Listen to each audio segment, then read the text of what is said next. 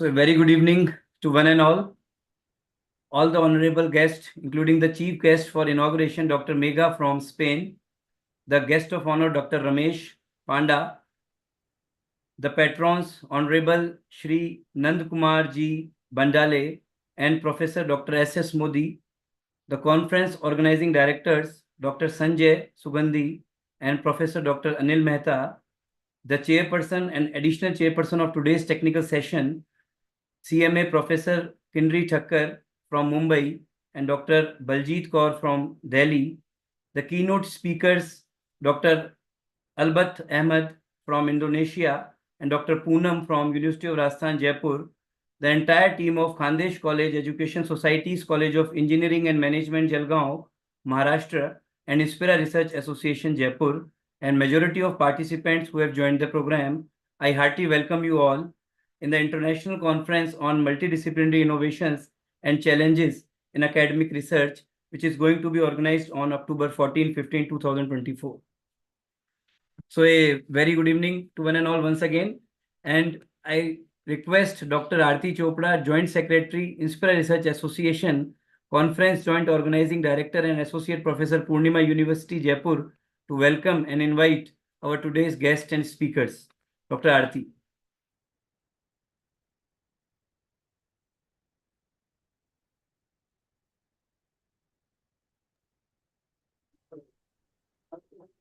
Very good evening to one and all present here. So kindly ensure that I am audible. Yes, ma'am, you are audible. Okay. So a very good evening to each one of you. I, Dr. Aarti Chopra, Joint Conference Organizing Director and Joint Secretary of Inspira Research Association, welcome all the guests, dignitaries and participants to this 2 days international conference on multidisciplinary innovations and challenges in academic research, being organized by Khandesh College Education Societies, College of Engineering and Management, Jalgaon, Maharashtra, in collaboration with Inspira Research Association. In today's fast-paced and ever-changing world, it is so important to stay ahead in terms of innovation and knowledge. This conference seeks to delve into the latest advancements across the areas, providing insights that will shape the future of industries. Participants, I am sure, will gain a lot of valuable perspectives and strategies to remain competitive and forward-thinking with this conference. For the opening remarks and to formally begin the program, I request Dr. Sanjay Sugandhi, Principal, KCES College of Engineering and Management, Jalgaon, to kindly take over the charge and address the audience with a welcome note. Dr. Sanjay Sugandhi, welcome, sir. Thank you, ma'am. Namaskar, distinguished guests, esteemed colleagues, and fellow researchers. It is my great privilege to welcome you all to this prestigious international conference on innovation and challenges in academic research. We are honored to have such a distinguished group of scholars and experts from around the world for this conference. Academic research is the cornerstone of progress and innovation. It is through the rigorous inquiry and the search of knowledge that we advance our understanding of the world, address demanding the global challenges, and create a better future for the generation to come. This conference provides a unique platform for researchers to share their findings, exchange ideas, and collaborate on the groundbreaking projects. As a leading institute of higher learning, Khandesh College Education Society, College of Engineering and Management, Jalgaon, is committed to the development of a culture of research excellence. We believe that research is not only a fundamental aspect of our academic mission, but also a vital contribution to society. Our faculty and students are engaged in a wide range of research activity, exploring the diverse field and making significant contribution to their respective discipline. The theme of our conference, Innovation and Challenges in Academic Research, is particularly timely and relevant given the current global landscape. It offers a valuable opportunity to discuss the latest development, challenges, and opportunity in the field of education research.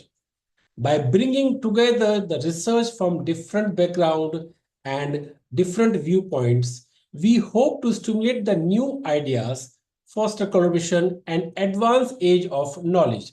These 2 days, we have the privilege of hearing from the renowned expert and thought leaders who will share their insight on the wide range of topics related to the academic research.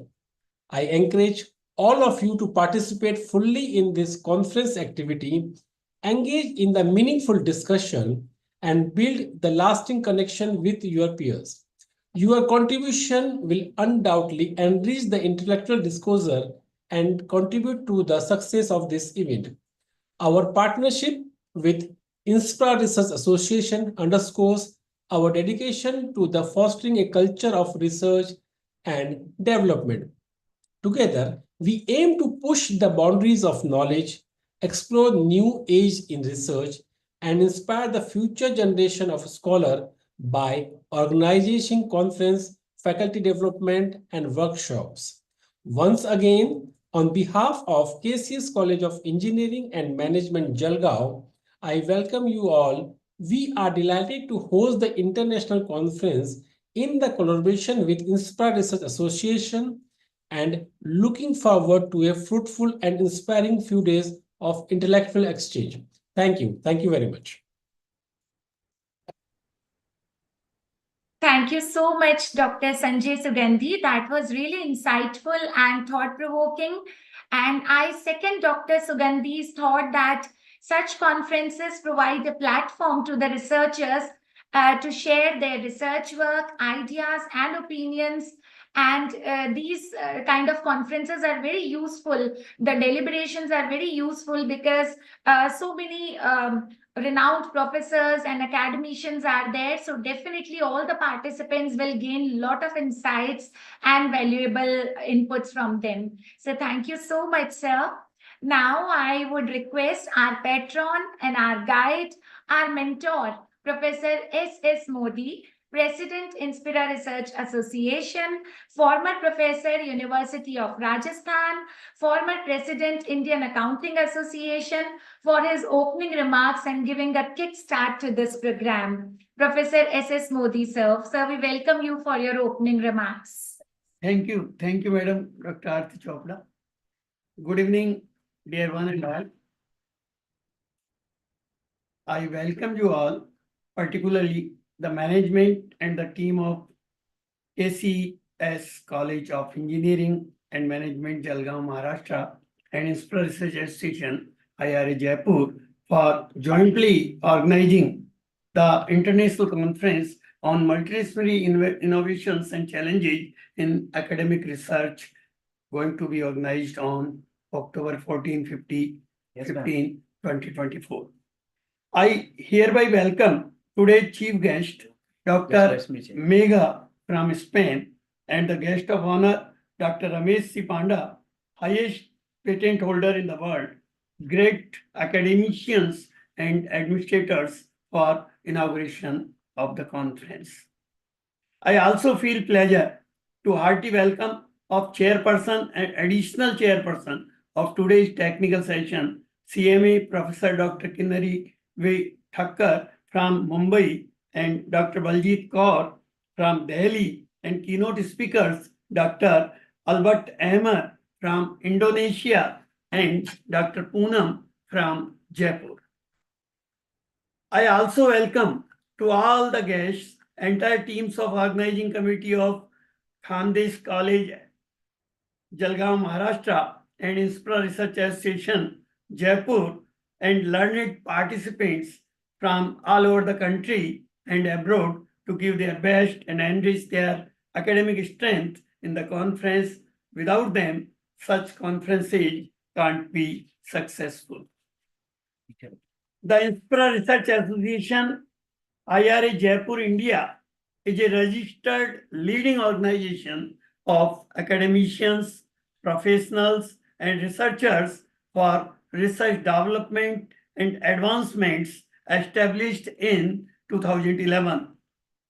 The association regularly arranged to make available to its members 6 peer-reviewed, refereed international and national journals with high impact factor and DOI of cross-ref and indexed at various prestigious international organizations quarterly published by INSPRA Publications, Jaipur, Delhi. The Association-IRA also regularly arranged to make available to its members number of reference books with ISBN in the fields of commerce, management, economics, public administration, social science, computer science, political science, education, and IT, etc., published by INSPRA Publications, S. Sharda Global Research Publications, Reliance Global Research Foundation, and MGM Publishing House, Jaipur, Delhi.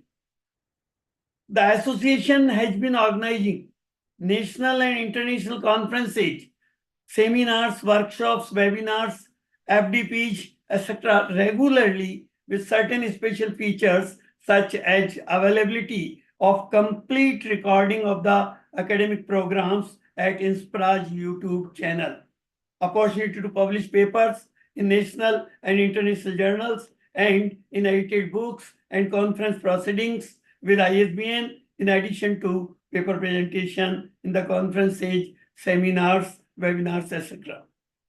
I am happy to inform you that participation response to this conference also is really very, very overwhelming from all parts of the country and abroad.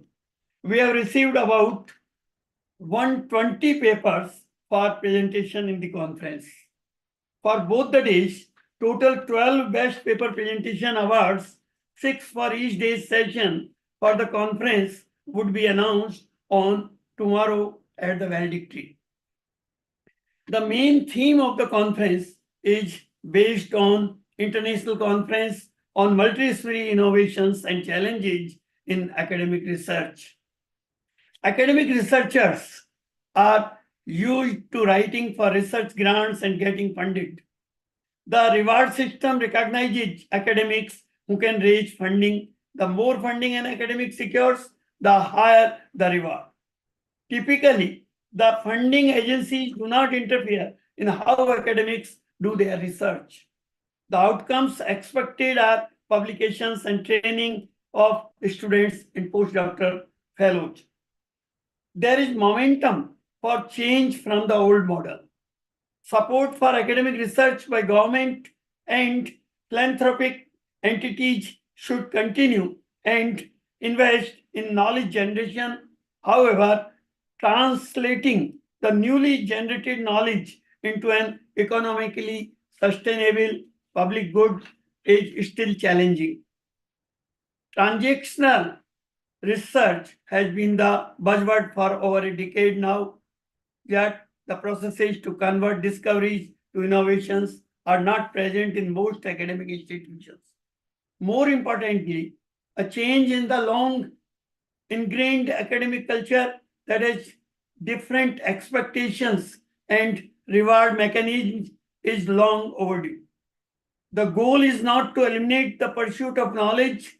The lack of creation of new one is critical for translation or the rewards placed on it, but to create an environment and culture where conversion of discoveries into innovations is equally rewarded. Creating a sustainable ecosystem for innovation, hence, has many facets. First, it is vital to make it easy for faculty to convert their discoveries to innovations. That requires a concerted effort and investment.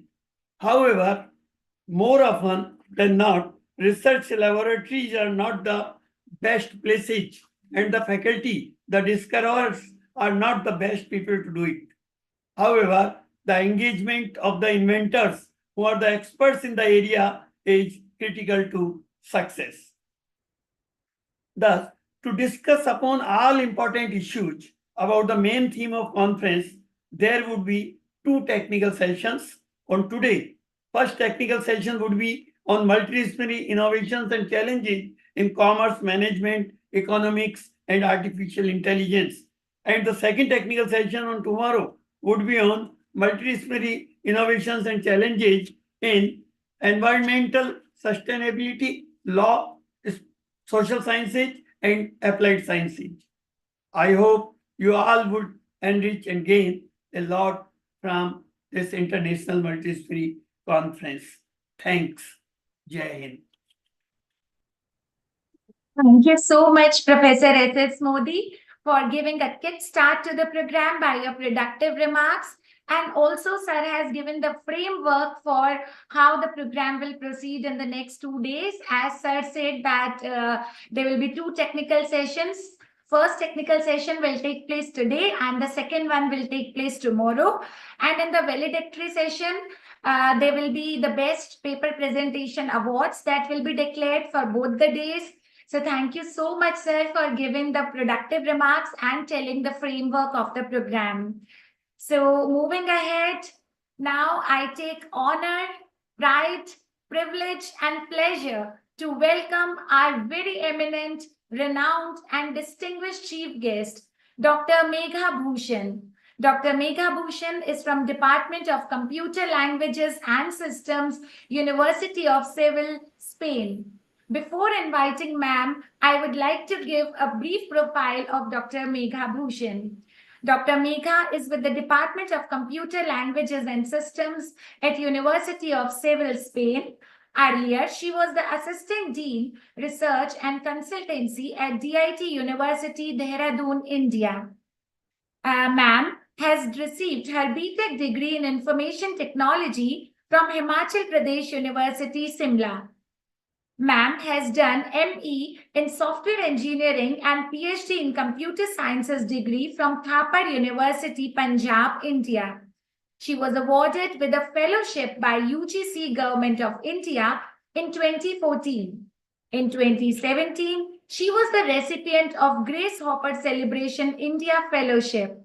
She has published 6 national patents, granted 2 national and 1 international patent. Currently, she is associated with 2 projects funded by Ministry of Science and Innovation and Andalusian Government, Spain. She has published many research articles in international journals and conferences of high repute. Further, she is also the editor of many edited books with different publishers such as Wiley, CRC Press, Taylor and Francis, Bentham Science, and so on. Her research interest includes artificial intelligence, machine learning, knowledge representation, expert systems, software quality and healthcare, and many more. Ma'am is also the reviewer and editorial board member of many international journals of high repute. We are so lucky. We are so fortunate that ma'am has accepted our invitation to be the chief guest of today's program. So, ma'am, with the heart full of gratitude and appreciation, we invite you to address our participants. Dr. Megha Bhushan. Welcome, ma'am. Thank you so much, ma'am, for the wonderful introduction. So before I proceed, I would like to thank Professor Ravikant Modi and Khandesh College Education Society's College of Engineering and Management, Maharashtra, and Inspira Research Association-IRA for inviting me as a chief guest in International Conference on Multidisciplinary Innovations and Challenges in Academic Research. Thank you so much, sir. Thank you for inviting me as a chief guest. And I would like to share few information with you given this opportunity. So I would be sharing my screen. Please kindly confirm you are able to see it. Yes, ma'am. Please share. Please share.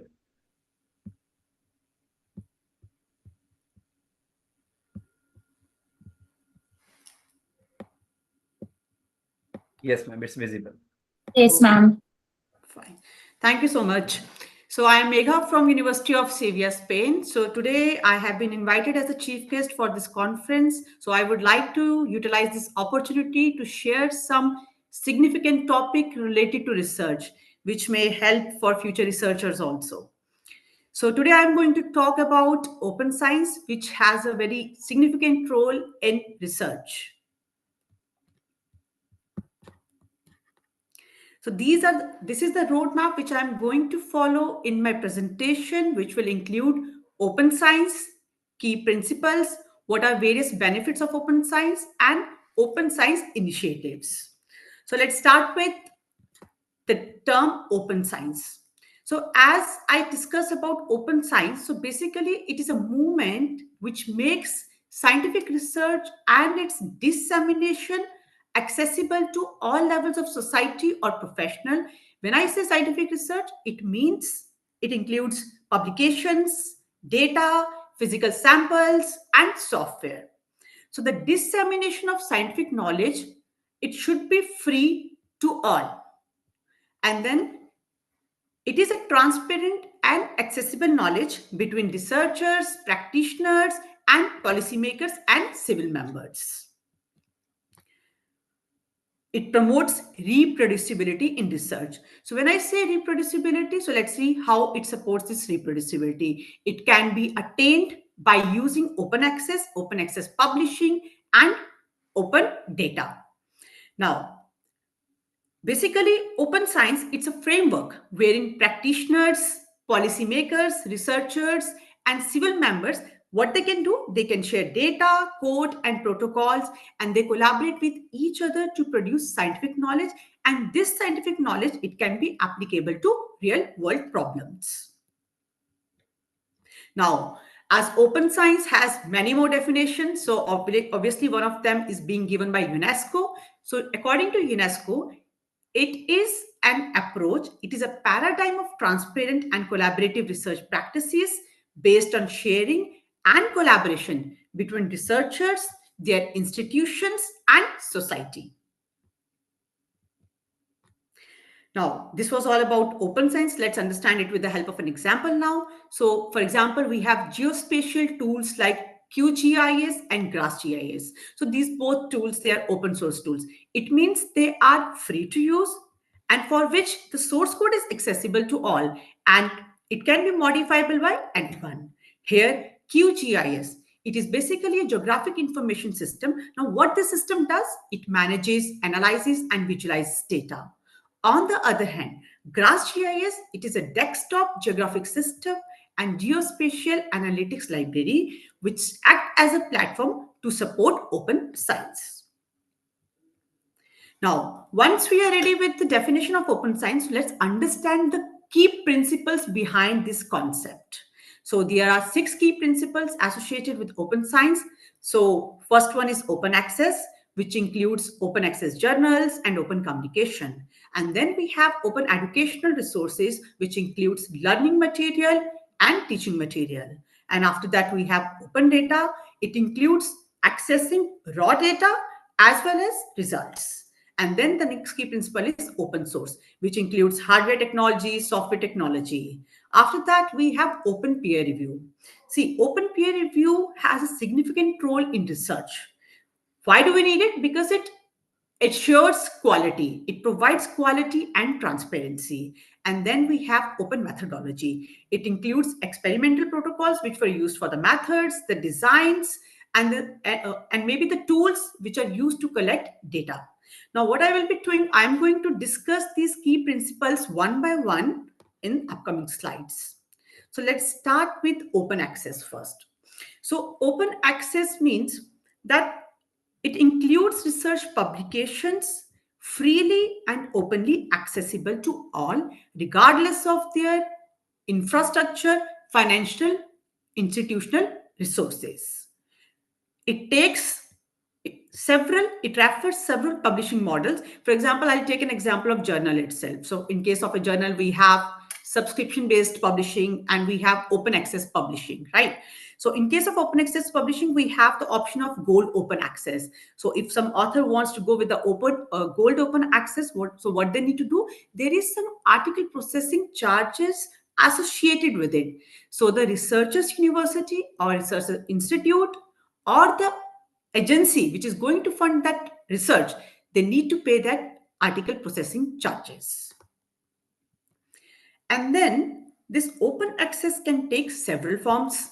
It includes self-archiving, preprint, and postprint. I'm pretty sure that most of us know these three terms. So quickly, I'll just give a definition, one statement for each. Self-archiving means when authors make an own produced copy of their work openly available, then it is known as self-archiving. In case of preprint, it is a version of manuscript which is yet not being accepted at any scientific venue. And postprint means when the content of the own created data, it is identical to the content of the accepted publication, then we call it as postprint. Now, for example, self-archiving via archive. So archive is basically a repository which allows free access to preprints, postprints, and white papers. And this repository mainly focuses upon the scientific fields like physics, maths, and computer science. And then moving towards self-archiving options and publishers regulation. So we have a tool named as Romeo, and this tool basically helps in summarizing publishers' copyright and archiving policies. Now, this tool provides different categories, and how it is going to provide? By making use of different color codes. It includes white, yellow, blue, green. White means that self-archive not formally allowed, whereas yellow color signifies that authors can archive preprints. However, blue represents that authors can archive postprints or publisher's version, where green represents that authors can archive preprint or postprint or publisher's version. Now, high cost of author publishing charges. See, as we all know that the research nowadays, we can see a significant progress towards open access publishing. However, there are barriers which is being faced by the authors. One of them is high cost of author publishing charges. Not all the authors can bear such high cost to pay for the publication. And then we have another key principle, that is open educational resources. So as I mentioned earlier, this includes teaching, learning, and research materials. And these materials are basically made openly available, and a Creative Commons license is added to it. And why do we add this license? So that it describes how we can utilize it. And then we have next key principle, that is open data. Now, when I say open data, so it means the data which is freely available to everyone. And why it should be freely available? So as to access, use, and share. Now, it emphasizes on sharing of research data in such a way that it should be transparent and accessible to others, so that others can use and republish the same, without restrictions from copyright, patents, or other mechanisms of control. And then moving towards open data itself, I'll just give a quick example. For example, when we are going online, so we see that there is an abstract description of a data set can be accessed online. But for example, if somebody wants to access the entire data set and it's not available, so what a person needs to do? The person needs to request the corresponding author or all the authors of that research work so that they grant them access for that particular data set. Now, when I say open data, so there are FAIR principles which comes into role. So these principles, they describe how data should ideally be made open. So FAIR stands for findable, accessible, interoperable, reusable. Now, I will just give a quick definition of these four terms. Findable means basically it's the first step to use or reuse data so as to find the data. Accessible means once a user has identified or find the required data, now he or she should know that how to access the data. This can be done with the help of authorization or authentication. And then we have a concept of interoperable. The data should interoperate with applications. And what kind of application? For analysis, for processing, and for storage. And then the last concept is reusable.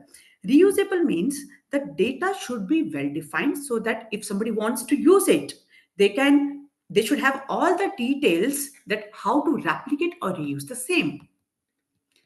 And then we have next key principle, that is open source. It includes computer software codes which are made publicly and freely available to access, use and enhance whenever required. And how do we do it? By adding an open source license to it. For example, research software. That is software products which can be developed, and why these software products are developed? For the analysis of data such as Python code. Now these software developed can be released as open source software. And then the next key principle is open peer review. So it emphasizes on more collaboration and input from the scientific community. Basically, it's an alternative review method to make traditional closed peer review more transparent and accountable.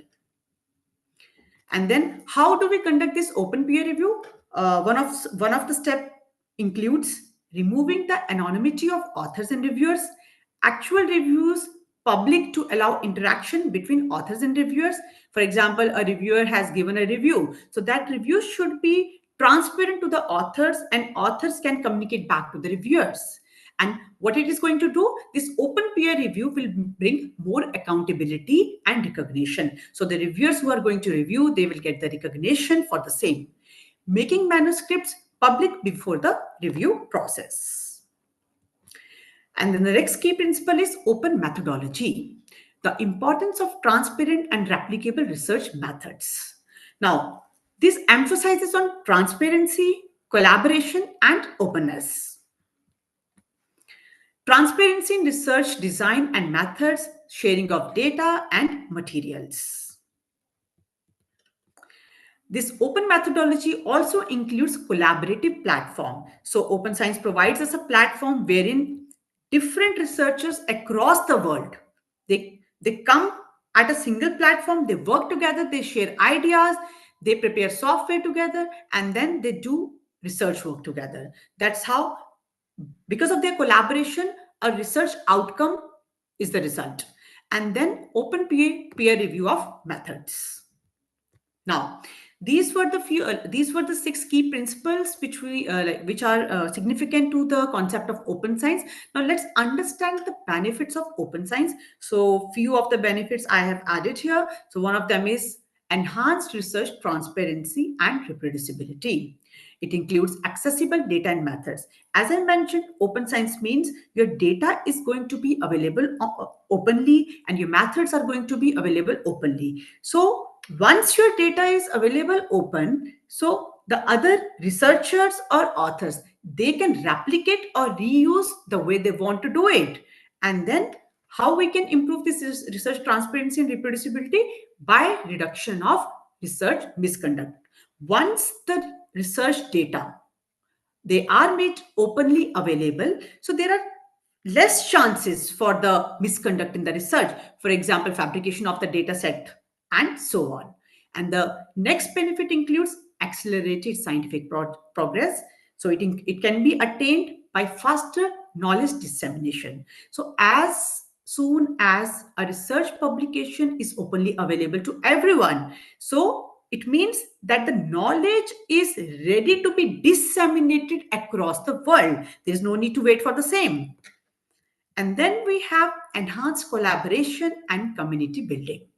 So what does it mean? It includes collaboration across borders, the way just I mentioned, that this open science provides us a platform where several researchers across the world, they come together, they work together, they share code, they develop code and provide a research outcome. And then we have enhanced research visibility and impact, wider audience reach. For example, as soon as a paper is published, and it is published through open access publishing model. So once it is available openly for everyone, so the people, the researchers, practitioners, policymakers, and it is visible to everyone because there is no hindrance to access that particular research. And then higher citation rates. It has been observed that the papers who have been published through open access publishing model, they have received more citations as compared to other research articles. And then the next benefit includes improved engagement and trust. It includes public access to research. So it can be in the form of data, it can be in the form of results, documents, research articles, and so on. Transparency fosters trust.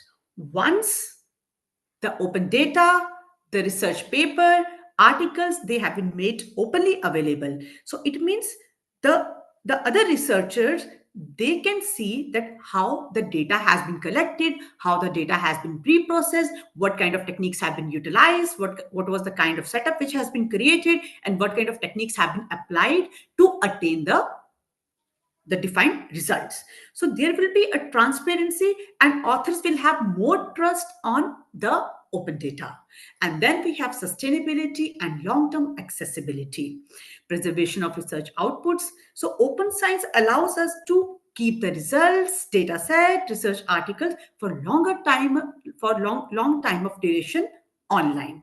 And then continuous improvement, because as I mentioned that open science let us keep the data open. So whatever authors have done in the past with the same kind of problem, so the new researchers can solve the same problem with different techniques, with different methods, approaches, and they will keep on providing the results for the same. And then we have some open science initiatives. So few initiatives to promote the use of open science movements. It includes Open Year, and then we have Fixture, then we have Zenedo. Archive, as I mentioned, it's a repository to freely access preprints, postprints, and white papers, and so on. And then we have BioArchive. This repository is basically for the biology. And then we have Publons, and then we have a research kit. So here we have a lot of, it's a community for the researchers where they share their publication, their preprints also, and they provide a platform for the discussions also. And then we have African Open Science Platform, and then Sustainable Development Goals. And that's all from my topic today. So if there are some queries, I will be happily addressing the queries. Thank you so much, Dr. Megha. Thank you so much. I don't think there is any query because you have done a very wonderful presentation, ma'am. Thank you so much. Thank you, Professor Modi. Aarti, ma'am. Ma'am, Dr. Megha, we are really thankful to you. And it is such an important topic because these days, a lot of emphasis researchers give that their work should be published in open science or open platforms. And you have told the benefits of open science platforms and so many examples you have given. So that's really wonderful. And that's really useful for the researchers present here. Thank you so much for accepting our invitation and enlightening our participants, ma'am. We are really grateful to you. Thank you. Thank you, ma'am. Thank you once again. Thank you, sir. Thank you, ma'am. Thank you, everyone, for for joining. inviting me. And thank you giving me this opportunity to join this conference. Thank you so much, ma'am. Thank you. Thank you. So now moving ahead, I am pleased to invite our chairperson for today's session. Very special CMA Professor Kinri Thakkar, Professor, Department of Commerce, University of Mumbai. She's a standout leader in higher education sector. Before inviting Professor Kinri Thakkar, I would like to throw a light on her academic journey. CMA Dr. Kinri Thakkar has over 25 years of teaching experience with the area of specialization as finance and accounting. She is the former principal of SIES College of Commerce and Economics, Mumbai. She is the recipient of Dr. APJ Abdul Kalam for Teaching Excellence Award 2018. She has co-authored 6 books, and ma'am, I have an old data. I am sure the number has definitely increased. So ma'am has co-authored 6 books in the subject of accountancy and finance. She has organized 4 international conferences, 6 faculty development programs, 6 webinars, 5 workshops, refresher course sponsored by RUSA, 2 capacity building programs sponsored by ICICAR. And I wish to tell you that this data is 2 years old. So I'm sure in these 2 years, ma'am has reached an ultimate height. She has successfully completed 4 research projects, 2 funded by ICSSR and 2 funded by Mumbai University. Ma'am has been the chairperson for over 40 conferences, seminars, and a resource person for over 120 conferences, workshops, and webinars. Ma'am has published 43 research papers in various national and international research journals. Ma'am has visited USA for presentation of research paper in an international multidisciplinary conference. The paper was then published in international peer-reviewed journal. Ma'am has also been conducting virtual classrooms and online assessment of assignments for NMINS deemed university and Zaro Institute in the subject of finance and accountancy. We are so pleased that ma'am has accepted our invitation to be our chairperson today. Ma'am, we welcome you for your chairperson address. Professor Kindri Thakkar from Mumbai. Welcome, Professor Kindri, ma'am. Welcome. Thank you so much, sir. Thanks a lot. Thank you. So it is a pleasure for me that time and again being a part of this programs, conferences organized by Inspira, and especially special thanks to Senior Modi sir and Junior Modi sir both. Thank you, ma'am. That always they remember me whenever there is any kind of event which they are organizing. So I am actually curiously waiting for the keynote speakers because the topic and the theme is so contemporary, and I Yeah. really wish that these all the participants will really have a very good will surely have good takeaways from the speech of keynote speakers. So thank you for inviting me, and I'll be there chairing the session as soon as the technical session will begin. Post after the completion of the speeches of keynote speakers. Thank you so much. So Thank thank you, you so Dr. much. Aarti. Professor Kindri, ma'am, is with us, at the end. Till the end. Yes, she and Dr. Baljit Kaur ma'am has to investigate all the, the presenters. So we can invite Your Dr. role is Ahmed very, first. very We can invite okay. Dr. Ahmed first because he's from Indonesia. So he has to Okay. leave after this. So welcome, Dr. Ahmed. Welcome. So ma'am, please Okay, invite sir. Dr. Ahmed. Thank you.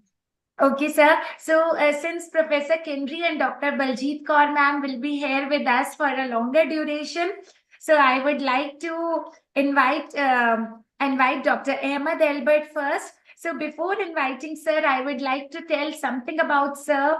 So sir is the visiting professor at Medan Polytechnic of Tourism, North Sumatra, Indonesia. Before inviting sir, I would like to throw a light on his academic journey. Dr. Ahmed is an associate professor, postgraduate center, management and science university, Shah Alam, Selangor, Malaysia, and right now he's in Indonesia, I suppose. So probably sir has moved from Malaysia to Indonesia. So sir has a vast international exposure. Sir holds a doctoral degree in hospitality management from University Sains, Malaysia. He worked as an assistant professor in Amman Applied University College, Amman, Jordan. He worked as a senior lecturer and research coordinator in the School of Hospitality and Creative Arts Management and Science University, Shah Alam, Malaysia, and worked as a researcher at Sustainable Tourism Center Cluster, Pulau Pinang, Malaysia. Sir has been working in Jordanian hospitality industry for over 17 years. He has participated and presented research papers in a number of academic conferences held in Malaysia, Taiwan, Thailand, Indonesia, Sri Lanka, and Jordan. Sir is an active member of Scientific and Editorial Review Board on Hospitality Management, Hotel, Tourism, Events, Emergency Planning, Disaster and Crisis Management, Human Resource for Journal of Tourism Management, Journal of Hospitality Marketing and Management, Current Issues in Tourism, Asia Pacific Journal of Innovation and Hospitality in Tourism, International Journal of Economics and Management, ELMA Tourism, Journal of Tourism, Cultural and Territorial Development, International Journal of Tourism and Sustainable Community Development. So many journals Sir has been associated with. Sir's latest work has been published in the refereed international journals and various conference proceedings. So that means Sir is a very, very renowned and accomplished researcher. We are so grateful that Sir has accepted our invitation to be the keynote speaker today. So, sir, with folded hands, we welcome Dr. Ahmed Albert to be the keynote speaker of today's program. Dr. Ahmed. Thank you so much. Thank you so much, Prof. Arati Chopra, for the very much nice introduction. Thank you, Prof. Modi, for your good invitation, and it's always my pleasure and honor. I just came back from India in last September, just last month. I was in Midnapur. And then before that, I was in Kolkata. Then before that, I was in Punjab. So it's like become my yearly activities also, and having a very much good collaboration actually. So thank you so much for your invitation. Thank you also, Prof. Mega, for your very much insightful talk just now. And it's really very much important and to understand about how we can use all the resources. And it's also one of my interests about that. That's why today, but of course, I prepare a short presentation because I got I have around 10 minutes. I will try to get into that. So now just allow me to share. This is one of my new project, actually, one of my new books that we are working on it, me and my colleagues just now.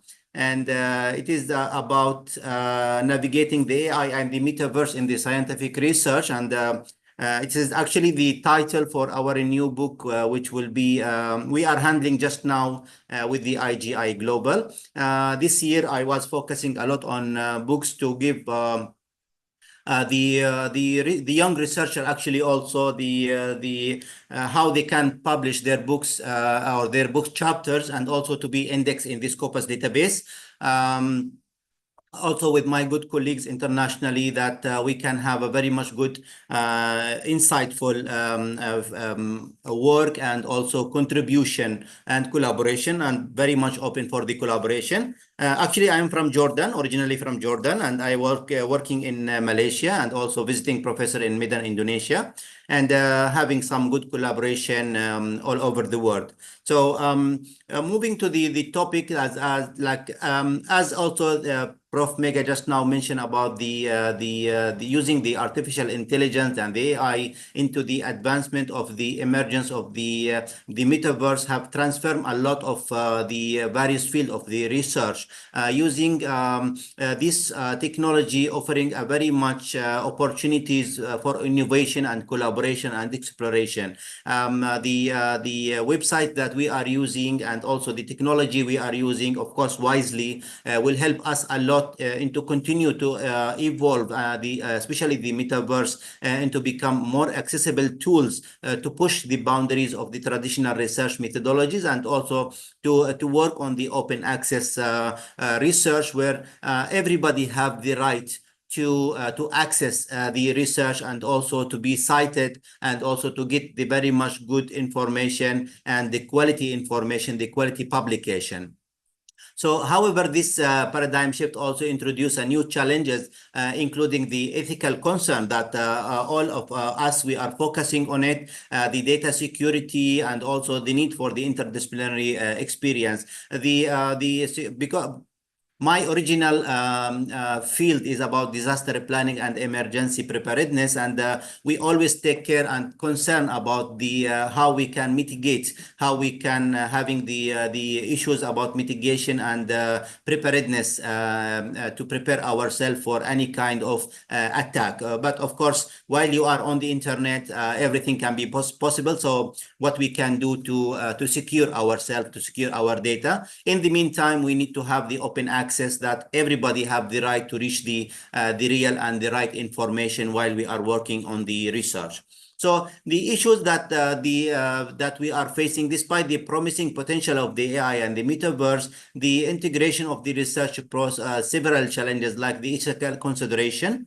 The use of the AI research raises most of the question about the data privacy, the data security, and the privacy also, like the metaverse share a virtual space. Potential risk also related to the data breaches and the unauthorized access, the sensitive research information also, also will be a very much important when we are dealing with the AI and the metaverse. The interdisciplinary collaboration also, the effective utilization of those technologies required collaboration between the expert of the AI, the virtual reality, and also the specific scientific domain, which can be difficult to achieve, but we like the scientists or the researcher, they are trying their best to reach this collaboration and also to understand how we can open access the data while we are protecting the data at the same time. So from the unauthorized usage, and of course because it is our right, and also our the IPs, the patent, we are working on it for a very long time, and also it's our right to protect it and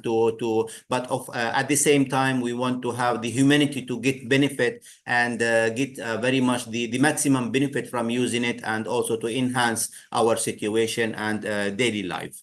So the resource allocation, also very high cost associated with the advanced AI tools and the metaverse development can be a barrier for some societies, especially if the researcher from the underfunded field or region, or maybe from the poor regions, and maybe there is no societies to open access the research. Also, it will be very much important issue here. The less of the fund or the lack of the fund will be having a very much serious issues when we are talking about the resources.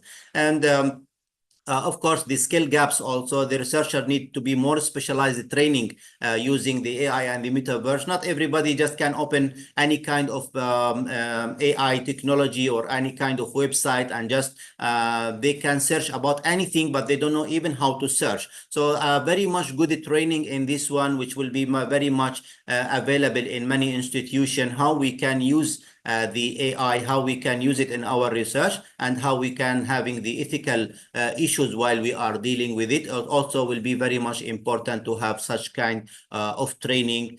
So also because it is an issue, because we as a trainer also sometimes we need to have a training how to train our juniors. So also it's an issue for us. We have to work on it and to focus on it in the next future or the very much near future. The role of the metaverse, also the revolution in the specific or scientific research by providing the innovation platform for the collaboration. Just now, like Prof. Mega mentioned, there is a lot of good platform she mentioned, and it is very much good and very much easy to access. And the training and experimentation there will be very much available and affordable for most of the researcher worldwide. So even some of the universities also, they will open some of those database for the researcher while you are using the university email. So those technology advance on the virtual environment become more sophisticated. The potential of the metaverse to enhance the scientific inquiry, also the motivation, the innovation continue to grow. Also, embracing these opportunities can lead for more effective research practices and the greater societal impact. Also, I am going to mention about the previous presentation by Prof. Mega, because we want to get rid of those traditional way of research where we are repeating the same research again and again, and we don't know what is going on for the next future. So repeating the same research will not give us anything other than stopping in our place. We want to know what we can do for the next 5 years or the next 10 years. What are the new field of research that we can explore, we can work on it. Is the world, as you know, the world before the pandemic will never be as after the pandemic. Whatever was traditional before, now it is no more. It is outdated, and we have to work for what is the next after the pandemic. So it's very much important to use those such kind of issues in the research. Also the virtual collaboration is very much important, and having a very much significant shift on how individual and team can interact together and having a communication.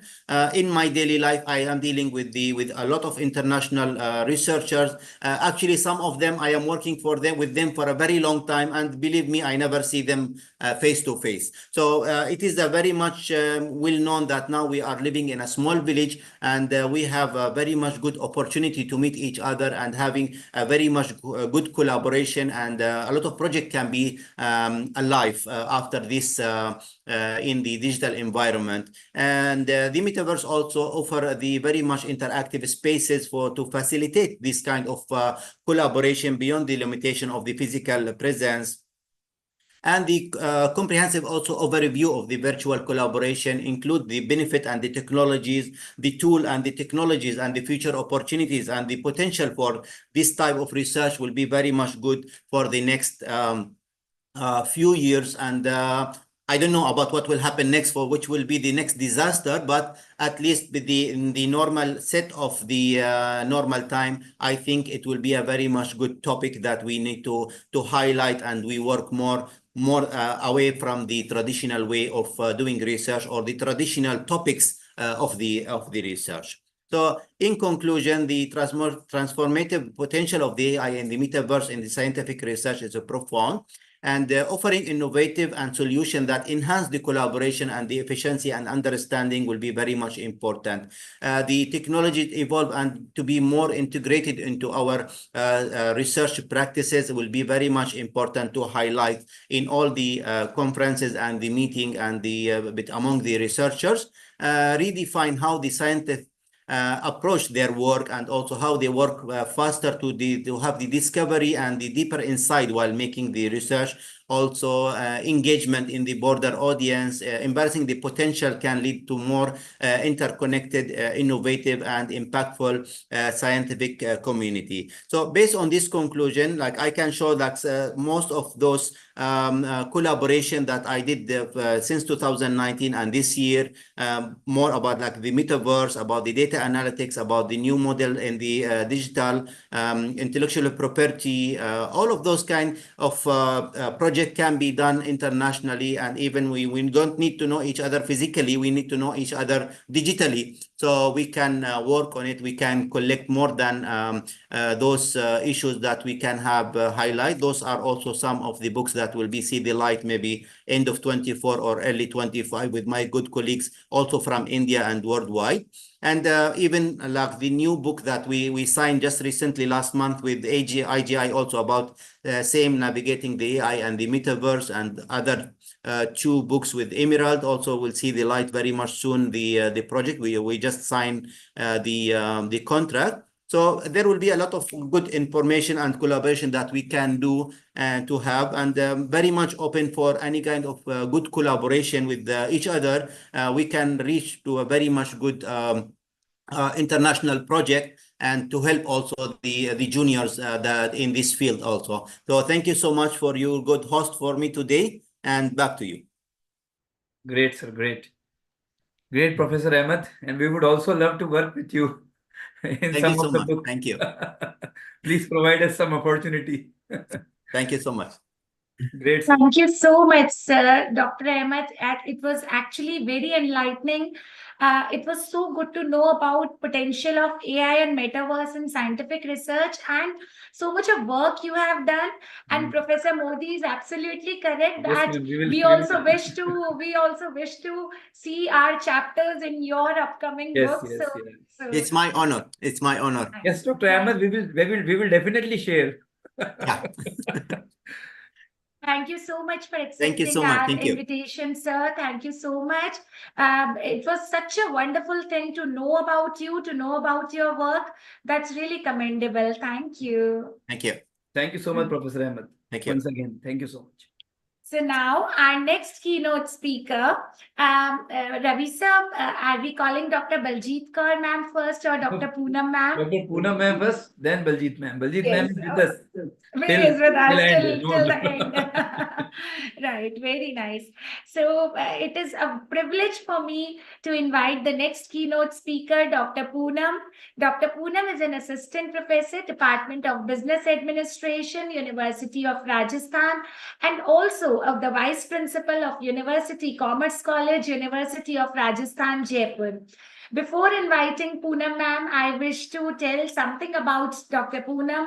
Dr. Poonam is a visionary in management education. With over 12 years of academic excellence, Dr. Poonam is a renowned expert in the area of HRM, marketing management, organizational behavior, and organizational psychology.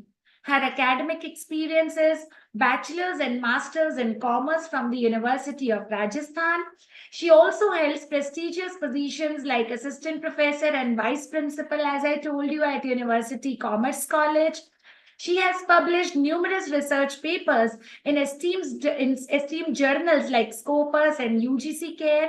She has recognized with various awards for contribution to management studies. She is a dedicated teacher, researcher, administrator, and she has been inspiring a lot of students. She has expertise in HRM, marketing, organizational psychology, and behavior. She is holding the legacy of shaping the management education through her excellence, dedication, and inspiration. But this is what I have read from her profile. But I want to add something which is not written in her profile. Number one, I have known Dr. Poonam for a very long time, and she's such a generous and a heart of gold she has. She's a very, very sweet, loving, and charming woman, I know. And also, she's an NCC officer. So I have known her, a woman with lot of energy, strength, and spirit. I am so happy. I am so glad that I'm here to welcome a very special woman with a very beautiful heart and generous heart, Beautiful Dr. heart and Poonam beautiful here. smile. And a beautiful smile, of Smile. course. So we welcome you, ma'am, Dr. Poonam, on this platform as a keynote speaker. Welcome, ma'am. Welcome, Doctor.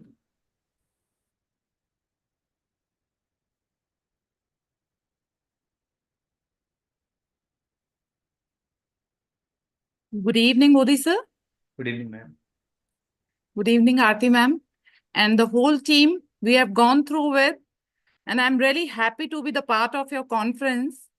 And I hope that, I don't know, you have gone through so many eminent speakers over here.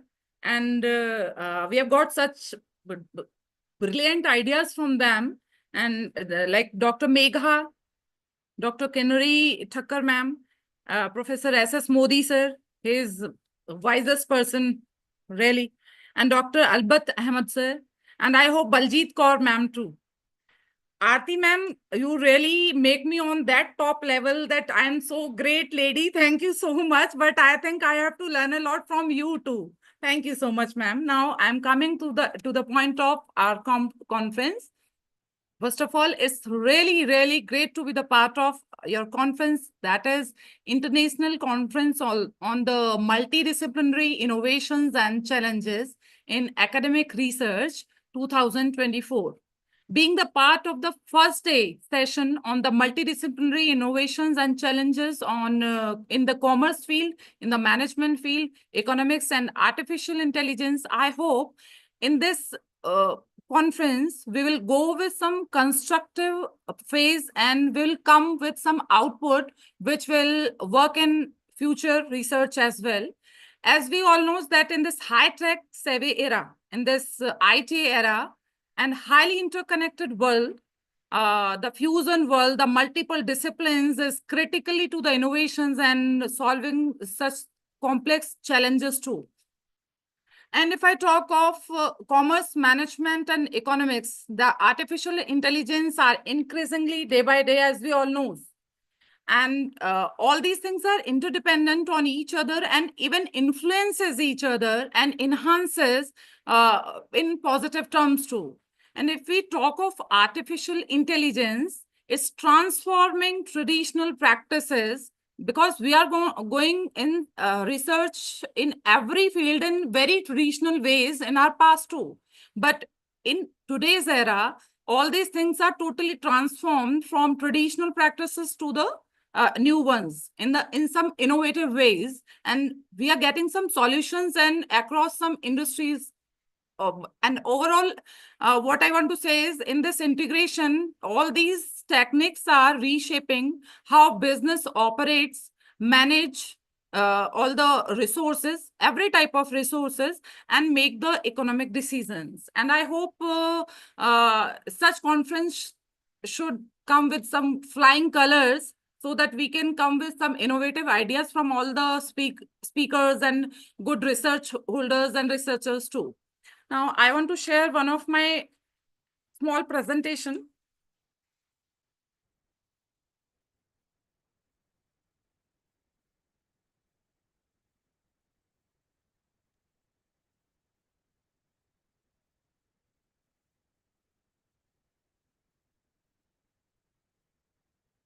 Yes.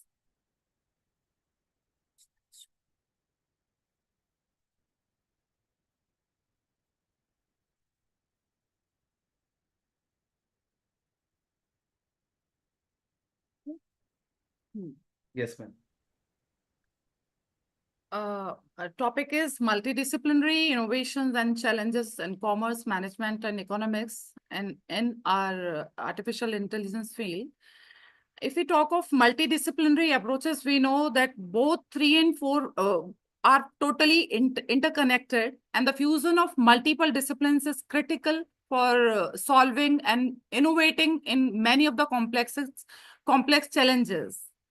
Commerce, management, economics, and artificial intelligence are increasingly interdependent and each influencing and enhancing the others in a way or the other.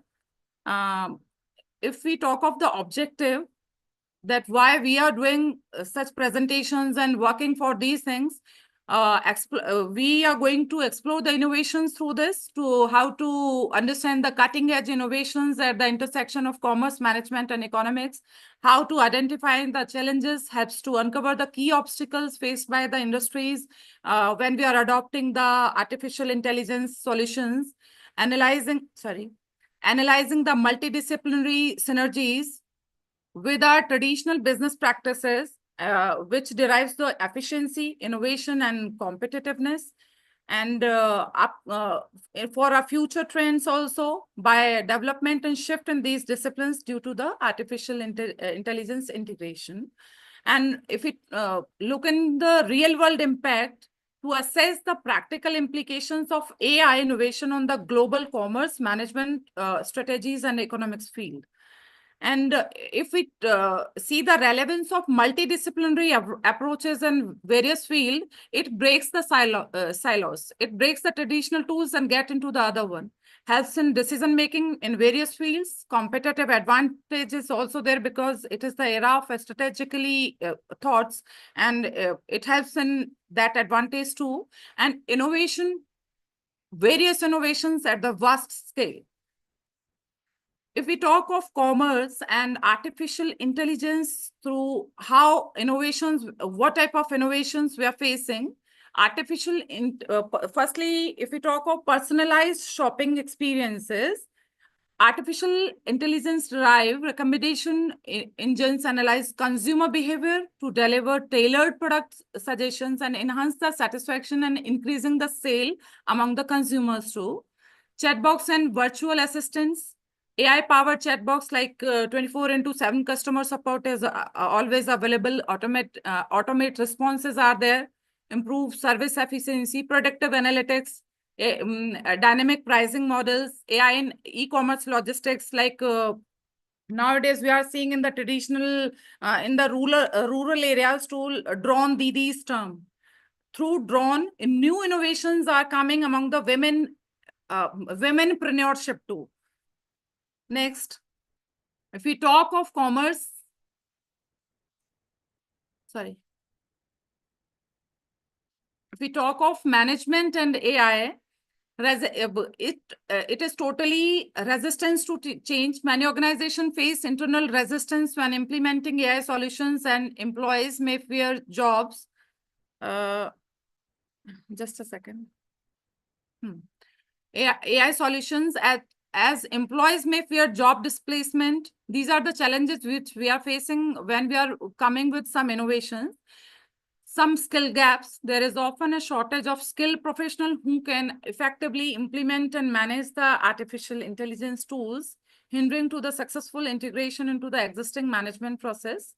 there are so many cultural barriers, so many, we have seen the son of soils are facing so many barriers, which comes from the too much orthodox, or so many cultural facts are also there.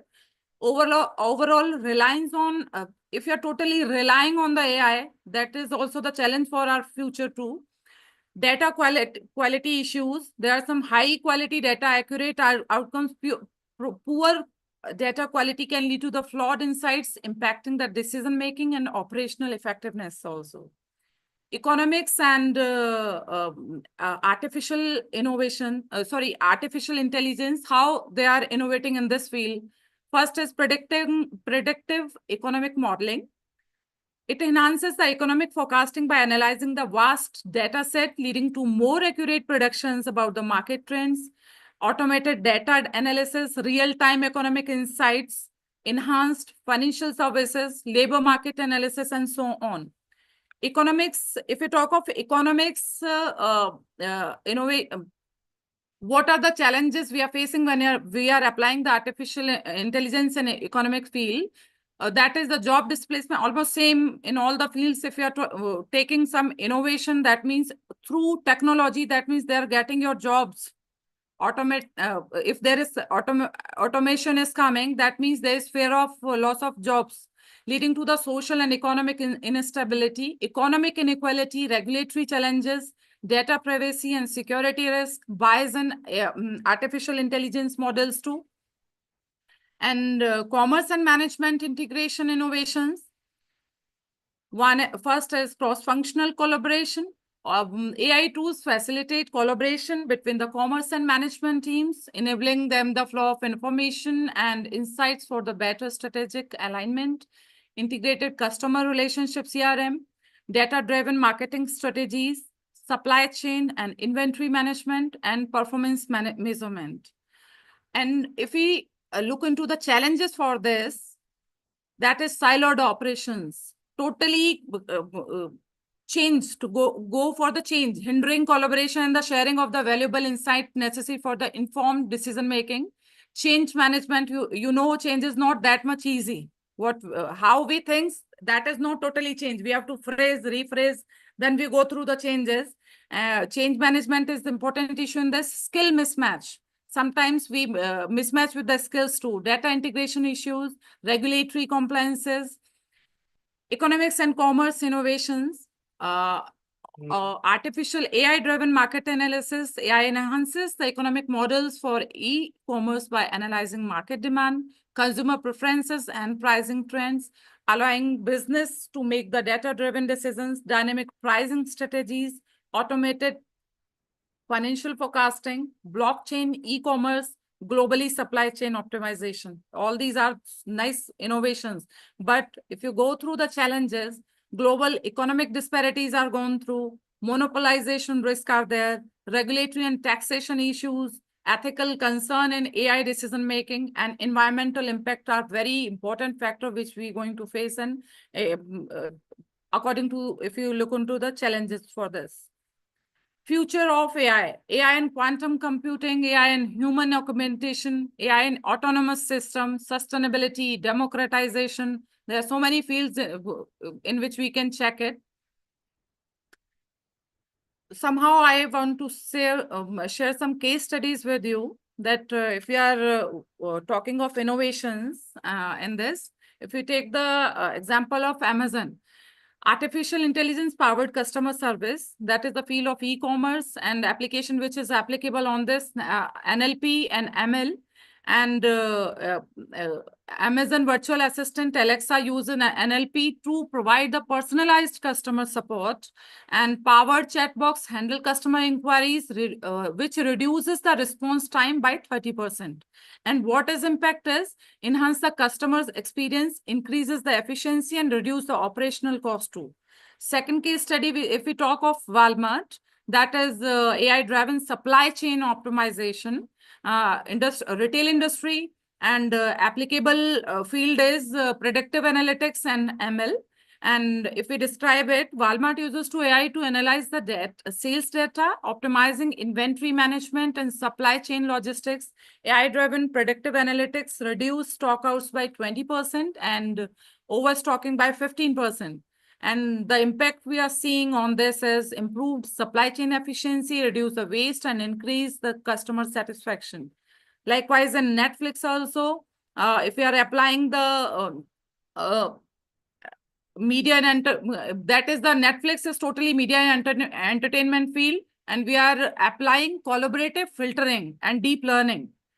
And regarding this, what the impact are coming: enhanced user experience, increased customer retention, and improved content discovery. Next case study, American Express, AI-driven fraud detection, which is very important part. Industry is financial services, and the application we are applying on this is ML and predictive analytics. And if we describe on this as Express used to AI to detect and prevent fraudulent transactions, reducing the false positives by 40% and saving the millions of potential losses. And the impact we are looking into it: improve the security, reduce risk, and enhance customer trust. That is very important. And next, McDonald's study. This is the fast food industry, and application which is applies on this is NLP and machine learning. MACD uses AI to analyze the customer data, creating the personalized marketing campaigns that increases sales by 10%. And the impact which look into it is enhanced customer engagement, increased sales, and improved marketing efficiency. Siemens, like this. And in the last, if we talk of multidisciplinary innovation and challenges in the commerce, management, and economics field, if we look into it, this analyze and explores the key developments, challenges, and opportunities arising from this multidisciplinary intersection. They are totally integrated, working as well with each other, and the result, the innovations, the challenges we are facing, they are same for all. The challenges we are facing in that in these things are the development and deployment of AI raise ethical concern related to privacy bias, job displacement, and autonomous decision making. Data quality and privacy ensures the quality and privacy of data used to train AI models is crucial for their effectiveness and trustworthiness. Third one is skill gap. The rapid advancement of AI has created a significant skill gap in the workforce, making it challenging for the organization to find and retain AI talent. Regulatory framework, economic disruption, all these challenges we face in this, if innovation is coming, that is coming with some challenges. And the challenges we are facing in this field are these. And the opportunities which we can grasp from all these innovations are new business models we are getting day by day. AI can enable the creation of the new business models that leverage data and automation to deliver innovative products and services. Economic growth. Effective adoption of AI can drive economic growth by increasing productivity, creating new industries, and improving efficiency. Its social impact, potential to address the societal changes such as healthcare, education, and environmental sustainability. Next is international cooperation. Collaboration among the government, businesses, and academia is essential for addressing the global challenges and opportunities presented by AI. Thank you so much. And last but not least, I want to give a lot of thanks to Modi sir, Aarti ma'am.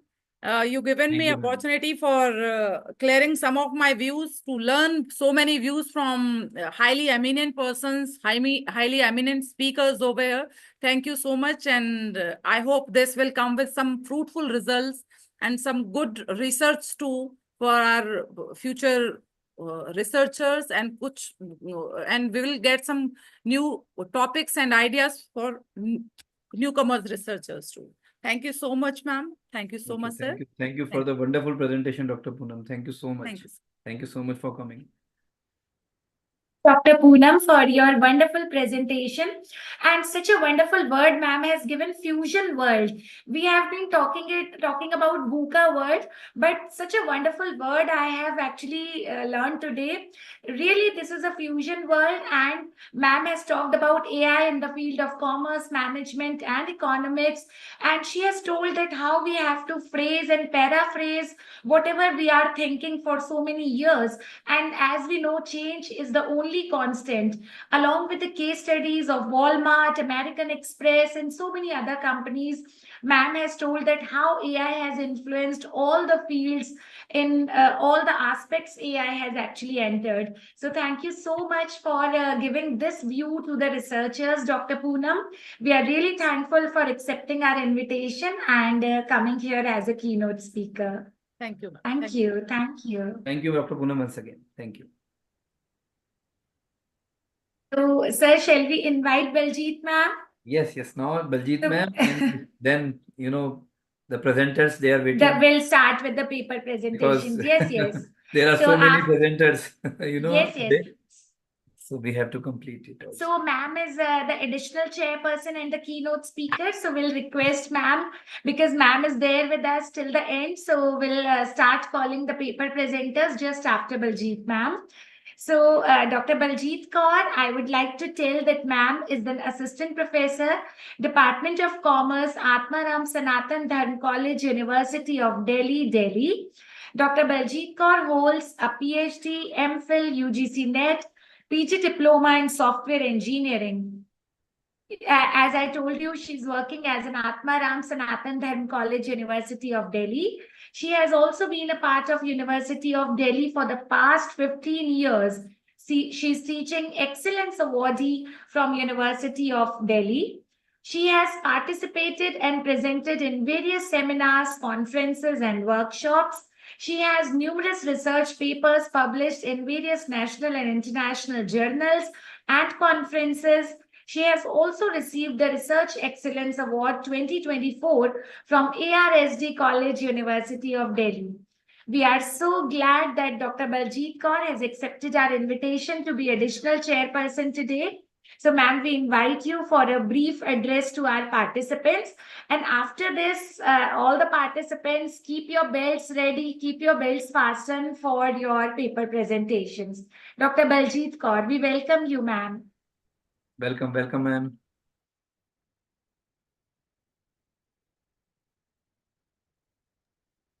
To unmute, ma'am.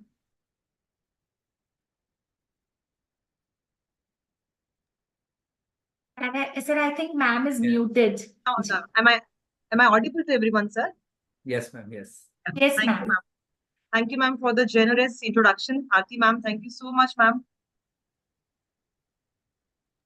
Thank you so much, ma'am.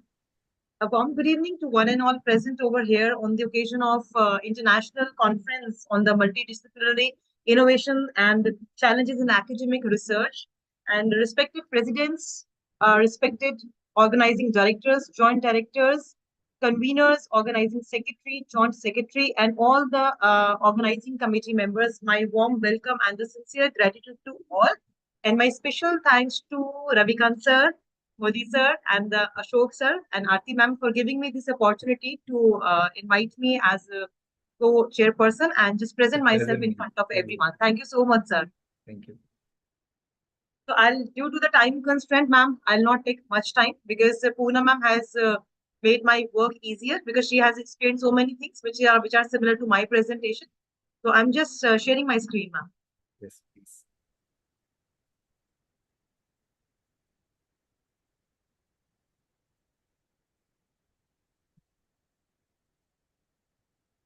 My screen is visible, ma'am. Yes, ma'am. Make it a slideshow. It is visible.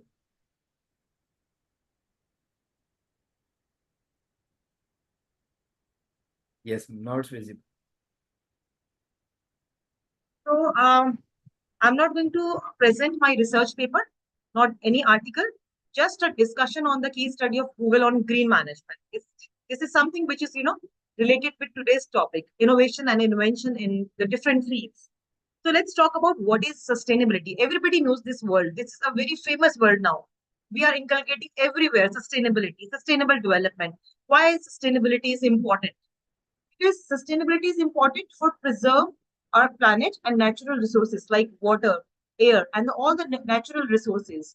So building a sustainable future and cultivating sustainable practices, in the living, in the style, will definitely reduce the pollution and protect habitat of plants and animals. So this is the theme for my case study, today's case study, and my research paper is also related with this case study because I have incorporated all the things in my research paper, which I'm not going to present today. Yes, definitely I'll share my facts and figures next time, ma'am. So it's about the case study of Google. How Google is incorporating all the strategies, innovation in the, all the operational work, and is getting growth every day, every day. And why I have taken this only Google? Why Google? Because Google is our best friend. Still, the AI has, incorporated everywhere, but still Google is our best friend. So I have taken this case study. So the roadmap of the presentation is overview of Google's sustainability initiatives, strategies for power optimization, landfill diversion, broader implication and future. So as discussed by Poonam ma'am, so I'll be skipping those parts and I'll be just covering only power optimization and the landfill diversion, which we didn't discuss so far. This is the leadership of Google, which exemplifies corporate sustainability through ambitious goals, such as 24/7 carbon-free energy by 2030. And this data I have taken from the Sustainability Report 2024, in which by 2030, you can see all the aspects which are covering by Google, like helps combat climate change, encouraging full scales of transformation electronic grids, matches annual electricity consumption, clean energy. Basically, Google is working towards the climate change and clean energy. And clean energy in the layman term is also known as the renewable energy. So it is focusing on the renewable energy, climate change mitigation. And for the climate change mitigation, Google is, taking so many initiatives and which are giving a positive results. I'll show you the facts and figures. Sustainable supply chain is implemented, employee engagement everywhere. Google is, engaging their employees so that they are also the part of the management and the decision making, and they are also aware of all the strategies that Google is, incorporating. And external partnership is also important. Why? Because teamwork is important. Without teamwork, without collaborations, without partnership, nothing can be done. Google is also incorporating some amazing reports and matrix system in their products and operations. So here I'm just skipping those part. I'm just covering the mitigation part and the energy part. And in the operation part, we'll be covering the net zero carbon emissions. Here we can say mitigation. This is something new and very different. Home heating and cooling. As we are using air condition and everything, just to keep ourselves cool and just to, reduce the all the effects of summers and all. So Nest thermostat use algorithms powered by AI and machine learning to optimize residential heating and cooling system and reduce energy consumption. We all know that energy used in residential building contributes 50% to global building carbon emission. This is a very shocked data that building is producing 50% towards the carbon emissions. So this is the responsibility of everyone and all the investors, all the institutions, intermediaries, just to finance, just to give the green finance, so that they are also taking care of the planet. They are taking care of the environment. They are, trying to mitigate all the pollution and everything. Skipping this slide now. This is the weather forecasting and the in which 3 techniques Google is using. For example, we just want to check the weather forecasting. What we will write in the Google, we will write weather forecasting for next 15 days or next for 10 days, and the result will come. And we'll click on the first option, second option, or third option. But instead of this, the very accurate and the very reliable sources that Google is giving is MetNet3 Deep Minds Graph Cast model. And this cast model is giving the accurate under 1 minute and offers earlier warning of extreme weather events, which is very reliable. And the third one is Weather Bench 2, on which I'm also working. This is the part of my research paper that I was, mentioning earlier in the initial speech. And Weather Bench 2, a platform that enables researchers to compare global weather models and drive innovation in this field. So this is something, which is giving more options to the researchers and academics. Overview of the Google's green data centers we have already discussed, and these are the pros and cons of economic and societal impacts of sustainability efforts. If we say the pros and the sustainable stability from renewable energy, innovation and green technology, enhanced corporate reputation, and the cons are high initial investment cost, which is must. Potential regulatory compliances challenges are always there when we start something new or when we incorporate anything in our business. This is the section 2, power optimization. For power optimization, again, this technique is very amazing that I want to share. Innovative cooling techniques. This is the picture that I've taken from and this is the data, that global data center carbon-free energy map. This is covering the global, not only India. The gray part is covering the India and the overall green part is covering the global. In 2023, Google maintained 64% carbon-free emission energy globally on an hourly basis across our offices and data centers, and 10 of our Google centers, 44 grid regions achieved at least 90% carbon-free energy, which is a very amazing data. This is the technique that I want to share to everyone. This is the Google developing a new climate conscious cooling tech to save water. So again, this is something which, if we want to save our planet, if we want to save for our future generation, right? So this is important that we have to take care of the air, we have to take care of the water and all the natural resources. So Google is working on new cooling techniques that could dramatically slash the use of water in its data center operations. The initiative is part of the company's multifaceted commitment to climate conscious data center cooling, which is balancing the efficiency, water and carbon. These are the different case studies and they have successfully implemented, and the result is they have implemented the green data center, renewable energy leadership is there, and the waste management success, they are getting it day by day. So last topic that I want to share with everyone is landfill diversion. Let's see this slide. Landfill diversion, also known as waste diversion, is the practice of redirecting waste from landfills to more sustainable methods, such as recycling. This is something very common term that we are using every day. Composting or reuse. The goal of landfill diversion, this is the technique that Google is using.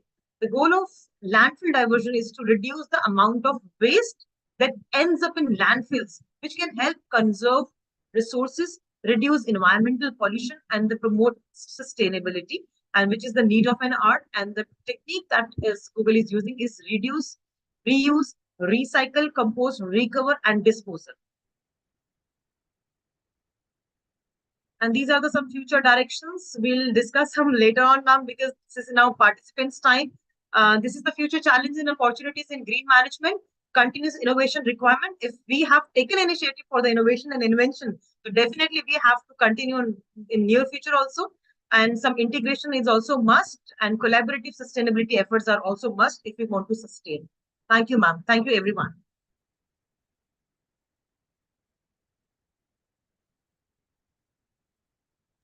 Thank you so much, ma'am. Thank you so much. Again, it was really wonderful presentation. Dr. Baljeet, that was really very interesting, and you have covered almost everything which is actually the need of the NR. So very beautifully you have talked about waste management and how innovations can help in facing the challenges or clearing the challenges which we are facing today in today's VUCA world. So thank you so much for your wonderful presentation and accepting our invitation to be the additional chairperson and keynote speaker in today's session. So thank you once again. So as we begin with the paper presenters, sir, can we invite Kindri ma'am and Baljeet ma'am wants to give any kind of guidelines? Yes. So Professor Kindri ma'am, with the permission of chairperson and additional chairperson, Professor Kindri ma'am and Dr. Baljeet ma'am. Ma'am, anything you want to convey to the presenters? Yes, good evening once again. And I'd like to request the presenters that, you talk only mainly about what is the more objectives of the paper which you will be presenting. And basically, just in very brief about the methodology which you have used, and finally you can come down to the conclusion. So 4 to 5 minutes time ideally will be given for each presentation. Yes. And I think the presenters should see that they are completing the presentation in time. So they have to respect the time, and see the time management part is also taken care by them. And we can start. I think they are all eagerly waiting for that. So Yes. we can start with the presentation. Yeah. Thank you so much, Professor Kinri. And before I invite every presenter one by one through serial number, I request everyone to please log in with your name only so that I can recognize you. And you can write in the chat box your serial number. Those who are ready with their presentation, please write your serial number in the chat box. So, Professor Kinri, Dr. Baljit, I am going to start. Yes, sir. And before I start, Dr. Aarti ma'am, are you going to leave now? Yes, sir, I will. But wait a minute. I am just taking the 1 or 2 minutes more before Aarti ma'am leave.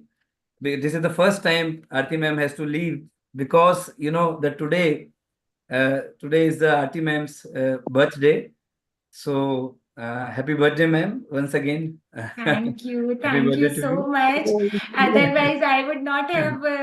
Her commitment, ma'am, Professor Kinri ma'am, it is a commitment of Dr. Aarti ma'am towards Inspira Research Association as a joint secretary. I know she has to she has so many work today. So ma'am, you can enjoy the party now. Thank you so much. So, Very so happy that's birthday. true, ma'am. Thank you so much, ma'am. I have been getting calls and messages since night, and I am trying to answer them all. But and then I said, no, I will definitely attend the opening ceremony, and I take I tell the participants to forgive me because Kinri ma'am and Baljit ma'am are there. They are so already writing happy birthday in the chat box. Oh, Yes, thank you. It is filled. It is filled. From my side also, happy birthday, ma'am. Thank Have you. a very, Thank very you blessed. so, ma'am, Kinri ma'am, thank you so much, ma'am. Happy birthday. Baljit I am ma'am, very Ravi happy sir. to know that your birthday is on 14th of October, which happens to be my partner, star partner. So we'll meet next time and we'll have a good discussion on that. Yes, ma'am. Thank you. I'm a true liberal. Yeah. Again, lots of learning from you, ma'am. Again, lots of learning from you. That commitment that you have given, Yeah. and you are, yes, ma'am. Definitely. Ma'am, really, Inspira is more than a family to me. So I said no. And all the participants, thank you so much. So many messages for me. Thank you so much. And all the best to all of you. Thank you, ma'am. Have a nice time, Thank ma'am. you. Have a nice day. So with the permission of Professor Kinri and Dr. Baljit ma'am, ma'am, actually I would like to invite first here is a presenter, an army officer also.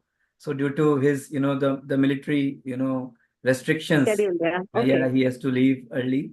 So I would like to invite first the serial number 40, Lieutenant Colonel Shantanu Narayan Shimpi, a research scholar from Jalgaon, Maharashtra.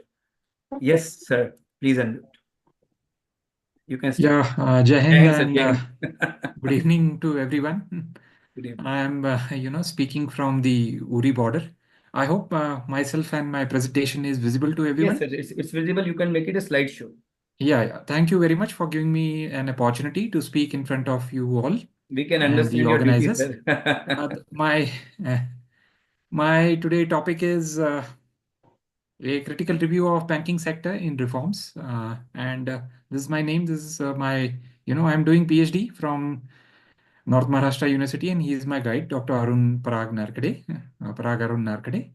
And I'll be directly coming to table of contents. I'll be, introducing my topic and the need for banking reforms, objectives, key banking reforms in India, and progress achieved so far, recent challenges, of course, conclusion, and any questions, of course, thereafter. So I want to explain the meaning. It's reforms means nothing but series of changes, implemented to modernize and strengthen the Indian banking system.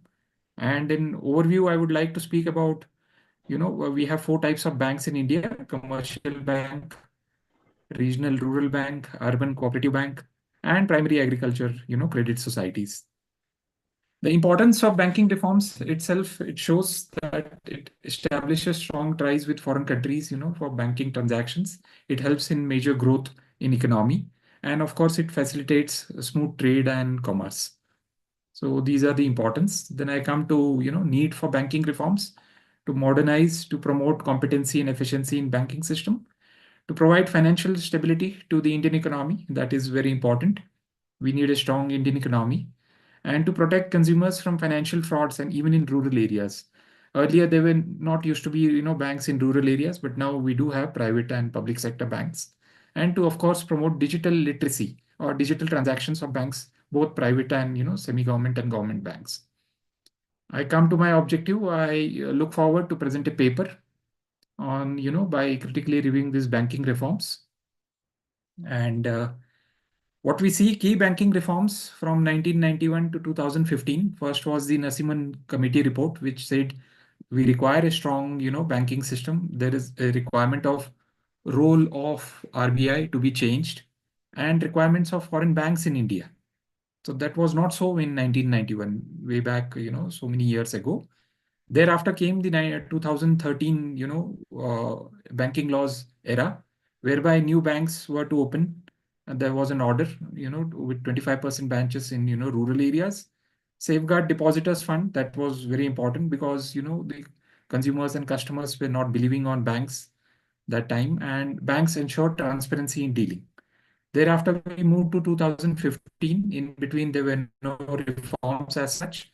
We landed up with, Banking Board Bureau establishment by the central government, which ensured good governance of public sector banks and also control insurance companies and financial institutions, which was not so covered in 1991 and 2013, and to promote good governance in these institutes.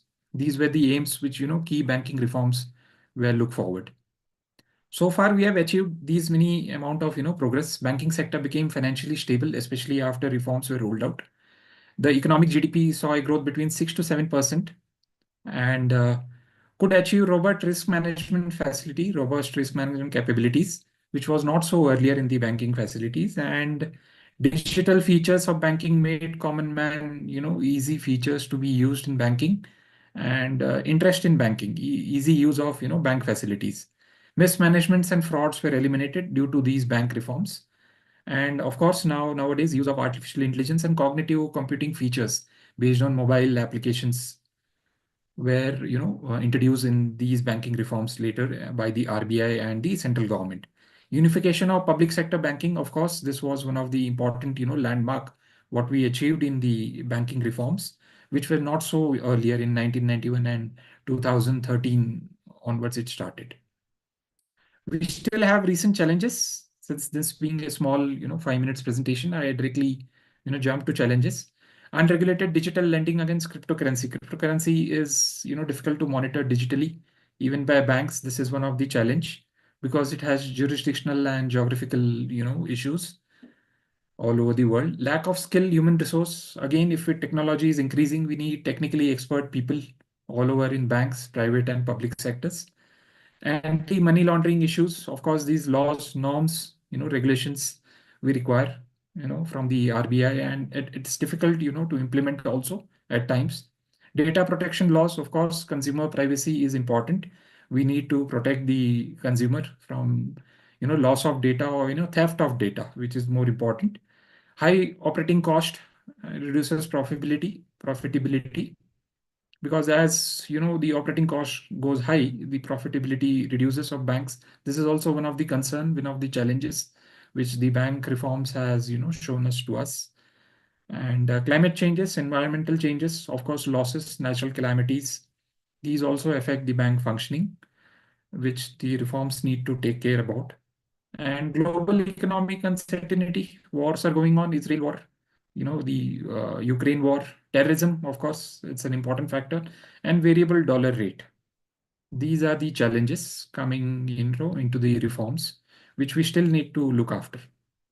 We move on next. I conclude my small presentation with key takeaways.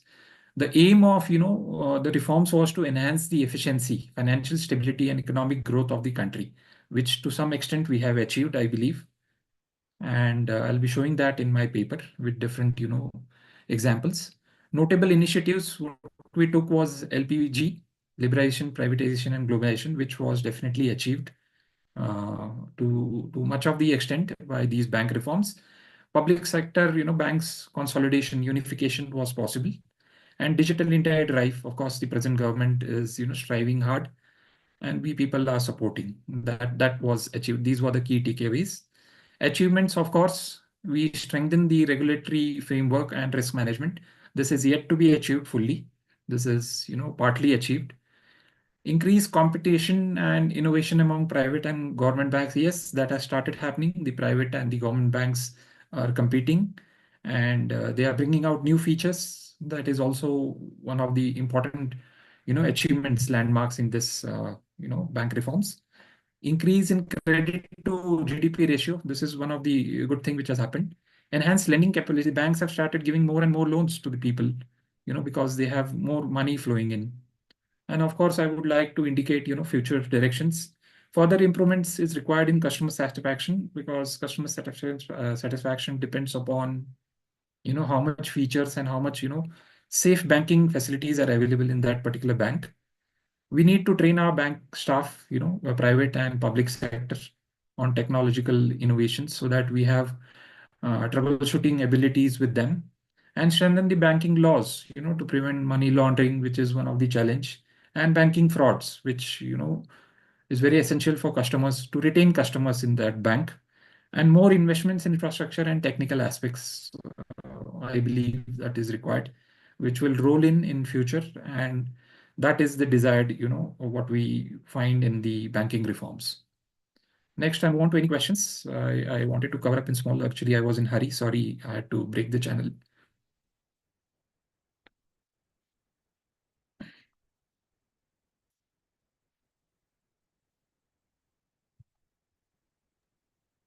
I hope my presentation was clear. Thank you so much. Yeah.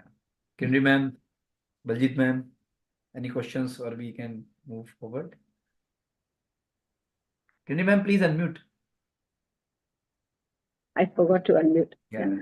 So the presentation was good, and you've covered a very relevant topic related to banking, because I think Thank you, ma'am. post-pandemic, if you see, sir, banking is the industry which has seen the maximum transformation. That's the only Transformation. industry where every aspect has changed.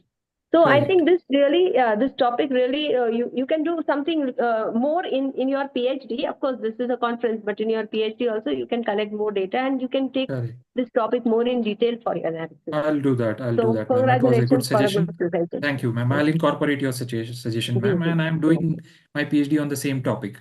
So I, inform my guide, and, all the way sitting from border and presenting is not very easy. It's very cold out here.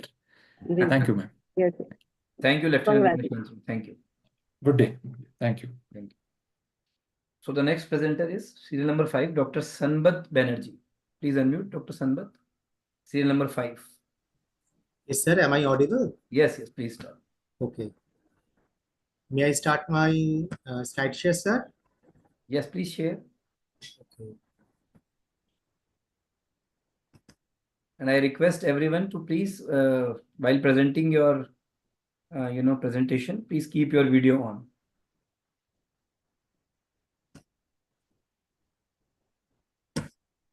Sir, as the time is very short, I'm coming to the summary of my presentation. Yes. This is the title of my paper, An Empirical Study on Behavioral Distribution of CSR Spending in Indian States. This is the background. It is expected that the Indian companies shall distribute CSR spending fairly across our country with an objective of sustainable growth achievement in every corners of our country. And thus, our objective of the paper is delved with to understand the behavioral pattern of CSR spending from two aspects. One, from the total CSR, and second, from the per capita CSR. That is CSR divided by population of the state. Secondly, to identify whether there is any equality in CSR spending across the states of India or not, and to suggest the measures for the removal of the inequality, if any. This is the methodology of my paper. According to the methodology, in step 1, a state-wise as well as year-wise CSS expenditure is shown for providing a valuable insight into a geographical distribution of corporate philanthropy. In step 2, we did a ranking based on the total CSR, ranked in, categorized in group 1. In step 3, we ranked on per capita CSR expenditure basis, categorized in group 2. And in the final sketch, we conduct an in-depth examination of the rank summaries and test statistics between the two distinct groups, one the total CSR and the second per capita CSR. And lastly, a Mann-Whitney U test is applied to understand whether there is differences in the above-mentioned group or not. This is the analysis 1. Rank summary based on total CSR. Maharashtra, Karnataka, Gujarat, and Tamil Nadu occupied the highest rank, whereas Manipur, Tripura, Nagaland, and Mizoram occupied the lesser position in ranking table. When we did a rank summary on the basis of the per capita CSR, almost same results comes to us. Telangana, Odisha, Gujarat, and Tamil Nadu has obtained the highest rank, and similarly, Meghalaya, Tripura, Nagaland, and Mizoram, they also occupied a lesser rank in the ranking table as well. Now, a Mann-Whitney U test is conducted to identify whether there is any significant difference between the CSR spending and per capita CSR spending. The result shows that total CSR expenditure has more mean rank as well as sum of rank than that of the per capita CSR. Secondly, the result shows that Mann-Whitney U test Z value comes to negative and the P value comes to less than 0.05. And thus, on the basis of this, there is an evidence to suggest that there is a significant difference between the CSR spending and the per capita CSR spending across the states of India. Now, I come to the conclusion of my paper. It is observed that the southern and the western states of India, which are more advanced and dominant in corporate development, they have got good place in both categories, total CSR as well as the per capita CSR. Conversely, economically underdeveloped states of Northeast India lag behind. The areas and the region with low corporate development fail to generate sufficient CSR fund in our country, and the remaining states of the India have secured a moderate rank. Thus, there exists a major disparity between the various states of India in both categories, total CSR amount and the per capita CSR of the states of India. Now, on the basis of this conclusion, this is our recommendation that firstly, according to the Companies Act 2013, companies allocate CSR fund based on the net profit or the turnover. But our study recommended that it will be beneficial to consider an additional factor in this respect, that is the population density of each state. This approach could help make CSR distribution among individuals in state more equitable. Secondly, to address the disparity in CSR funds among individuals across different states, we recommend encouraging corporate sectors to extend their contribution beyond their home state, particularly to the economically disadvantaged region. And thus, the government could incentivize this by offering the tax benefit or the other advantages to the companies that contribute to the CSR initiative in less developed states. This strategy could help ensure that economically underdeveloped areas of India can get more benefit from the CSR investment. And last but not the least, it is our future planning to do another paper that is to see the severity of the inequality of the CSR spending by the Indian corporates with the help of gamma coefficient and Lorentz curve. It is our planning in the future. Thanks to all. Any query, ma'am, please? Thank you, sir. It was a nice presentation and a very relative topic. And you have covered all the facts and figures in your research methodology part. The only thing that I just found that was missing is about all the supportive studies. All the supportive studies can be incorporated in your study. Okay, ma'am. I will Otherwise, incorporate it is a very this. nice presentation. Thank you, ma'am. Thank you so much. I will incorporate your suggestion. Thank you. The Thank next. Thank you so much. So next participant is Bushra Alam, serial number 8. She is from Patna. Bushra Alam, please, can you please keep your video on? Bushra Alam, are you ready with your presentation?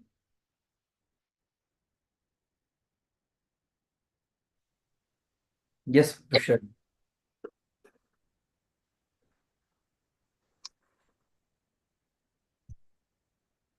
Dr. Bushra? Yes, sir.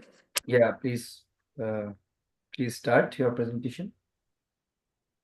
Good evening, sir. Good evening, ma'am. My topic of presentation is training and its relevance in banking sector. Every bank emphasizes being on top by its excellent performance. Human resource planning is one of the salient features to make the bank successful. Training is the most important constituent of HRP. Training is the next important step after recruitment and compensation. Training is the upskilling of employees, developing new ideas, enhancing their talent, and improving existing ones to remain competitive. Share your screen, ma'am. I'm trying, but And yeah, now we can see you. So you are doing oral presentation? You are yes, sir. Yes, sir. Dr. Baljeet ma'am, she is doing oral presentation. Fine, sir. Thank you, sir. Okay. It is the training, sir. Training is the upgradation of employees and making them tactful so that they handle different situations of the bank fruitfully. Training is necessary for employer and employee both. A trained employer is able to satisfy his employees and can retain them and bring progress to them. Similarly, a trained employee can fulfill the requirement of bank functioning, can satisfy their employer and customers in very productive way. So training makes the employees systematic, more efficient, more customer-centric, enhance their digital skills, and leads to profit maximization and pleasant work culture. Objective of the study is to know how the training is helpful to completing the employee's work properly and to know how training is helpful in improving the employee's work efficiency. The hypothesis includes the null hypothesis and alternate hypothesis. The null hypothesis is training is helpful to conduct employees' functions properly and training improves employees' work efficiency. And the alternate hypothesis is just opposite of it. Methodology includes that sampling technique is convenient sampling technique. The data has been collected from the primary as well as secondary sources. The primary source includes the questionnaire method and the secondary source includes the books, journals, and different literature reviews. The data are tabulated and then analyzed on SPSS software. ICICAR test has been used to analyze the data, and the results show that the Pearson chi-square value of training is 0.00, phi value is 0.985, the contingency coefficient value is 0.702. These values are significant, and it indicates that training of these commercial banks is good and employees are satisfied. Now, the conclusion of the study is the training, which is the very important part of HRP, helps the employees to complete their work efficiency, and inferential analysis of the data shows that null hypothesis is accepted, and it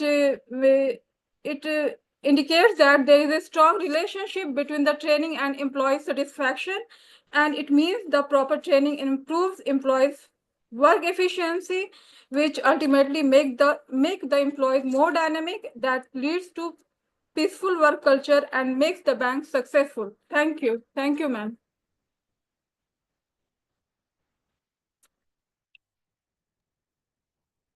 Okay, so can we move to the next presenter, ma'am? Yeah, it's BG Nair, sir. serial number 9. BG Nair, please unmute. Please unmute. Yeah. Sir, Serial am number I 9. audible? Yes, yes, you are audible. Okay.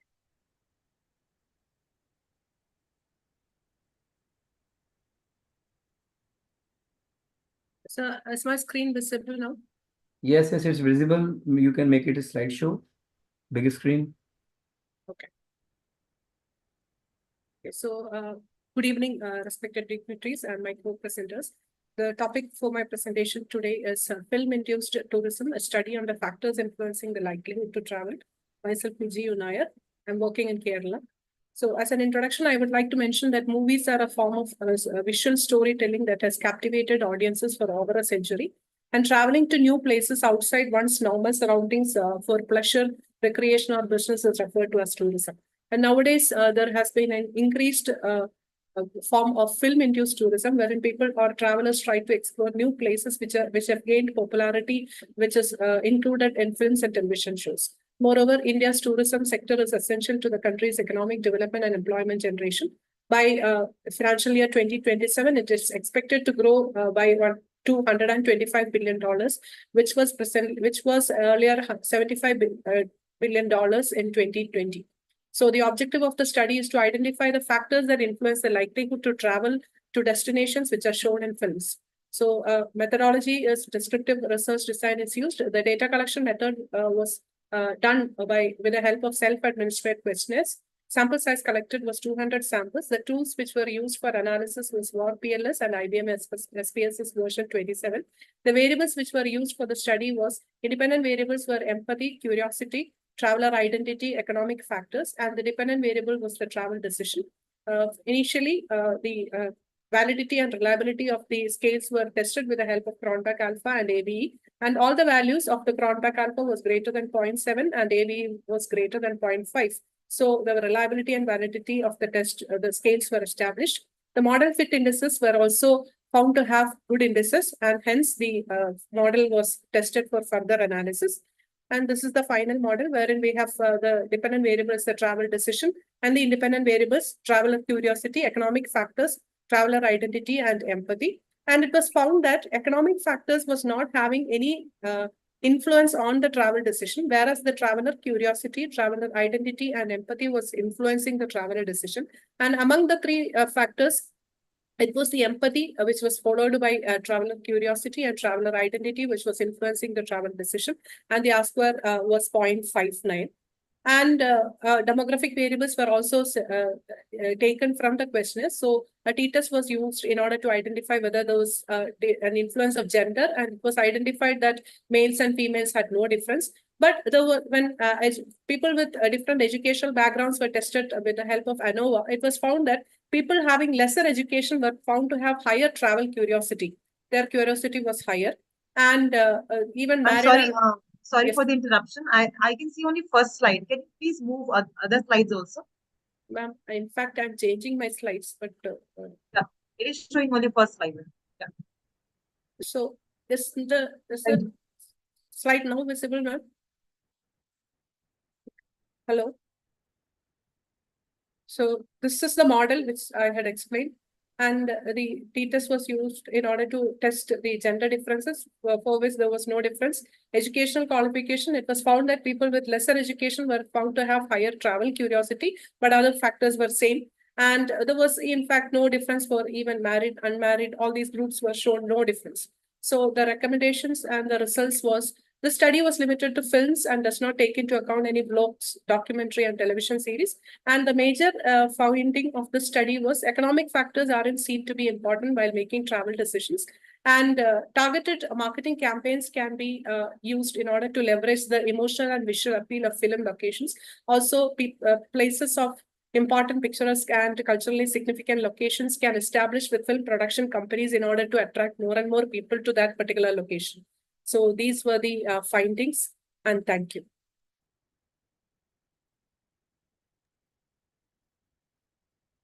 Interesting topic, ma'am. Thank you. It was nice presentation also. Thank you. So we can move further.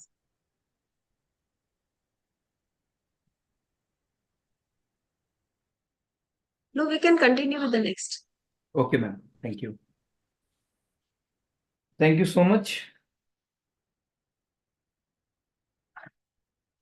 The next presenter is serial number 11, Ashwani Lakshman Rao.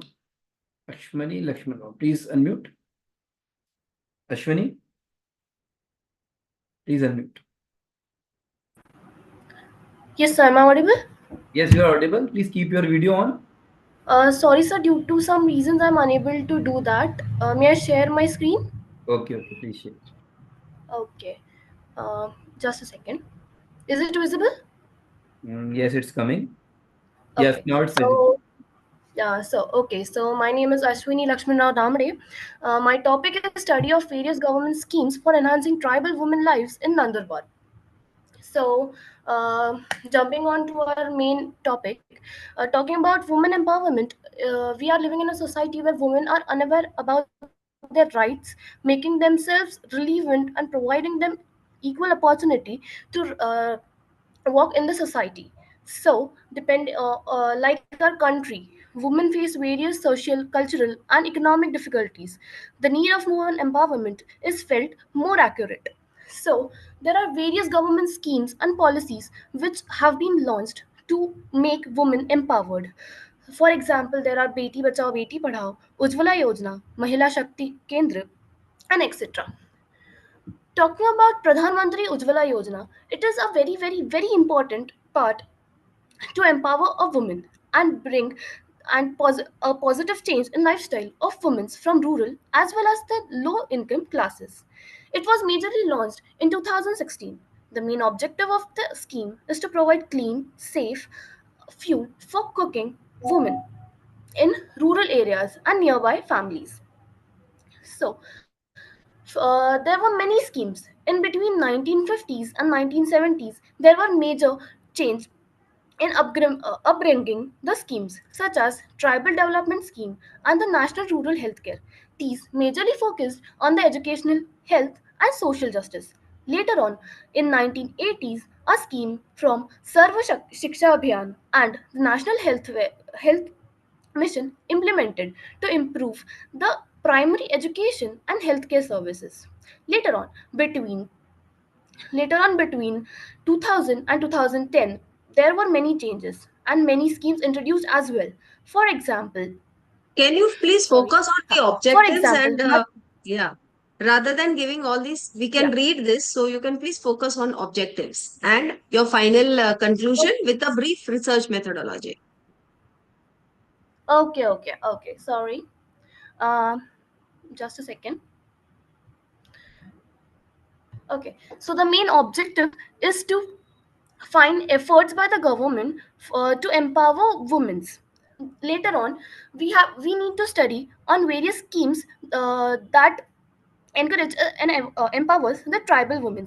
Later on, we will be also studying on various schemes for tribal women to make their health as well as their economy easier.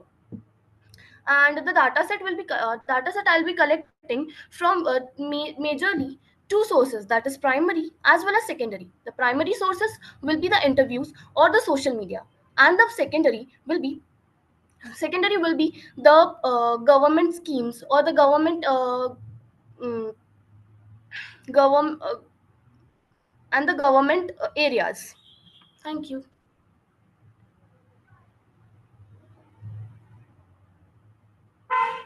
Okay, next we can go ahead. Okay, ma'am. The next is Dr. Jomit CP, serial number 30. Dr. Jomit, please unmute. Please keep your video on. Dr. Jomit, Assistant Professor of MET University, Haryana. Dr. Jomit.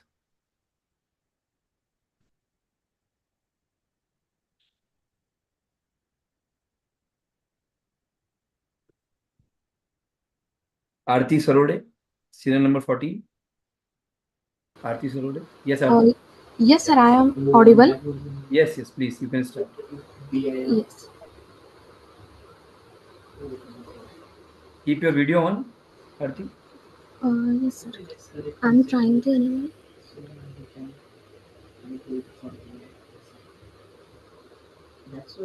He is the UG student, ma'am, from the same ACECS college. That's Sir, why. there have a issue in enabling my video. Okay, please, you can start without video. Okay, sir, I will sharing Yeah, my screen. we Just a don't minute. have much time actually. Sir, my screen is visible. Yes, it's Uh, visible. You can start. Good evening, everyone. So my topic is a review paper on women safety applications. So in the introduction, the women safety application helps to women stay safe, and the women safety applications that give how technology empower women safety to stay safe, alert, and ask for help women when they need it. So especially ask for the help when they need it in the public places and the workplaces. So Aarti, change your slides. Only first slide is we can see. sir, now it is visible. It's And visible, but it is No. not changing. Change your slides. Only the first slide is visible. Yeah, now it's visible. okay, sir, I'm Yeah. now, sir, is it visible? Yes. Now start. Yes, sir. So for women safety, there are various applications are made. So one of that from my safety pin that helps women to make safer choices in the public spaces by providing the safety score. And in the recent technologies, they are collaborating with the ADT self setup. So give the customizable smart home security. And also for the women safety, there are various wearable devices such as a flare bracelet and the safer smart pendant and a smart jewelry. Uh, and the previously done research says that in the Delhi, there are research is in the survey said then the 90% of the women and girls feels unsafe in the public spaces, and the 50% of men reported committing the sexual harassment. And the Aarti, you can, sorry for the interruption, you can directly come to the objectives and research methodology part. Okay, ma'am. Okay. So the objective of our paper is the popularity of development tools in the women safety. So there are many old many old software just like the Twilio, Nexmo. So in our review paper, we are recognizing the software tools which are using to make the women safety. So in the conclusion, we conclude that to build a software which will take the real-time video from public sources, and it will recognize the male and female, and if the number of female is less than the male, then the system keeps an eye to that place and give alert message to particular supervisor so that women can feel safe in any spaces in the public spaces, especially. So in that we are using in that they can use the advanced technologies like data analytics, machine learning, artificial intelligence, and various technologies are just like the TensorFlow libraries, OpenCV libraries, and it will reduce the traditional gaps in the safety measures and offering data-driven approach, identifying high-risk areas, unsafe situations, enabling quick responses. So this is my presentation, ma'am. Thank you. Any questions, ma'am? Thanks, Aarti. Sir, we can move further. Thank you, ma'am. Thank you, sir. Thank you, Dr. Aarti. Thank you. And yes, Jomit CP, please unmute. Mr. Jomit, Dr. Yeah, Jomit 13, serial I number. hope it's audible. Yes, now it's audible. Dr. Jomit, please, you can start. Yeah, let me share my screen. Yeah.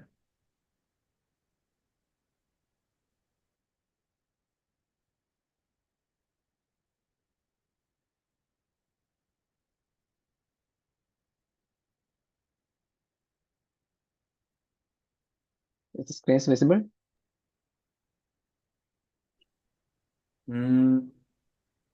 Yes, it's visible. You can make it a slideshow also. Yeah, I make it. Yeah. Yes, I now hope it is. Yeah, now it's visible. fine. So my area is one topic is impact of digital media on sports commercialization. So we know that the nowadays the sports have make a digital media. So the introduction of digital media in recent years make it the sports and watching and the enjoyment of the sports. So that is also made a commercialization. So how this digital media has make these sports commercialization effective. So that is made always it is a large scope of digital media in the case of worldwide, but in the case of India also there is a lot of aspects or a lot of opportunity for making this commercialization from the digital as media. So here So what is mean by sports commercialization and what are its drivers? So we can see that when we are processing the turning sports into a lucrative enterprises by utilizing variety of income streams and marketing techniques is known as sports commercialization. So we know that there is a sports activity, but how it generate income. So that is make is a sports commercialization. So one of the main drivers sports commercialization has been the growth of media contracts to the broadcasting rights. So in traditional media, we know that it was mostly concentrated about the advertising, sponsorship, etc. But nowadays, the broadcasting rights is also increased. Now that is increase the revenue generation through the digital media. So from this background, so these are some of the reviews about the commercialization of the sports. So I'm going to the conceptual framework, that is digital media is mainly concerned about the consumption pattern and preferences of Indian sports fan, as well as the revenue streams for sports organizations. So in this, the main objective was to evaluate the influence of digital media on the consumption pattern and preferences of Indian sports fans, as well as to analyze the impact of digital media on revenue streams for sports organization, including broadcast right, sponsorship, and advertisement. So here the methodology is mainly used by the partial least square, and that is utilized in estimating the parameters of the both measurement and structural models concurrently and making it appropriate managing intricate models with many variables and relatively small sample size. So smart PLS permits the definition of the structural model which analyzes the connection between latent constructions, allowing researchers to verify hypotheses and calculate parameters with the PLS algorithm used by the measurement model. So here, so first the demographic analysis has been done by, and it is 156 participants or the respondents, and that is used for the study, and the selection process aimed to capture the broad spectrum of perspective experience to ensure the study's findings were comprehensive and reflective of the wider population. So here the age-wise sample size is distributed here. So the most of the sample size is between the age of 18 to 30.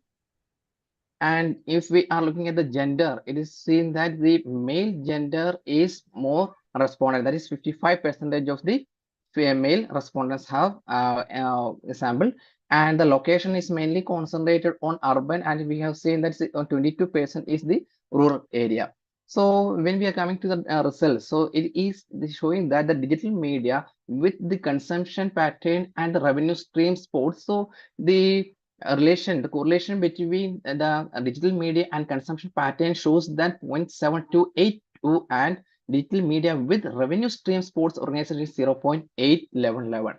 So the path coefficient shows how a strong and in which direction the variables is related to each other, and a positive path coefficient in this analysis suggests that digital media positively impacts on consumption pattern and preferences of Indian sports fans and revenue streams for sports organization in India. So the correlation coefficient between digital media and revenue stream for sports organization in India is 0.461. So the likewise the relationship between digital media and consumption pattern and the preference of Indian sports fans is 0.44 shows a positive correlation.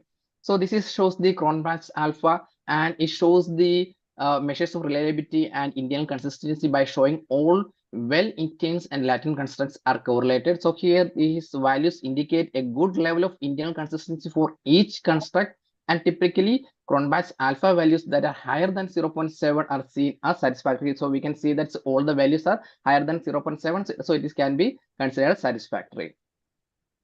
So the major findings is that the digital media has a notable impact on consumer behavior and revenue stream within the sports industry in India, and the effect of substantial among various demographic groups, highlighting the extensive impact of digital media on sports participation and monetization. So the results indicate that sports organizations should utilize and take advantage of digital media platform in order to improve their interaction with stakeholders and increase income opportunity. So the both SEM and regression analysis shows that digital media has notable positive effect on revenue stream for sports organization in India, and this effect can be seen in the rise of broadcasting rights, sponsorship, and advertisement income. And moderate strong relationship are also observed between revenue stream for sports organization and consumption pattern and preferences, as well as the digital media, even though the direct correlation has not been identified. So this indicates that although consumption habits and preferences may not have a direct connection in digital media use, they affect earnings of the sports entities. So the when we have done the regression analysis, it is the R squared values also shows a large amount of the variance in revenue streams and consumption pattern of Indian sports can be accounted for by the factors included in the model, especially digital media. So this highlights the significant ability of digital media to impact financial results and consumer actions in the sports sector. So these results highlight the need for sport entities to probably utilize digital media platform in their commercialization strategies. Through utilizing digital media, sports organizations can improve their income sources and meet the needs of Indian sports enthusiasts for more effectively. And the results also indicate a sports organization in India can use digital media to customize marketing tactics that align with the specific consumption habits and preferences of Indian sports enthusiasts. And analyzing digital consumption habits allows sports entities to find a specific audience segments, provide a tailored content and products leading to increased engagement and revenue opportunities. So the result shows that there is a humble opportunities to increase the revenue opportunities. And based on that, these are some of the recommendations that is due to the impact of digital media on revenue consumers' preferences. Sports organizations should focus on improving the integration of digital media platform in their marketing and promotional plans. So this may require putting funds into social media advertising, generating interesting material for digital platform, and utilizing new digital tools to engage with followers. And recognizing the significance of digital media in influencing consumer behavior, sport organizations should concentrate on customizing their content to align with the likes and preferences of their target audiences. So that also can be a recommendation that can be given from this study. And creating a unique way to engage with the fans crucial of building strong and dedicated fan following, and that might include interactive activities, streaming, live events, virtual fan groups, and game features to improve the fan experience and increase revenue opportunities. So to increase the revenue opportunities, there are a lot of ample opportunities so that can be utilized when we are having these recommendations. So coming to the conclusion, the study emphasized the various effects of digital media on the commercialization of sports in India and emphasized the importance for sports organizations to utilize digital platforms strategically. And by adopting new technologies, grasping customer behavior, and forming strategic partnerships, sports organizations can discover fresh possibilities for growth, boost revenues in sustainable way, and build active fan base in digital era. So to underscore the important factors impact on digital media on influence in the financial structure of sports group and the buying behavior of sports fan in India. So it highlights the importance of sport organization adjusting to and taking advantage of digital platform in order to achieve commercial success and effectively connect with their desired audience. Thank you.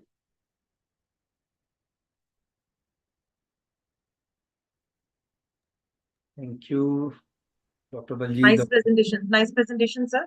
And very interesting topic of covering the sports area and all. And definitely your recommendations are very nice. That every sports agencies, they have to inculcate all the digital platforms for near future. Very nice. Thank you. So we can. Thank you. So serial number 16, Kanupriya Thakur, research scholar from Himachal Pradesh. Yes, Kanupriya, please unmute.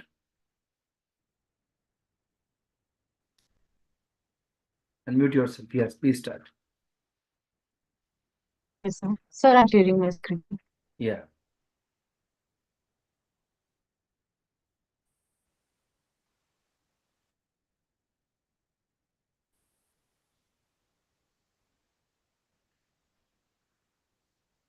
Screen is not coming.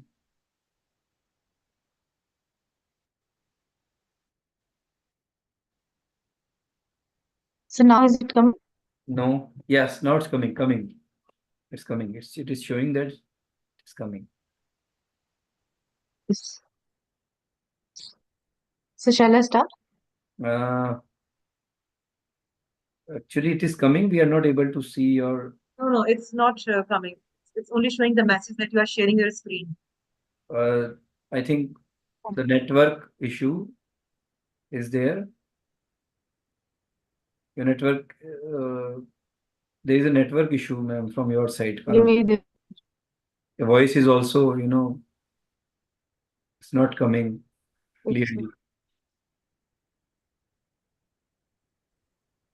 Sir, I'll just We can do one thing, my Dr. Baljit. We can do one thing. Can we invite him? Can we invite her later on?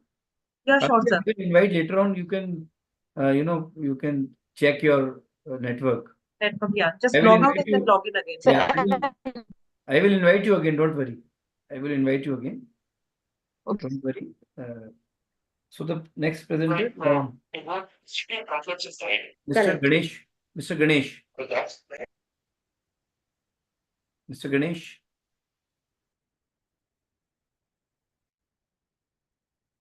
Ganesh. Dr. Pramila Shetty, serial number 20. Dr. Pramila Shetty, serial number 20. Please unmute. Dr. Pramila. Yeah, I'm ready, sir. Yeah, please can you keep your video on?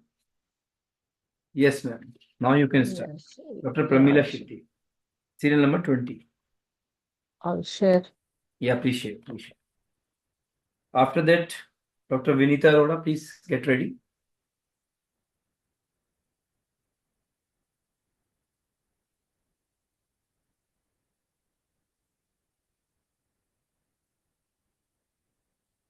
Yes, Dr. Pramila. Is my PPT visible? Yeah, it's visible. You can make it a slideshow if you want. Otherwise, it's visible. Yes. Yes, now Good it's evening. Yeah. Good evening to the panel and all the participants. My study is on challenges faced by women in the disposal of sanitary pads, and this paper is co-authored by Mrs. Ramya Shetty, my colleague. To start with the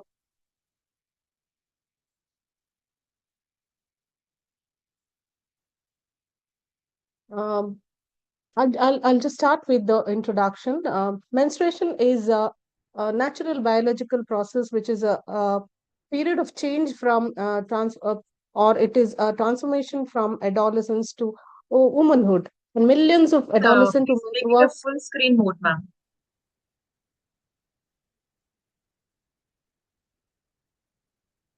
Yeah, thank you. Yeah. Now there are a lot of traditional methods, of using in most of the countries, these traditional methods like old cloth, paper, and wool, all these are used. And because of these traditional methods, a lot of girls stay away from school during these days, and there is a widespread challenge associated with this regarding the menstrual health also, and regarding the environmental issues also. These include challenges of disposal of the pad and the socio-economical norms. Like there is a stigma attached to this. They don't want to discuss and open about this and get some suggestions or social support. In many parts of India, the waste is categorized. Now, coming to the waste management part, we categorize this waste as wet waste and dry waste. There is nothing especially for this. So, naturally, we put it under the dry waste category. These dry waste, it will definitely end up in either the burn or it is left as a landfill. Now, this slide, is the second slide visible? Yes, please continue. Yeah. I don't want to talk about the landfills or the challenges. The main topic about my study, the picture here depicts everything. Okay, the challenges of the landfills and its effect on the environment. Considering this, I have three objectives. That is, my first objective is to study the level of understanding of consequences of the unscientific means of disposal of the sanitary pads, and to understand the awareness of the different alternatives available to protect the environment from these non-biodegradable materials in the sanitary pads. And the third objective is to study and review the existing methods and to draw the attention of the government towards giving some solutions to the problem, that is to minimize the landfills.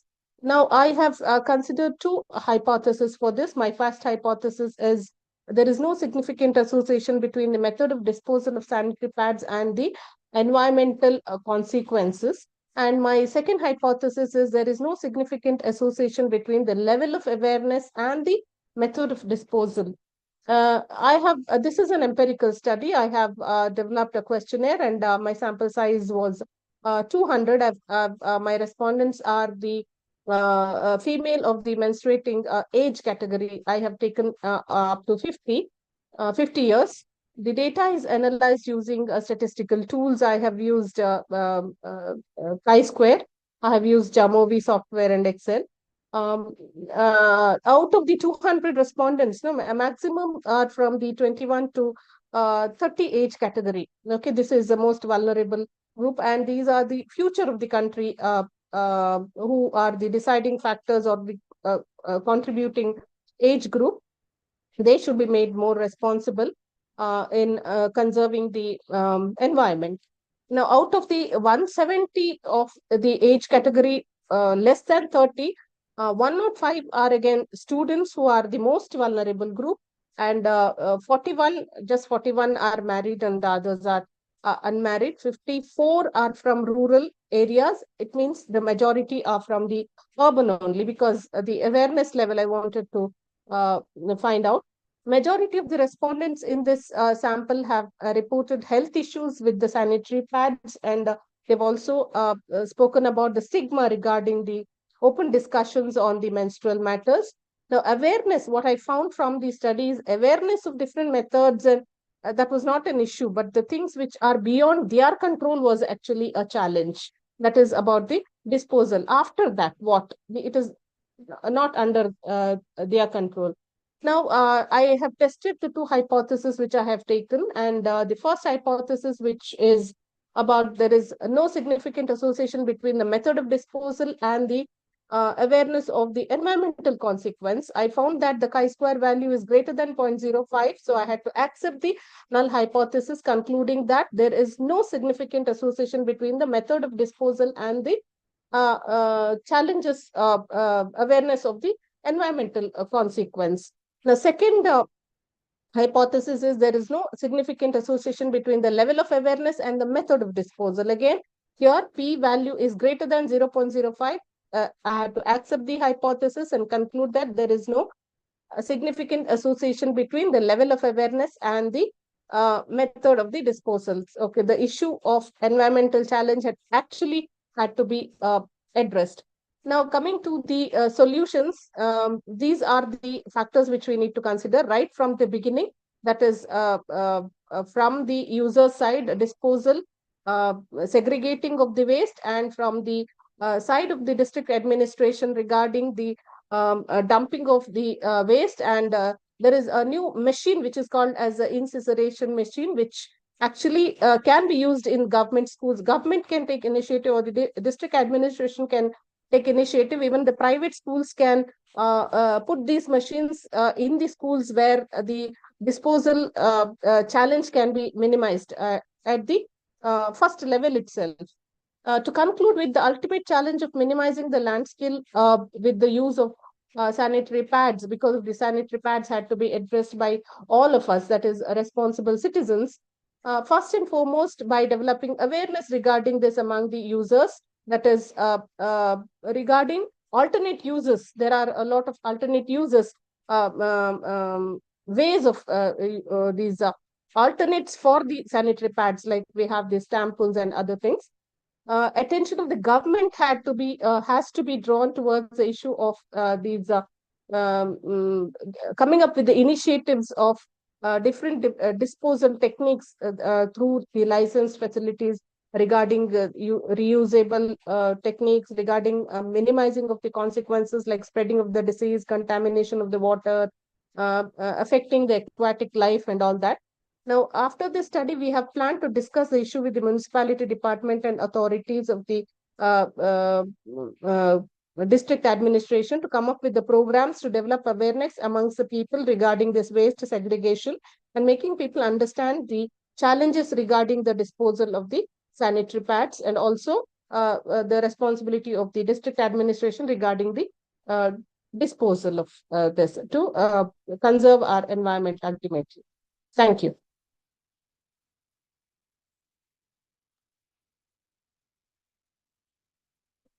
Dr. Pramila, Yes. it was a nice presentation, and the Thank topic you, that you have chosen is it's a very genuine topic, and the points that you mentioned in the conclusion part are very relevant one for the developing awareness and just to make Yes. the government and the municipal departments about the issue and the challenges. Very nice. Good. So we can Thank you. Thank you. Yes. Thank you. Thank you so much.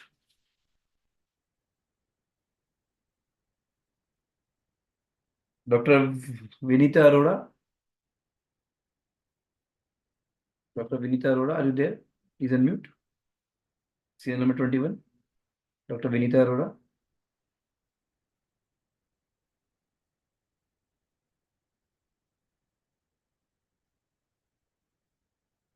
Rakhi Aswani, serial number 25. Rakhi Aswani. Yes, please start. Please keep your video on. Yes, Rakhi. Okay. Yeah. Serial number 25, Rakhi Aswani, research scholar from University of Rajasthan. Good evening. Your voice, Rakhi, your voice is not coming. Hello. There is some network Sorry. problem from your side. Your side is also not coming.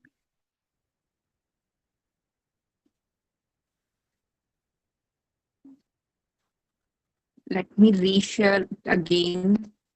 Wait a second. So now it is coming. Now, It is not clearly coming.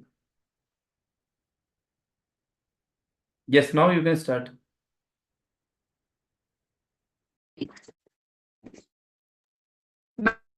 People's title is Evaluating Financial Impact of Mega on Indian Banks Analysis. The introduction merger. A merger is. There are some connection issues from your side. Rakhi, there is some connection issue. Your voice is not coming clearly. Actually, you know, there is some disturbance between the voice. So you can do one thing, Rakhi. You can do one thing. You can send your PPT on the mail ID, and I will share with the chairperson. To the chairperson, we will consider. Okay, your presentation, or you can try later on. Okay. Right now, it is not. Your voice is not audible clearly.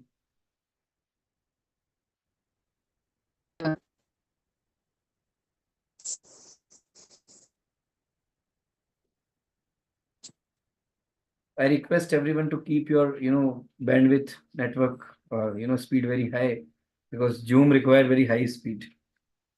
So next presenter, Dr. Nishu Gupta. Dr. Nishu Gupta. Please unmute. Dr. Nishu Gupta. Assistant Professor from Yes, Dr. Nishu. Good evening, ma'am. Nishu Gupta, Assistant Professor in Manipal University, Jaipur. So today I'm presenting on the topic of Dr. Nishu, can you keep your video on? Yes, sir. This BRIC non-financial companies, financial performance response. No, but still we cannot see you. Only the black screen is. Now, yeah, now we can see you. This BRIC for non-financial companies. Just a second, sir. Financial performance response to environment disclosure, the moderating effect of board gender diversity composition. So why this topic has been chosen? As we all know, environment disclosure allow a company to be transparent, and that is one of our CSR activity as well. So environment does impact the sustainability efforts of the company. So messages customers and the stakeholders for evaluating the environmental performance and environmental performance now. Now the studies basically look into is environmental practices have an impact on the financial performance or not. So in aspect of this, in this particular study, BRIC countries have been taken from non-financial sector. With this, we are judging the impact of women. Basically, in board gender diversity, we have taken the composition of women as a moderating effect between the financial performance and the environmental disclosure. So as these are the papers that has been undertaken to achieve the objective. On the basis of the literature review, this is the gap that has been found out. So while there is a significant research on the effect of environmental disclosure and board diversity in developed markets, studies focusing on BRIC country are still limited. Moreover, while the individual relationship between environment and financial performance and board diversity and financial performance are well documented, research specifically examining the moderating effect of gender diversity on the environmental disclosure financial performance relationship in BRIC country remains posed. The objective of the study is to explore how the financial performance, to judge the financial performance, return on assets, Tobin's skew has been taken into consideration for non-financial companies and BRIC companies, and their impact has been judged on the environmental disclosure practices, and the relationship is moderated by the board gender diversity of the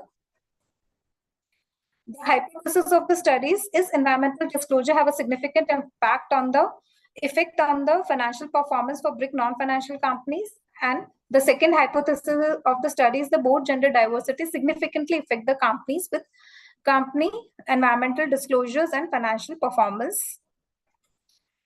To achieve the objective, the sample of 81 companies of Vibra Brazil, 34 companies of Russia, 63 companies of BSC, and 100 companies from the Shanghai Stock Exchange, China, has been included in the study. To achieve the result, panel regression has been performed. The data has been taken from the Bloomberg. The major finding of the study is the study found the environmental disclosure has a positive impact on the financial performance of BRIC non-financial companies. While including the board gender diversity in the study, we find the positive relationship. The implication of the studies, the finding basically highlight the importance of women gender diversity in driving the environmental and the financial performance. The study companies should prioritize the environmental disclosure and sustainable initiatives to improve the financial standings. There is an effective environmental management disclosure that can create value for shareholders, customers, and other stakeholders. The limitation of the study is limited to the BRIC countries. So in future, we can expand our study by including more emerging in the developed market. Other factor like corporate governance, we can include under board gender diversity because here we all include women on board. The conclusion of the studies, environmental disclosure basically environmental disclosure can improve the financial performance of BRIC non-financial company, and the relationship can be standard to the board gender diverse board. Companies should prioritize environmental sustainability and disclosures while also promoting greater gender diversity on the board. Thanks. Thank you, sir.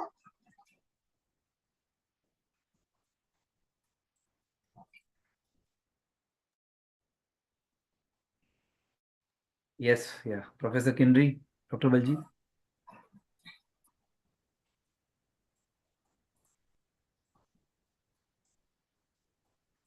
Hello, yes. Yes, ma'am. No questions. You can just go ahead. Thank you. Okay. The next presenter is Dr. Juliet from the ICICAR University, Mizoram. Dr. Juliet. Yeah, please unmute, Dr. Juliet. Yes. Am I audible and am I visible, sir? Yes, you are audible, you are visible. Are you sharing your PPT? Or you Yes, are I'll be sharing my PPT, sir. Okay. Just wait a sec. Yeah.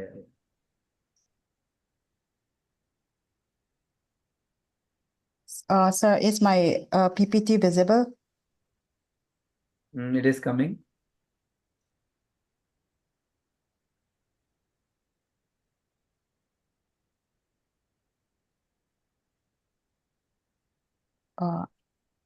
It is Actually, still. my laptop is hang like. Yeah, that's why it is.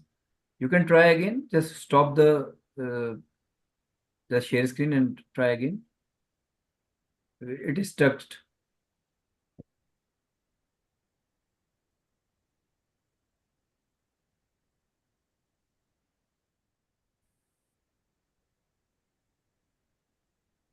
I think there is a severe network problem from her side, ma'am.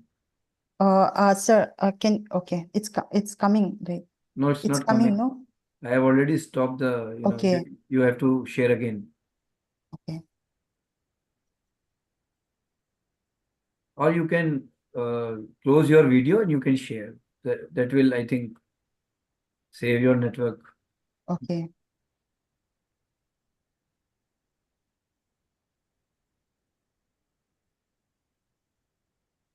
Yeah, it is coming again. Yes, now it's visible. You can start, ma'am. Okay.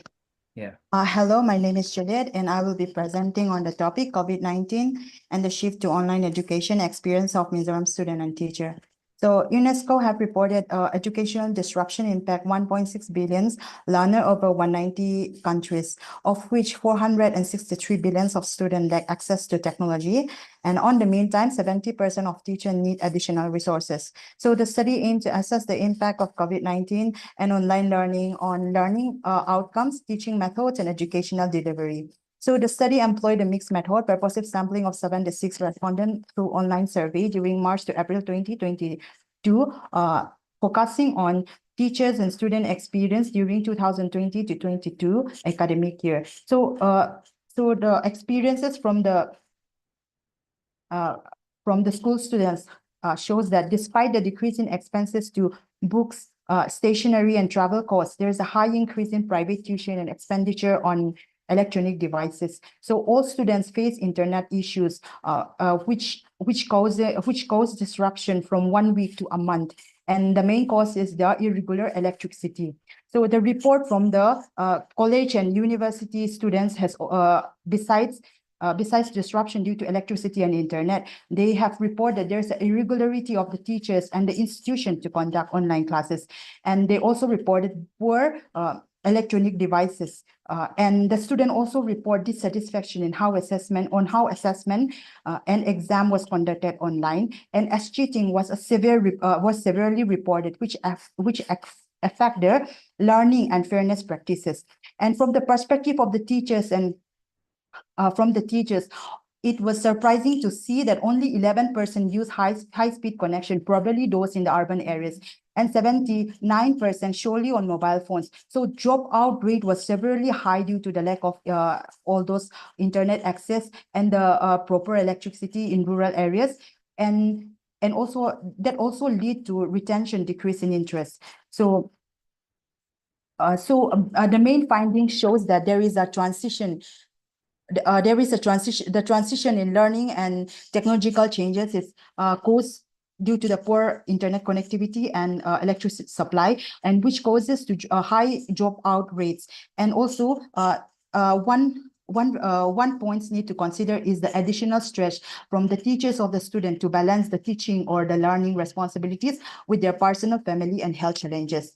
So, and the study recommend there is a need to improve this digital infrastructure and access like internet services, and also like offer devices and subsidies for faculty and teachers.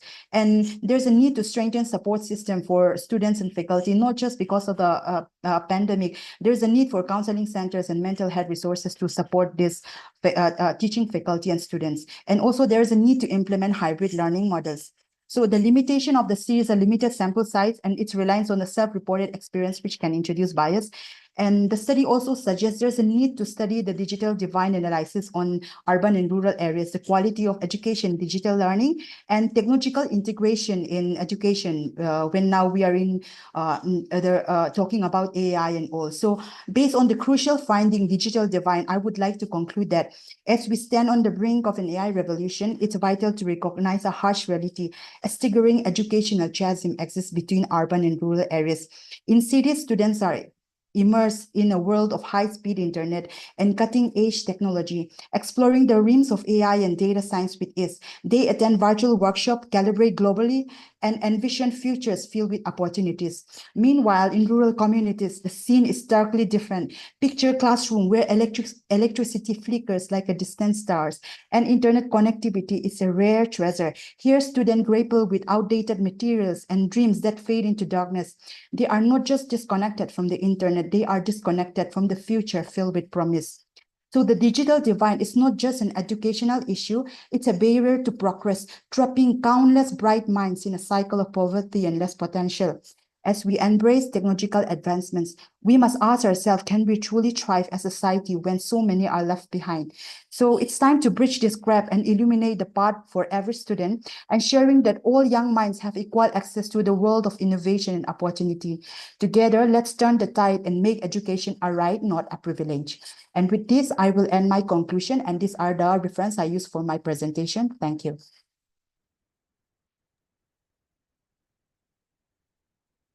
Thank you, Ms. Juliet. It was such a nice presentation. In a very short and crisp way, you covered everything: research methodology part, findings, conclusions, suggestions, limitations, future recommendations also. Very nice presentation. All the best. Thank you, ma'am. Thank you. Thank you so much, Dr. Juliet. Serial number 21, Dr. Vinita Arora. Yes, please unmute, ma'am. Dr. Vinita Arora, Assistant Professor from Bangalore PG College, Bali, Government Bangalore PG College. Yes, ma'am. Are you sharing your screen, ma'am? Yes, sir. Yeah. Please share.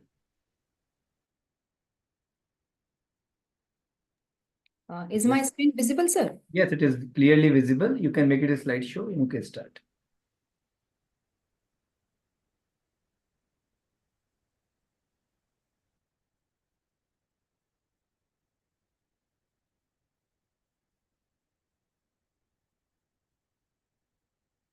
It's a great evening.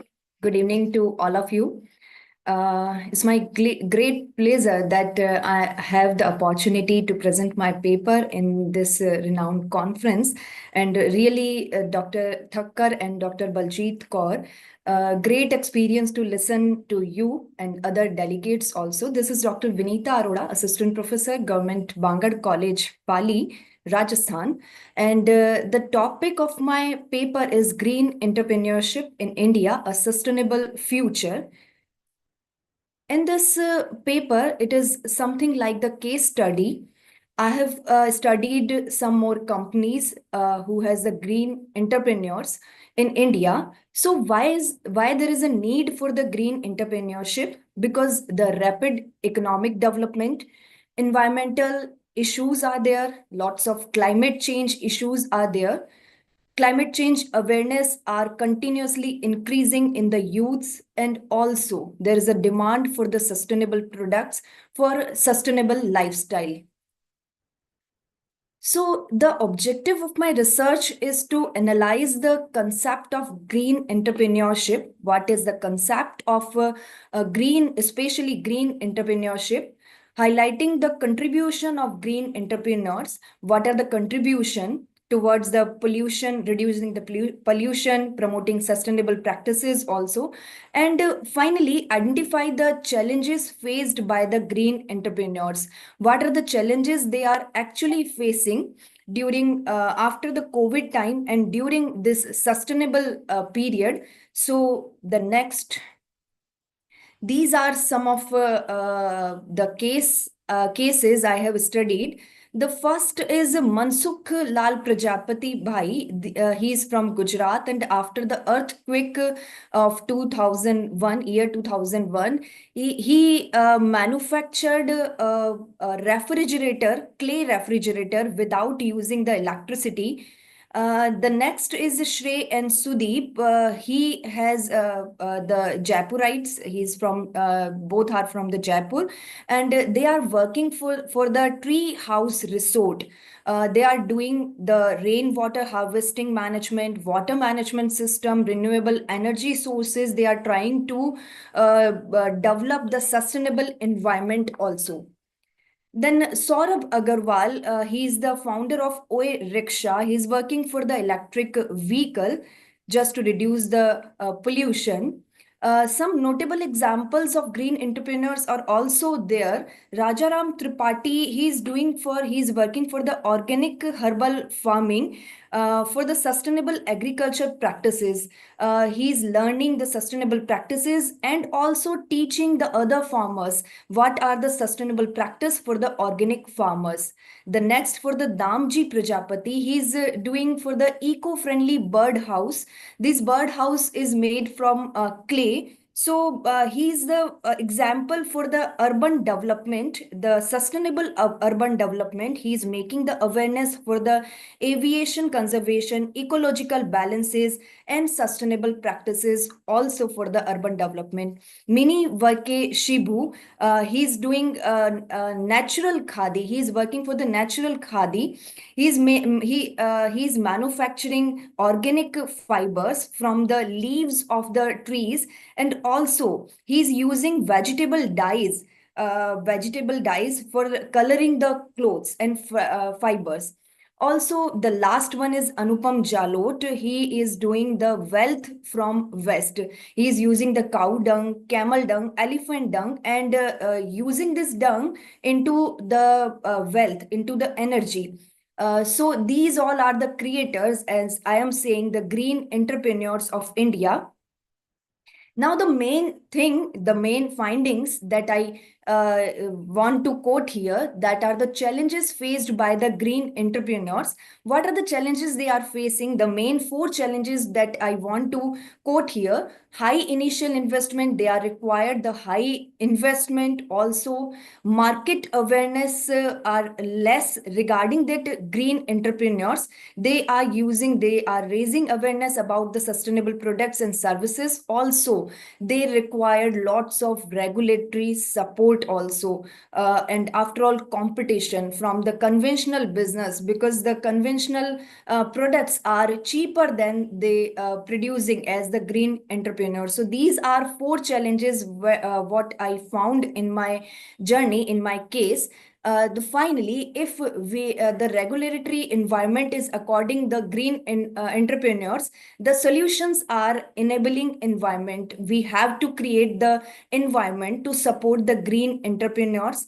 The collaboration, also the government institutes, NGOs, the businesses also support or collaborate these green entrepreneurs, and also the resources and fundings are the main issue, and that have to be solved when the big market players give the fundings to that green entrepreneurs to sustain the environment.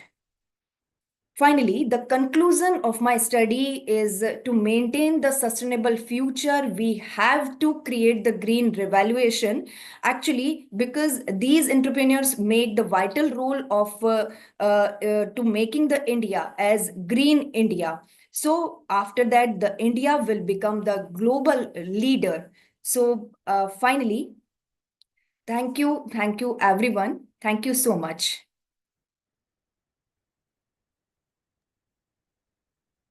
Dr. Virita? Yes, ma'am. Nice presentation, and topic is also very nice. Yeah, Objectives that you have mentioned are really that need to be incorporated in the study. The only thing that I found which was lacking, it was your analysis part.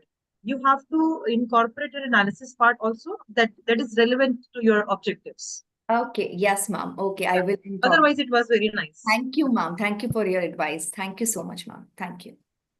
Thank you. Thank you so much. Krishna Agarwal, serial number 29. Please unmute. Krishna Agarwal. Yes, sir. I'm here. Yeah, please, can you please keep your video on? Yes, sir. She is a research scholar from Purnima University. Ji, Yeah. sir. Agarwal. Can I share the screen? Yes, yes.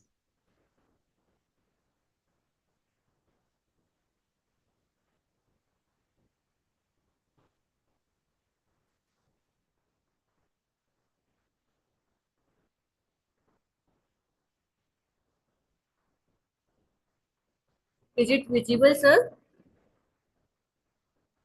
Yes, yes, Krishna. It's visible. You can start. Okay, sir. Good evening to one and all. Good evening, ma'am. Good evening, sir. Sorry. Yes, I, Krishna Agarwal, going to present a research article in the International Conference on Multidisciplinary Innovations and Challenges in Academic Research, ICICAR Virtual 2024. My title is Study of Second Law Analysis with Two Different Boundary Conditions. This title is of the fluid dynamics. Content of my research are abstract, mathematical modeling, result and discussion, conclusion, and references. Abstract. In this article, I explained the entropy analysis over two different boundary conditions and examine the effect of velocity slip, temperature jump, concentration slip, and magnetohydrodynamic, Williamson fluid, and heat transfer embedded in porous reduction, nonlinear heat source, and nonlinear chemical reactions. By using suitable methods and governing equations are converted into nonlinear coupled ordinary differential equation, and this is solved by Runge-Kutta method, and I use MATLAB in this, and it is observed that temperature and concentration profile are maximum for melting surface and then permeable surface, and effect of various parameters on velocity and temperature profiles are discussed graphically and tabular form. Local Nusselt number and the screen friction coefficient is tabulated. Objective of my research is, in this research, I researched on second law analysis. First law is already researched and I researched second law analysis. That first law of thermodynamics is only an expression for conservation of energy, that is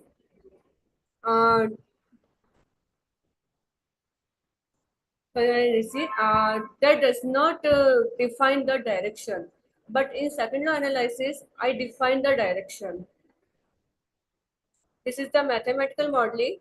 I use continuity, momentum, mass, and energy equations. These are the equations, and the considered incompressible implied MSc Williamson fluid flow and heat transfer effect over two different boundary conditions, and boundary conditions was melting surface and permeable surface embedded in porous with non-linear radiations, non-linear heat source, and non-linear chemical reactions.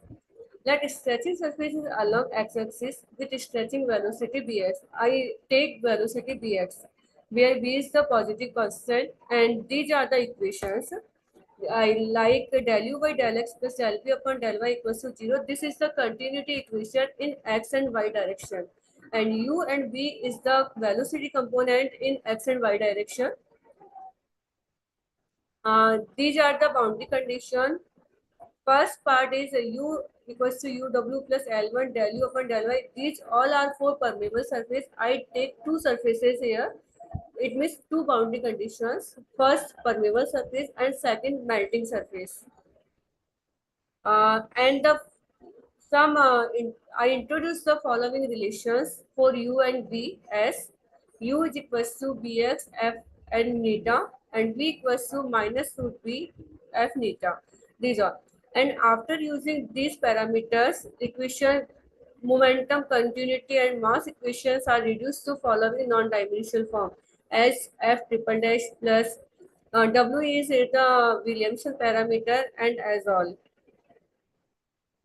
Boundary after using the relations for u and v, the boundary condition turned to in this form, like as neta tends to 0, then boundary condition for permeable surface are changed, and when v using neta tends to infinity, then boundary conditions change into f dash neta tends to 0 and theta neta tends to 0. F dash neta show the velocity component and theta neta show the temperature, and phi neta show the concentration profile.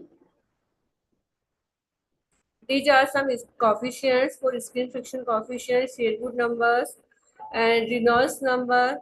I got these parameters after solving the boundary conditions.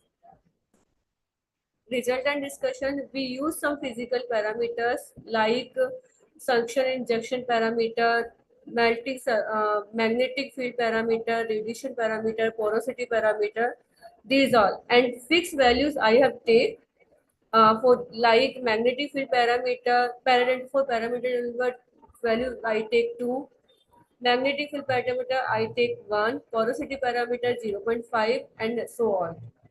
And after using this parameter, I got this result, like impact of m on velocity profile. As I increase the velocity, magnetic field parameter will decrease and temperature profile will increase, and mass profile also increase. But in for porosity parameter will increase like magnetic field parameter. These all are the results. Like porosity parameter will increase when temperature profile will increase, and the porosity parameter will increase when mass profile also increase, and Williamson parameter will decrease when velocity profile increase. And next results are for velocity parameters and sleep parameters. These are the results. These are the conclusions for my research. The objective of this investigation is to emphasize entropy analysis. Sorry, entropy analysis over two different boundary conditions, and also examine the effect of velocity slip, temperature jump, and concentration slip on inclined magnetohydrodynamic Williamson fluid flow and heat transfer embedded in porous with nonlinear radiation, nonlinear heat source, and nonlinear chemical reaction. As I show in the graph, these are the conclusions. Increase in magnetic field parameter leads to decrease in screen friction coefficient, decrease in local Nusselt number, and Sherwood number. These are the parameters which affect the magnetic field parameters. Increase in porosity parameter leads to decrease in local screen friction coefficient. Excuse me, ma'am. You can tell the conclusion in very short way, ma'am. Okay, ma'am. Just conclude it, ma'am. Okay, ma'am. Thank you. Porosity parameters, magnetic field parameters, Williamson field parameter, and radiation parameter all were increased when the velocity will increase. And when temperature and concentration profile increase, all were decreased. These results are shown in the graph. These are the references I have used in my research article. Thank you, ma'am. Thank you, Krishna. So we can move on. Thank you so much. It was mathematical presentation. Yes. Serial number 31, Miss Ishwarya IM. I request every presenter to please keep your video on so that you come first on the screen. So it is easy for me to unmute you. Yes, Ishwarya, please unmute. Serial number 31 from Tamil Nadu. Assistant. Yes, sir. Yeah. Sir, my screen is visible, sir. No, it's not visible. Only you are visible. Oh. Please click the share screen button and then share your. Yeah, now it's coming. It is coming now. Yeah, okay, sir. Yes. It is not. Earlier it was click on your PPT. Yes. So now it's visible, sir. Yes, it's visible. Please start. Okay, sir.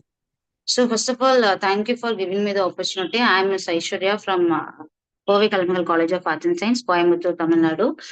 This is my study, the evaluation of gender norms and educational priorities, a comparative study of Gen X and the millennials and Gen Z. The study explores how the gender norms and education priorities have changed across the three generations, Generation X, Millennials, and Generation Z.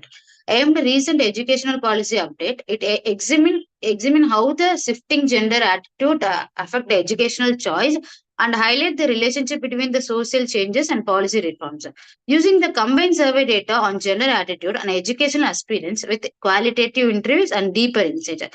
Key policy updates such as gender inclusive diversity mandates, STEAM education initiatives for women, and National Education Policy 2020 provide the framework for understanding the impact on each generation. The methodology includes cross-sectional analysis of educational trends and a longitudinal study of how the gender norms has evaluated in the response to societal pressures and institutional change. So this is the introduction. The evaluation of study norms greatly affect the educational priorities and choice among the different generation.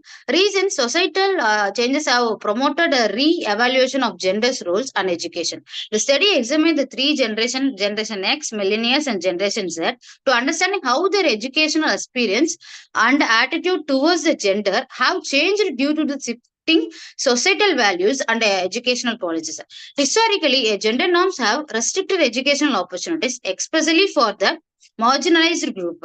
However, the recent update of the educational policies, such as gender includes the diversity mandates and initiative promoting STEM education for women, aim to create the more inclusive environment. The National Education Policy 2020 in India emphasizes fair access to education and gender equality. Using a mixed method approach, the study explored the link between changing a gender each generation. By analyzing the survey data and conducting the qualitative interviews, we aim to uncover the individual experience within the education system influenced by the policies framed by the societal process. My research provides insight into how these dynamics shape generation perspectives on gender and education. Ultimately, I hope to contribute the conversation on the gender equality in the education highlights and the importance of policy reforms and forecasting the more equitable futures for all the students.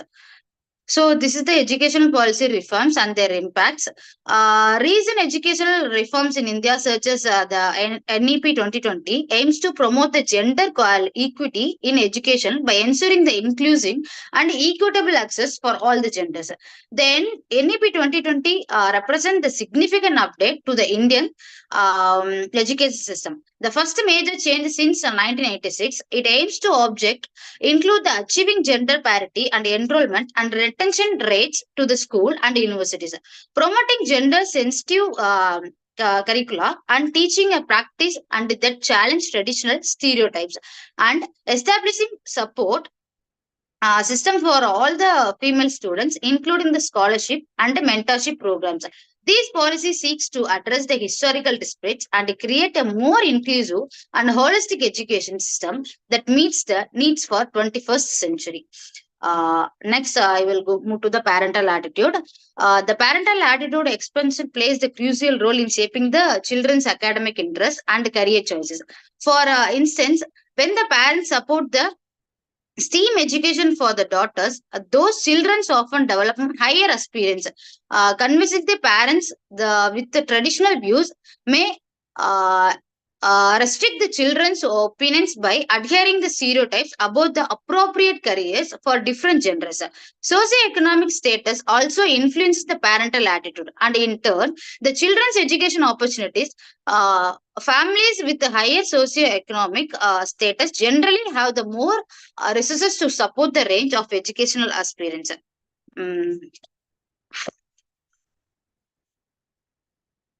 So this is the mental and general norms in education system. Mental health is crucial for the students' well-being and academic success. Gender norms, which define the expected behaviors and roles based on the gender, can significantly influence the students' mental health and experience, affecting how they cope with the stress, seek, and help the engaging with their education. So this is the social media's role. Social media has profound impact to gender norms and educational experience, particularly for Generation Z. Compared to earlier generation, it has normally diverse the gender identities and challenging traditional gender roles, fostering a more inclusive environment. Influence and activities used a platform to advocate the inclusivity. It contract to more rigid gender priorities, and the Generation X and Millennials experience. Generation Z embeds the more fluid generation roles, with the social media facilitating discussing about the equitable relationship and career path. Additionally, a social platform provides access to wide range of learning opportunity beyond the traditional academic institution. This marks a shift from the earlier generation who largely related on the conventional education system. As we result, Generation Z is the influenced by the global trends and educational, developing a more interconnected perspective on academic and career opportunity. This is the comparative study of gender norms in urban versus rural education system. In the comparative studies of gender norms, to exhibit the more progressive norms that accept the non-traditional roles for both boys and girls. The environment supports a higher representative of girls in science, technology, engineering, and mathematics, which was a STEAM education, fields and leadership programs with educational curricula and gender equity. It contrasts the rural settings often upload traditional gender roles where the boys are typically encouraged to pursue technical or labor incentives careers, and the girls are directed towards the caregiving or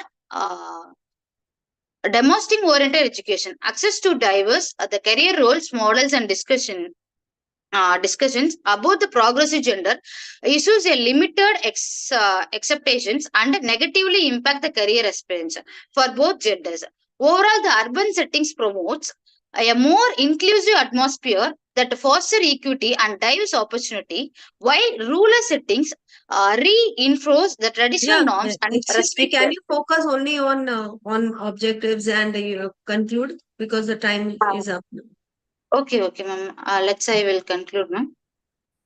So this study highlights the evaluation of gender norms and educational priority across the Gen Z and millennials and Gen Z, revealing the shift towards the inclusivity. And while millennials embrace the progressive changes and Generation X advocates for the fluidity in gender roles, leading a broader acceptance for diverse career paths and movements. Education policy, especially in India, National Education Policy 2020 have promoted the gender equity, but they disparate the remain rural areas. Each generation relationship with the technology has also evaluated, affecting the educational experience. Parental attitude and socioeconomic backgrounds play the crucial roles in shaping the children's experience. While social media has become a powerful platform for challenging outdated norms, regionally difference further the underscore the contract between urban and rural settings in gender perception. Overall, the findings call for the ongoing advocacy and policy reforms to enhance the gender equity in education. So thank you, ma'am. This is all my presentation. Thank you so much, Mr. Shaurya. Thank you. Dr. Devyani Chatterjee, serial number 1 is joined. Serial number 1. Dr. Devyani Chatterjee. Yeah. Yes, sir. Yes. Good evening, sir. Good evening.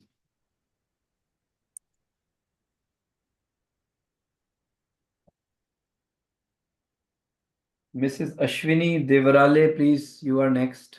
Please keep your video on if you are ready with your presentation. Mrs. Ashwini, serial number 32. Devyani ji, please unmute. Please unmute yourself, Dr. Devyani. Yes. Please start your presentation. It is sure. Are you sure? Yeah, it is not. Now it's coming. Yes, you can start now. बोले दो full screen करो दो.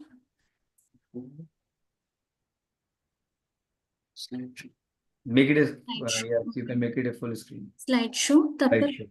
बोलो. Slideshow and then click from beginning.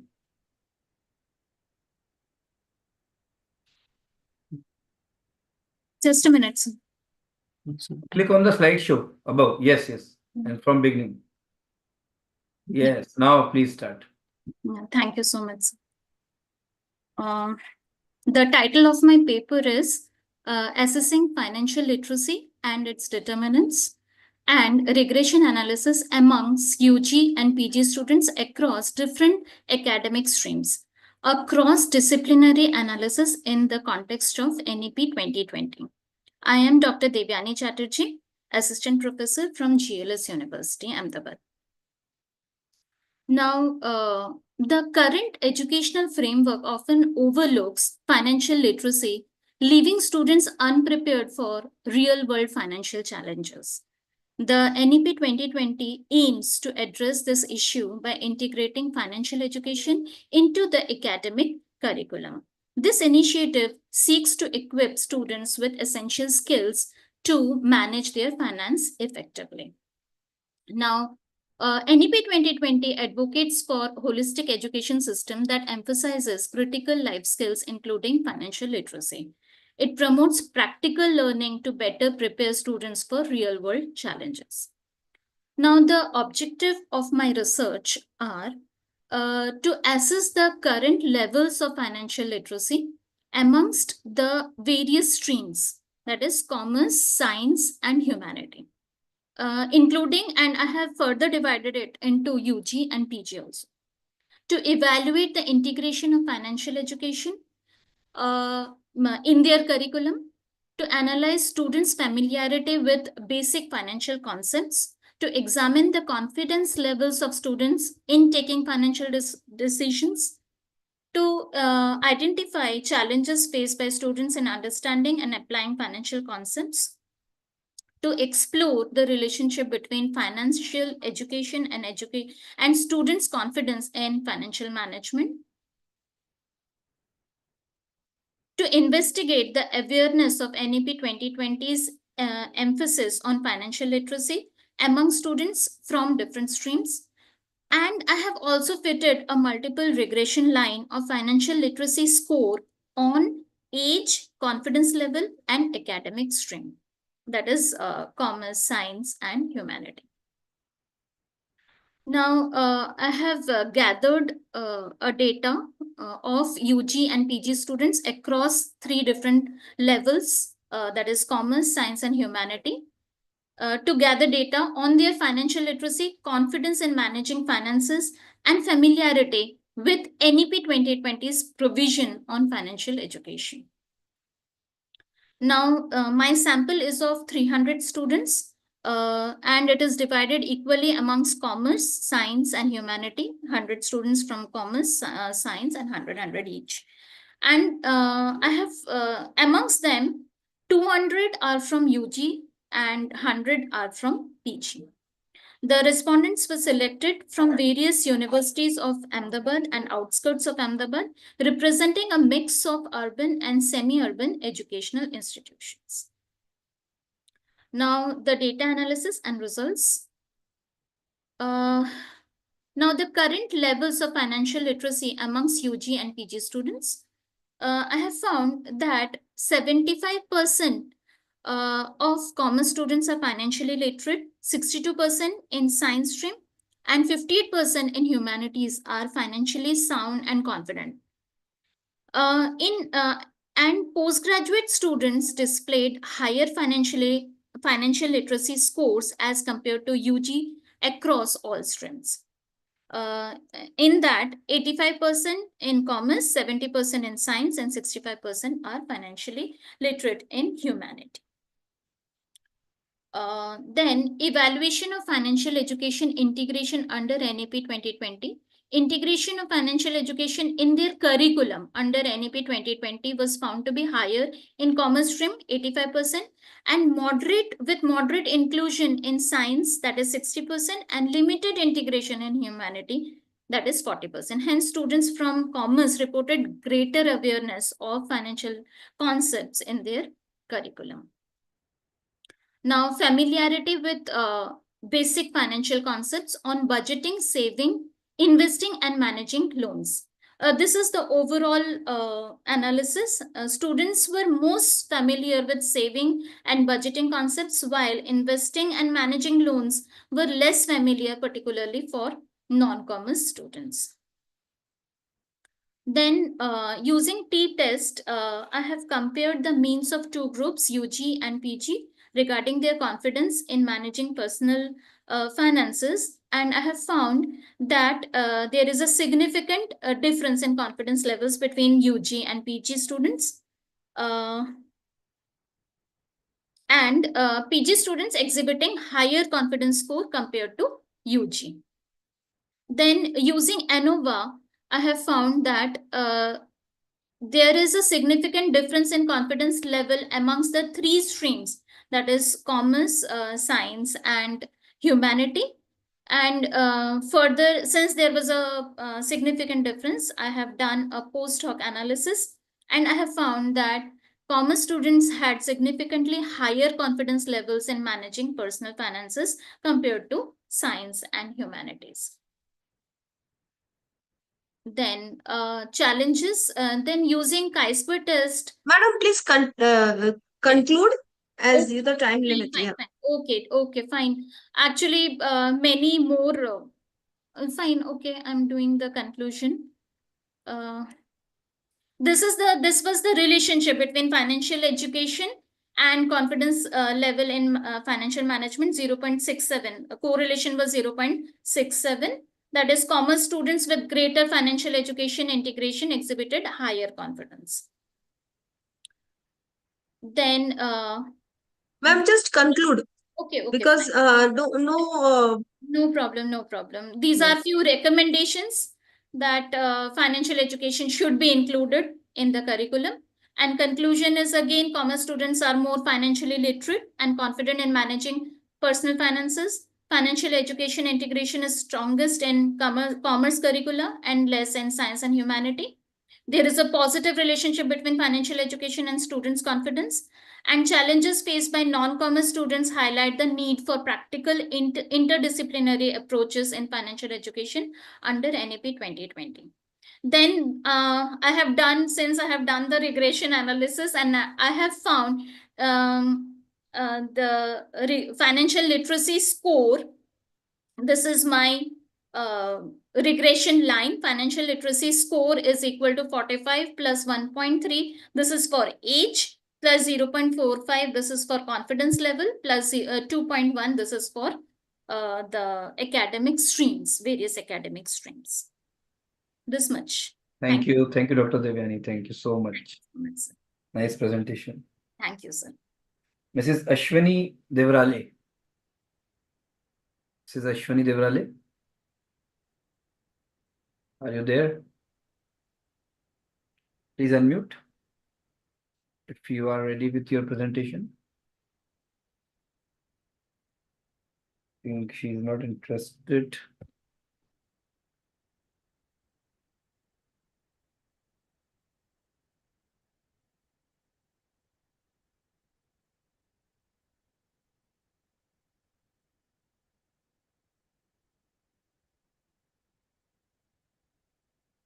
Raja Kumari R. What is your serial number, ma'am?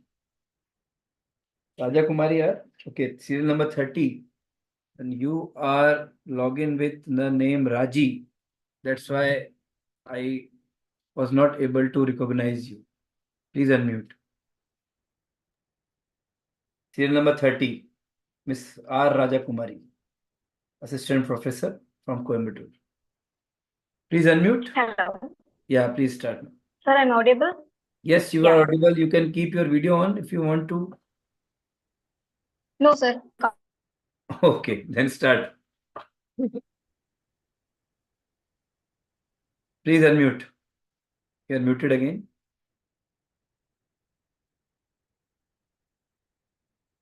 Sir, is my presentation is visible?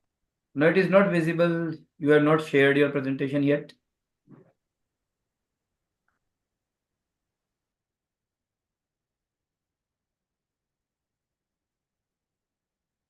Raja Kumari, you are muted again and again yourself.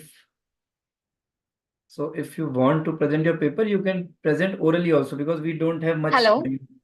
We don't have much time. Okay, sir. Yes, sir. Is my presentation is visible? It is not visible. You are not sharing your presentation. How can it be visible? आप share नहीं कर रहे हैं ना उसको. You have to share the presentation. Sir, meanwhile, we can call another participant. Yeah, Sir. I We will are running call the short of another time. participant, Raja Kumari. You can Okay, try sir. again after that. Okay. No, sir, I will. Again, you are muted yourself. Okay. I will invite you after some time.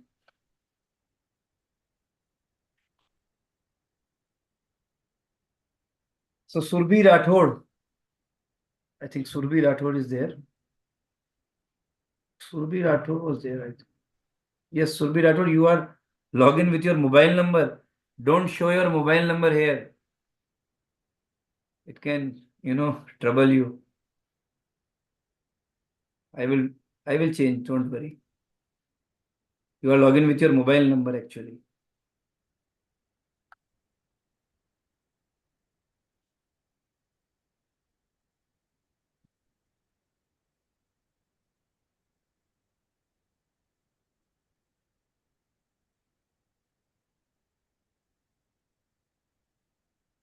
Yes, Surbhi, please unmute. Serial number Surbhi Rathod. Yes, sir. Am I audible to you now? Yes, 43. Serial number 43, Surbhi Rathod. Yes, sir. Assistant Serial number Professor 43. from Atmiya University, Rajkot. Yes. Yes, sir. Please. My screen is visible to you, sir? Yes. Please start. Okay. First of all, my name is Surbhi Rathod from Atmiya University, Rajkot City. First of all, before starting my presentation, I just would like to thank all of you for giving me this opportunity to showcase myself in front of you. As you know that there are many subtopics are available in the brochure, and I'm very much passionate about the topics related with the women or females. So here, going to that, I just select my particular title. The title of my particular research is Harness Digital Landscape, Job Prospects and Business Opportunities for the Women. So the whole presentation is about the digital platforms that are available for the women and how women can access that particular platforms, or how they are aware about the particular platforms related with the job opportunities and business prospects. So coming to the next slide. So the introduction part, as if I'm researching in the Rajkot city only, I found that there is a gap between the women's that they are not aware about the particular platforms that is already available for the job prospect. Like they only knew about few of the particular topics. That topics are LinkedIn or WhatsApp. WhatsApp or kind of particular job fairs kind of groups, etc., etc. Surbhi ma'am, sorry for the interruption. Please move to the objectives part, ma'am. Okay. This is a request for each and every participant. Please show the only just read your topic. Move to the objectives, research methodology, and the final conclusion. Thank you. Okay, madam, no problem. So I'm taking this main 5 objectives for my research. The first objective is digital economic development with the prospect of women. That is the first objective that I want to identify. The second one is females feel hurdles. Yeah, females have a threats regarding the socially connected with this kind of groups. That groups are available with the job prospects and business prospects. Third would be they can grow their business through the digital platforms, because digital platforms are available now. AI tools are available, but females are not much aware in the Rajkot city about this kind of platforms. This is the third objective. Now, fourth objective is there is a need of digital skills. So the women have to develop the digital skills regarding to develop or expand their particular business, or they get the promotions in the job in their job prospects as well. And the last would be the future employment, because the future is totally uncertain, and the females have to be literate about the digitalizations or digital platforms, so they can also compete with the others. So these are the basic my 3 hypotheses. My whole research is about the primary research. So I'm taking a questionnaire of 10 to 12 questions through the Google form that I spread to the respondents, and I have collected 115 respondents for the research. My total research is based on the descriptive research uh, through the questionnaire, and the research target audience are the females only, and that there is a cluster of groups of the females, some of the job seekers, some of the business women, some of the professionals, some of the other categories, some of the students as well, some of the homemakers who are willing to open their businesses, etc., etc. These are my the particular target audiences. So According to this, I take 4 literature reviews. That all the literature reviews are regarding the digitalizations to just replace the traditional job with the AI tool jobs or for the digitalization tools. Then second would be e-commerce. There is a development of e-commerce, m-commerce, then education through online. This is also a part of second literature review. My third literature review is based on there should be the awareness of tech industry and the for the women, and they are equally equally capable enough to deal with the person, the males in the digital economy. And the last would be digital. There would be a new opportunities in the digital fields for the women as well. So these are the basic 4 literature reviews. As I discussed with you, I do the primary research. So these are the basic 3 questions that is connected with my research title. First is the general awareness regarding the digital platform which is available for the job and business. Second would be business opportunities through the digital platforms, and third would be the job prospects. So here I'm using a Nova test because I'm taking the Likert scale, that is a 5-point scale, and I'm as you know that in the frequency I'm not able to do the research, or I'm not able to do the ANOVA test, right? So I convert that frequency into the scores. Here the discrete screen represent you the scores, and this is the analysis. So my first hypothesis are if females are aware about this kind of platforms or not.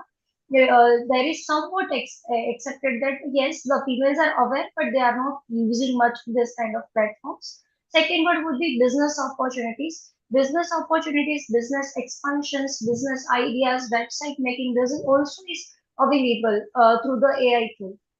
So this particular hypothesis is also accepted. And the third would be the job prospects. In this, females are not much aware about the platforms called. They are such aware about. They are just aware about some of the particular platforms, but they are not aware about the effective platform that is available. So this hypothesis is totally rejected from the particular analysis. Now I'm coming to the findings that in the Rajkot city there is a need to do the seminars, or there is a need to do the webinars on the same to just create the literacy for the digital platforms for jobs and business prospects, rather than they are just go through the stereotypical Now, mentality please with the job conclude, madam. prospects. Yes, madam, please Yes. conclude. Yeah. So I just want to conclude that there is a gender bias in a particular segment. So if the seminars would be happen in a Rajkot city, then we can aware the women with this kind of digital platform. So that is one particular conclusion from my side. And government also have to take some initiatives regarding this, so that they can so the free webinars or a paid, somewhat paid webinars would be happen in the Rajkot city, and women will able to connect with the digital platforms. Thank you, madam.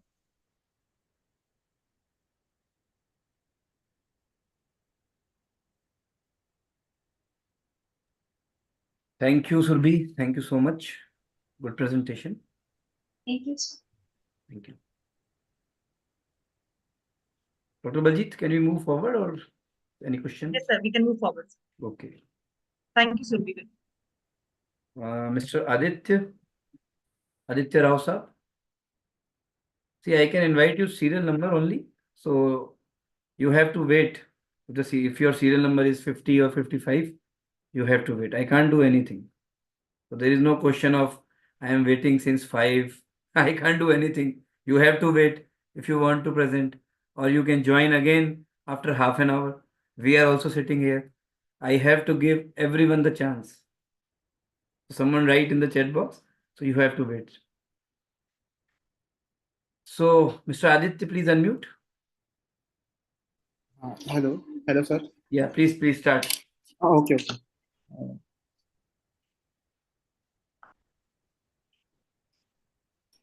Sure. Sir, I'm audible? Yes.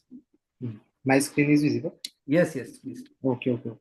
Thank you. So my name is Aditya Rao Sehwag. Today, my topic name is Review Movie Ticket Management System. So, for introduction. movie ticket management system nowadays getting enhanced as they less time consuming. So Sir, the please overall objectives. Sir, please move to objectives part. okay.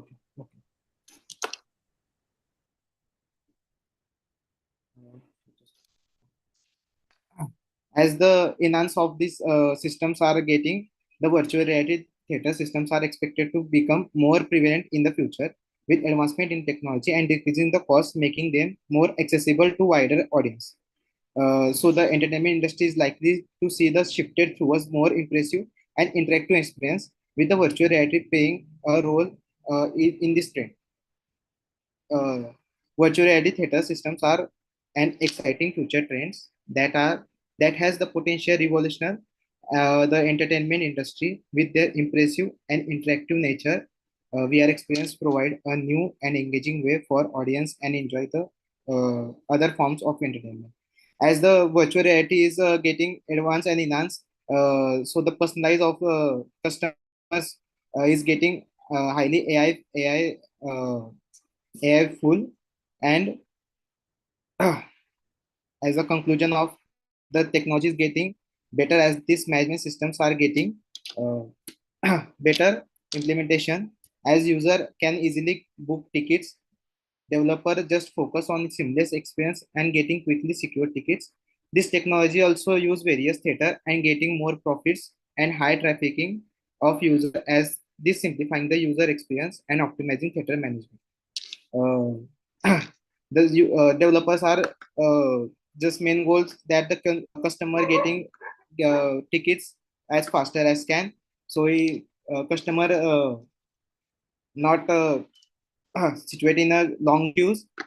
This technology various theater getting profits and high trafficking of user, as this simplifying the user experience and optimizing theater management. The goal is that the getting ticket booking easier and more accessible. Just this advantage is taken by the theater administrators. Also, this management is so much useful to movie distributor that they can advertise at movie management system to attract the through their movie. As this ads getting a viral, so the movie also getting viewership, and also the movie gets hit by through this booking systems. The booking system are getting easier to book the tickets. Also, it is good innovation through field entertainment genre. So my presentation is completed. Thank you.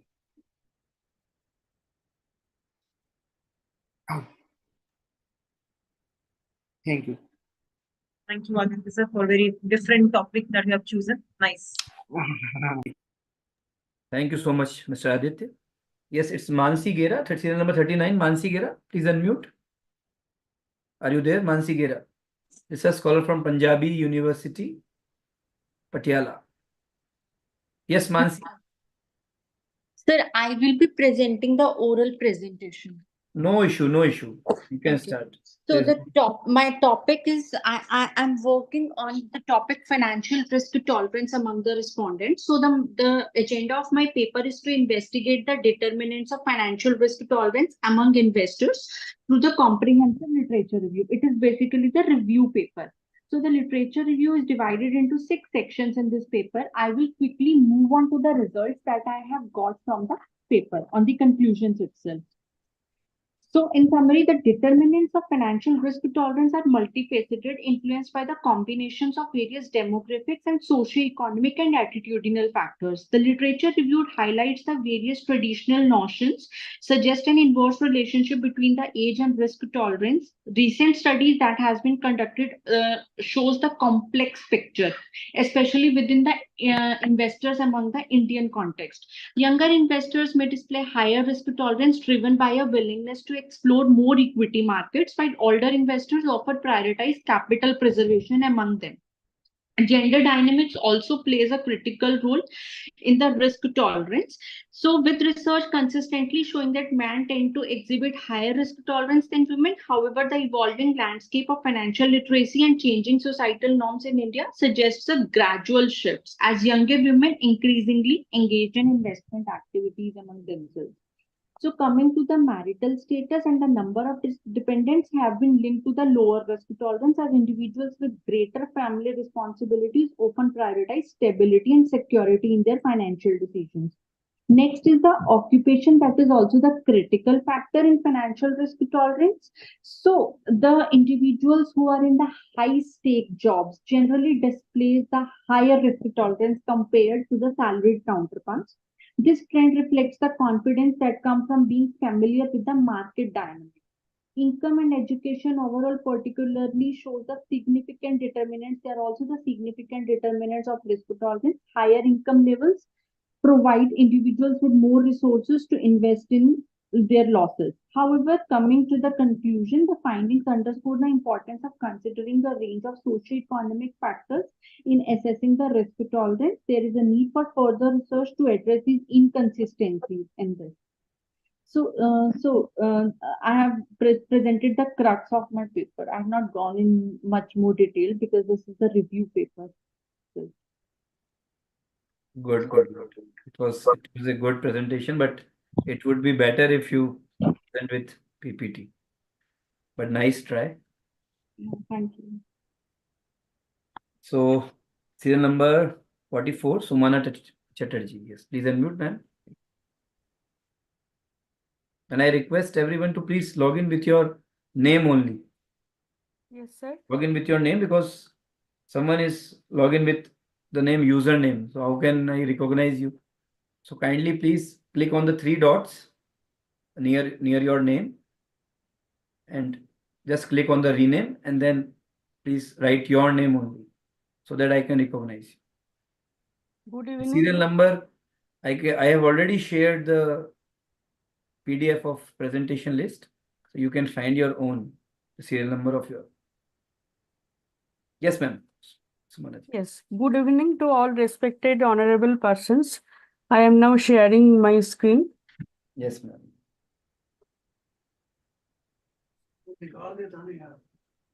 Is it visible, sir? No, ma'am, it's not visible. You have not shared, I think.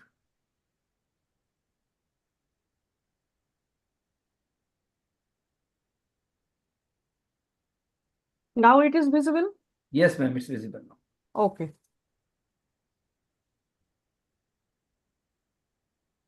Okay, this is the presentation. This is the presentation of paper on some sound is coming, sir. No, it's I have already muted that. Okay, sir. This is the presentation of my paper on weather prediction using logistic regression. Already published.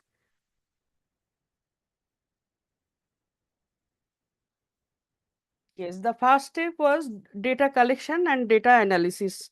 Collection of weather data of Alipur, station code 42807, and the time period is since 1969 to 2023. This big data analysis from data collection platform IMD Pune. Then two data files with weather observation data as obtained from there, table 2 and table 3. In CSV data format, merge these CSV data files to one CSV file for data analysis in Python on Google Collaboratory platform. Keep the CSV file in content folder of Python Google Collaboratory platform. Then import library as required. The libraries such as Seaborn, NumPy, Pandas, and that's all. Then read the CSV file on Python code and start analysis. Then start necessary feature engineering. Understanding the data shape, nature, type of field, which data field is object type, which is numeric type. Make date variable to date time format for analysis. Delete duplicate records or null values, because duplicate records will create the bias. So have to delete the duplicate records firstly. With the help of lambda function, create a new dependent and output variable t to represent all weather phenomena as obtained in each record. Actually, as we obtain from the CSV files, weather phenomena representation was T1, T2, T3, T4, this on. And so I have created one single dependent variable, dependent parameter t, which is the output column also. This represents by t. Necessary codes used are shape, info, drop duplicates, drop na, lambda, list, describe, value counts, filter, as type required for the data analysis. Then as in the data set, object variables are there, we have to start with 4 method, that is information value method. Based on this information value, we have to watch the score of the columns of the predictors, which is less than 0.02. Then to discard these columns, here we have to discard the wind direction dd and a, that is the amount of low cloud. Then after 4 method, the columns which obtained, after that we started the process of one hot encoding and label encoding for compatibility of data analysis. Then after that, VIF method started to discard the multi-collinearity factor and execute VIF code one by one and eliminate the column with high VIF value at each step. Ultimately, keep the columns of parameter with VIF 6 or less than that. Then define x and y equation, where x is the equation of columns with independent parameters and y is the equation with dependent as well as output column with representation as t. Then sklearn.model import train test split with train test ratio 80% and 20%. Then from sklearn.linear model import logistic regression and build a logistic regression model to obtain a prediction array and giving input of previous day weather data. Thus, we can predict the weather pattern of next day, whether T will be significant or clear. Significant representation by 1 and clear by 0. This is the image of code. Use previous day weather as input of test data, where we can give the previous day weather of the ultimate columns which we obtained after VIF. This is the test data and the execution accordingly. Here we get the array as 0 for this case. That means here we can get the clear weather for this analysis. After this, from sklearn.metrics, import confusion matrix, accuracy score, classification report, precision recall to understand the success rate of the model. This is the equation and the code of confusion matrix with the true positive, true negative, false positive, false negative. This is true positive, true negative, and that's all. Start coding accuracy score. Here the accuracy score is shown here. Then print classification report. The definition of precision and recall is accordingly precision TP by float TP plus FP and recall TP by float TP plus FN. By all this we can examine the success rate of this model. This is the confusion matrix, and thanks to you.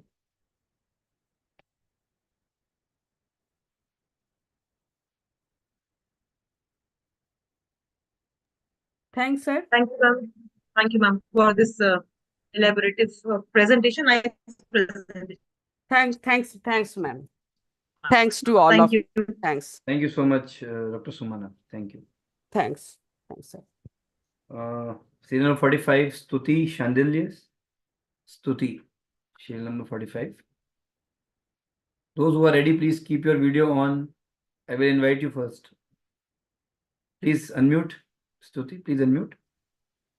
Yes, Sir, am I audible and Yes. visible too? Yes, yes, yes. Okay. Good evening to one and all. I'll just share my screen. Okay. Is it visible? Yes, it's visible. You can make it a slideshow if you want. Is it fine now? Yes, yes, it's Yes. fine now. Yes. My name is Stuti Shandilya. I'm a PhD scholar in University School of Education, Guru Gobind Singh Indraprasth University. And the topic of my presentation is use of technology in pre-service teacher education. And I have done a contemporary analysis in technological intervention. So the introduction is why it is important to provide training, pre-service training, and the technological aspect at this stage, because at this stage it is the beginning, it is the first stage of making a 21st century efficient teacher. And there is a term called pedagogic technology. It is defined as a synthesis of programs, procedures, and tools that are oriented to the realization of educational process in the transition from a rational way to implement this process. Basically, when we combine pedagogy, knowledge, and technology, then we can come to the conclusion that the aim to make a 21st century well efficient teacher we can achieve.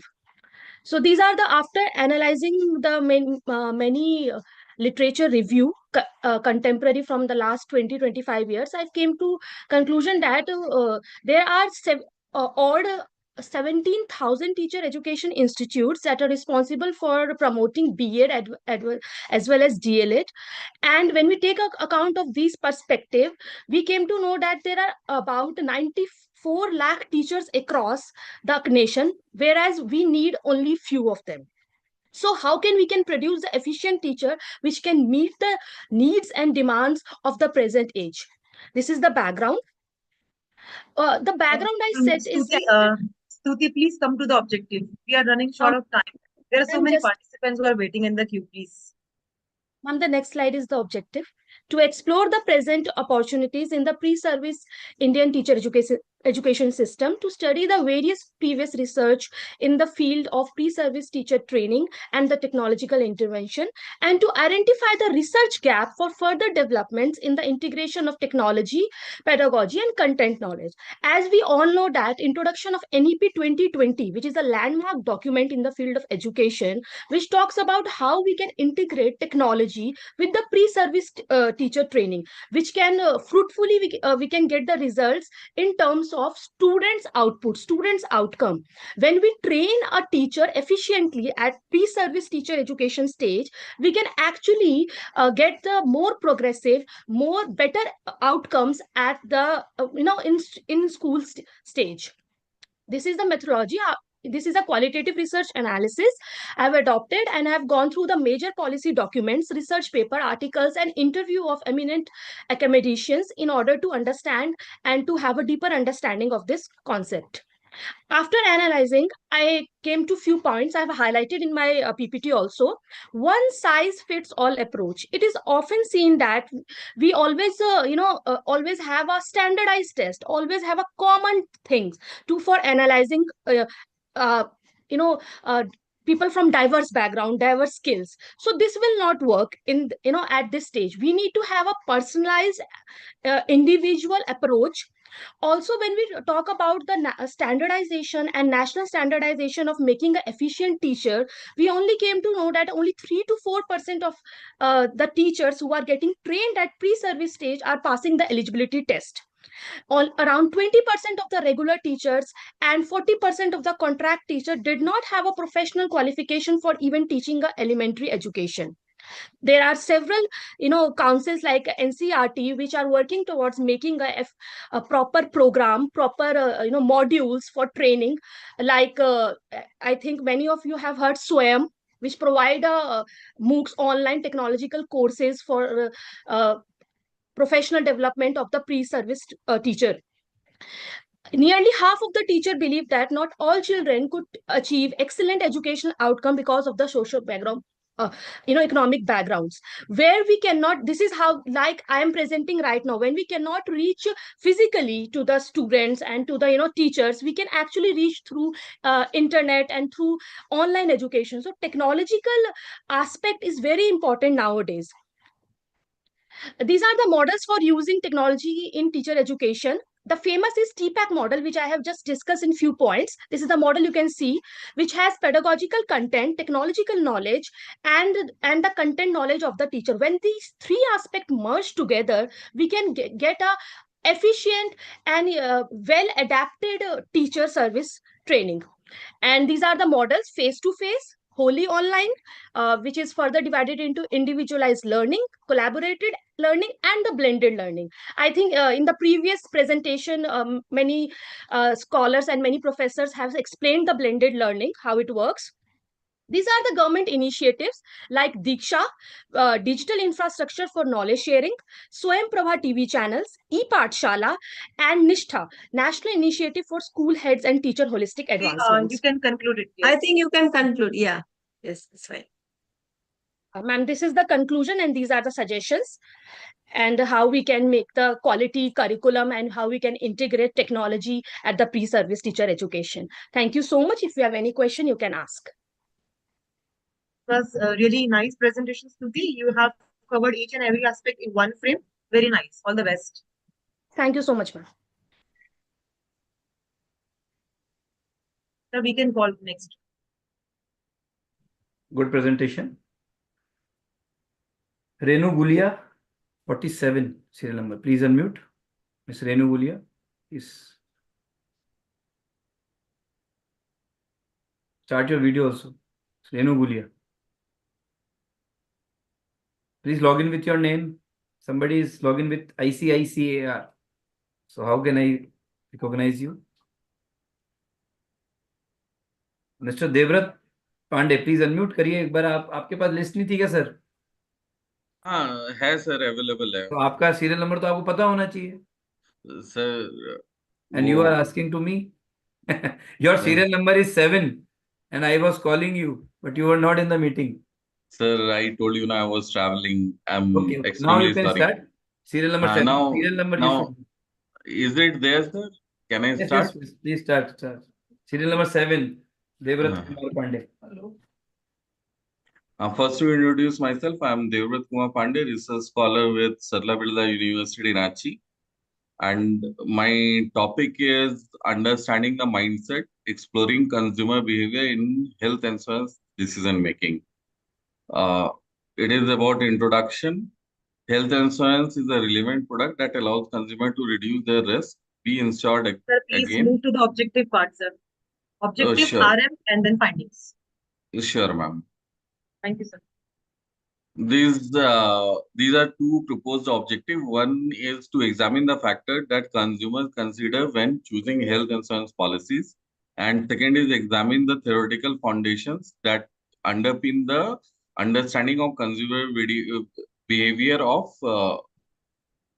products.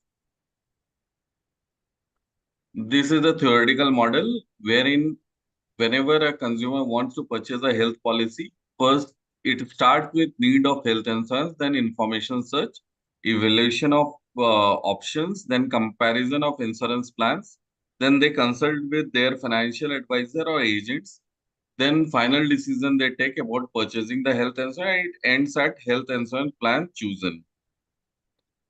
This is about research methodology. These are the few steps that we have considered. One is literature search. The search was limited to articles, reviews, and empirical studies published between 2020 to 2023. And inclusion and exclusion data, studies not related to health insurance, non-perceived reviewed articles published before year 2000 were excluded from the studies. Okay. Data was extracted from the chosen articles. Particular attention was paid to socio-economic status. One second.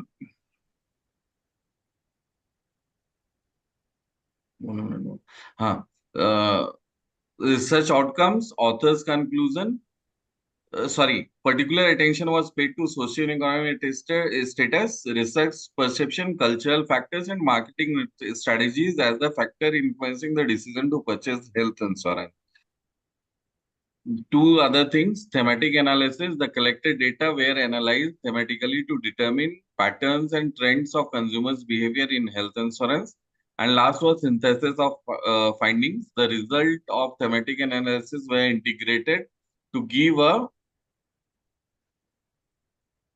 broad perspective of the factors that affect consumer decision in health insurance.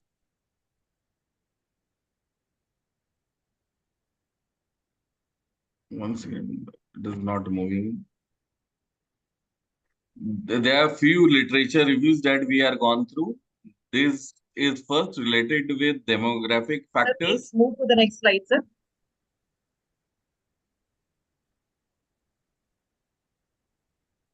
These are the factors that influence health and social decision making. First is demographic influence on health and social decision making.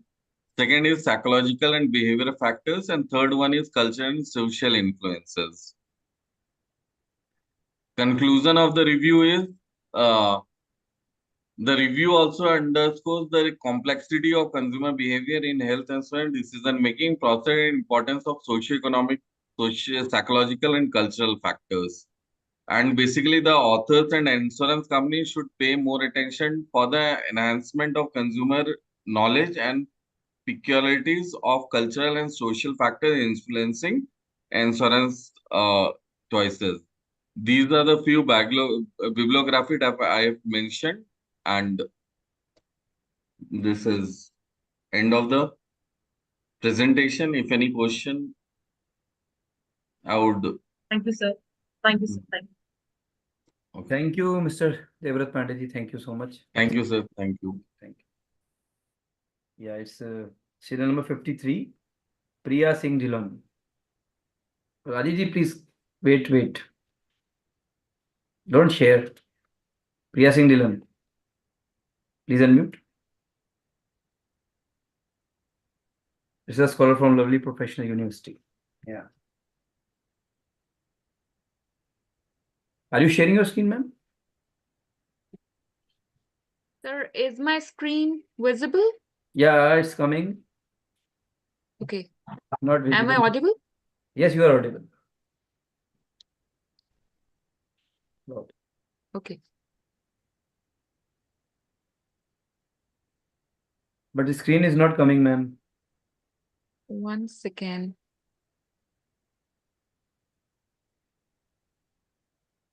It is stuck that Priya Singh Dhillon has started screen sharing. Now it's come.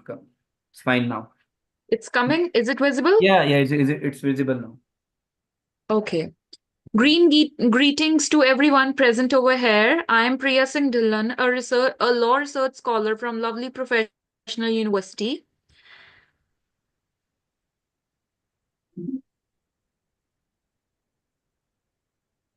My paper is all based on doctrinal research, and the title of my paper is Perishing Wildlife Owing to Human-Caused Environmental Pollution. I'll begin with the introduction. Earth provides enough to satisfy every man's needs, but not every man's greed. This was said by Mahatma Gandhi. The impact of human activities and disturbances outweighs that of natural predators and habitats for wildlife. Wildlife populations suffer and many species go extinct as a result of direct as well as indirect effects of human interference. Impact of human-caused chemical pollution on wildlife. Here are some of the proven links of harmful. You can directly move to objectives part and then research methodology. Ma'am, I have stated before starting with my PPT that my research is all doctrinal based. I'm a law research scholar. Fine, sure. Yeah. So just show the main part, ma'am. Okay. Show the main things, yes, facts and figures, ma'am. Okay. So here are some of the proven links of how the chemicals have adversely affected the wildlife. Firstly, it affects the nervous system damage. Secondly, immunity is damaged. Then tree leaf damage, acidification, biodiversity reduction, reproduction damage, and natural resources damage. We have few legislations pertaining to conserve the wildlife. The foremost legislation which is available in India is the Wildlife Protection Act of 1972, and the secondary one is the Environment Protection Act of 1986. In conclusion and recommendations, I would like to conclude it as it is noted that more than 2/3 of the plant and animal species, wild species basically, that formerly coexisted peacefully in the natural world are today believed to be extinct or very close to becoming so. In recommendations, I would like to say when Earth and all its inhabitants are healthy, humans are healthy as well. And let's not orphan wildlife. They need their parents too. Thank you for your cooperation. Any questions, ma'am? Thank you, Priya ma'am. Nice presentation. And yes, truly said, if the planet and the earth is healthy, definitely we are also healthy. And we have to take care of the planet also. Thank you. Thank you so much, ma'am. Thank you, Ms. Priya. Thank you so much. Yes, it's serial number 54, Pradeep Kaur. Pradeep Kaur is there.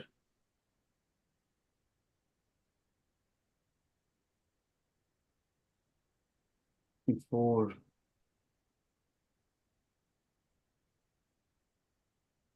I have called Pradeep Kaur, not Pradeep Singh. Just wait, please. So Pradeep, please wait. Yes, serial number 55, V. Temuzian Khamuza. Please unmute. V. Temuzian. Are you there? Yes, sir, I'm here. Sir, I would like to take a few minutes, like some 10 minutes or something, because I'm actually Okay, I will call you later. Or you can share your PPT with us. No problem.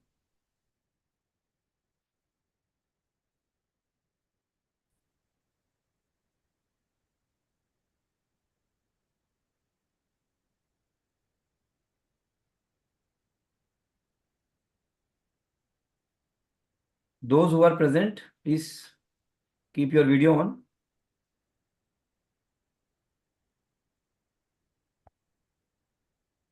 Keep your video on if you are present. Don't share directly. Keep your video on. Yes, Pradeep Kaur ma'am is there. I was calling you, ma'am. Please unmute. Serial number 54, Pradeep Kaur. Please unmute, ma'am. Yeah. Yeah, good evening, everyone, all the dignitaries present here, and thank you so much, sir, for giving me the chance to present my paper in this esteemed conference. So, let me share my screen.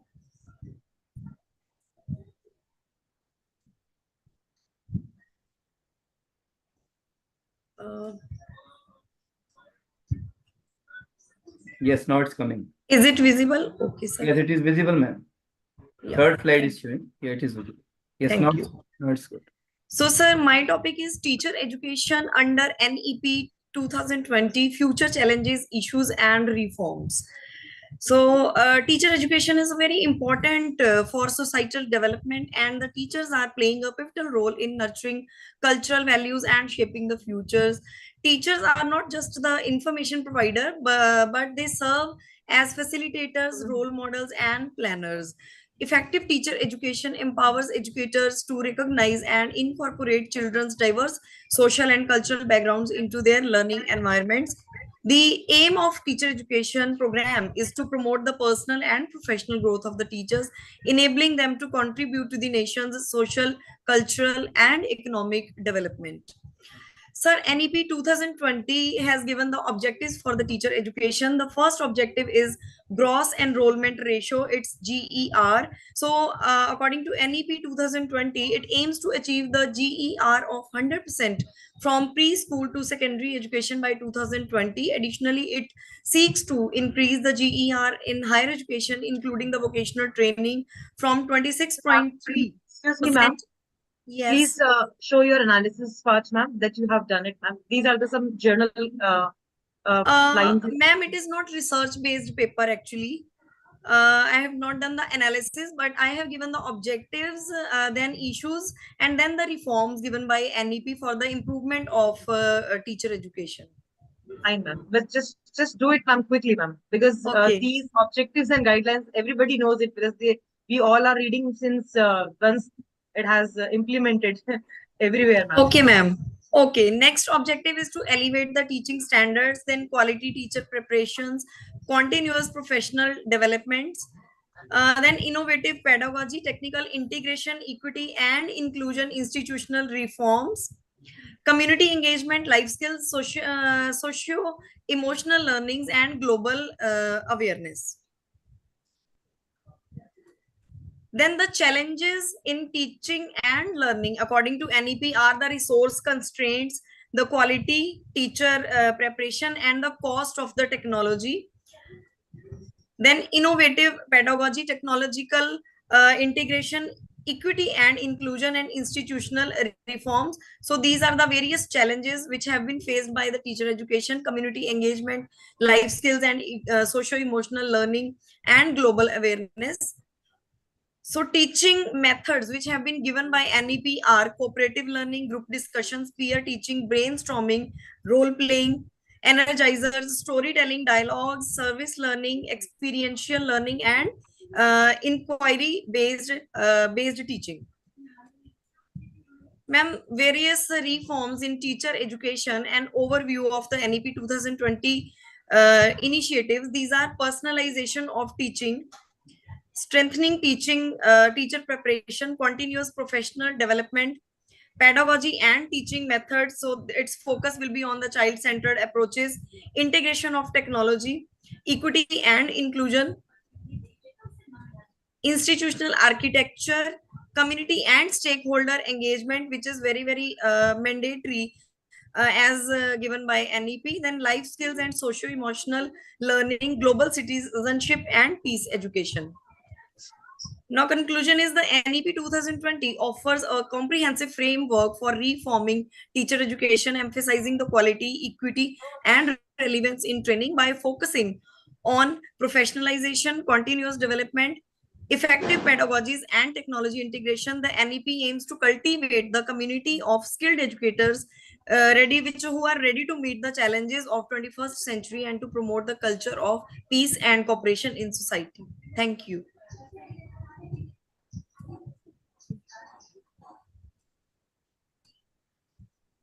Thank you, ma'am, for taking the topic, National New Education Policy. Thank you. Thank you. Thank you, Ms. Pradeep Kaur. Yes, scene number 63. Pradeep Singh, please unmute. Keep your video on. Mr. Pradeep Singh. Please unmute, Mr. Pradeep. Hello, sir, I'm audible? But you are not visible. Oh, okay. And you are not audible clearly. Very slow voice is coming. Hello, yes. Yes, but you are not visible. Is there any problem with your camera? Maybe.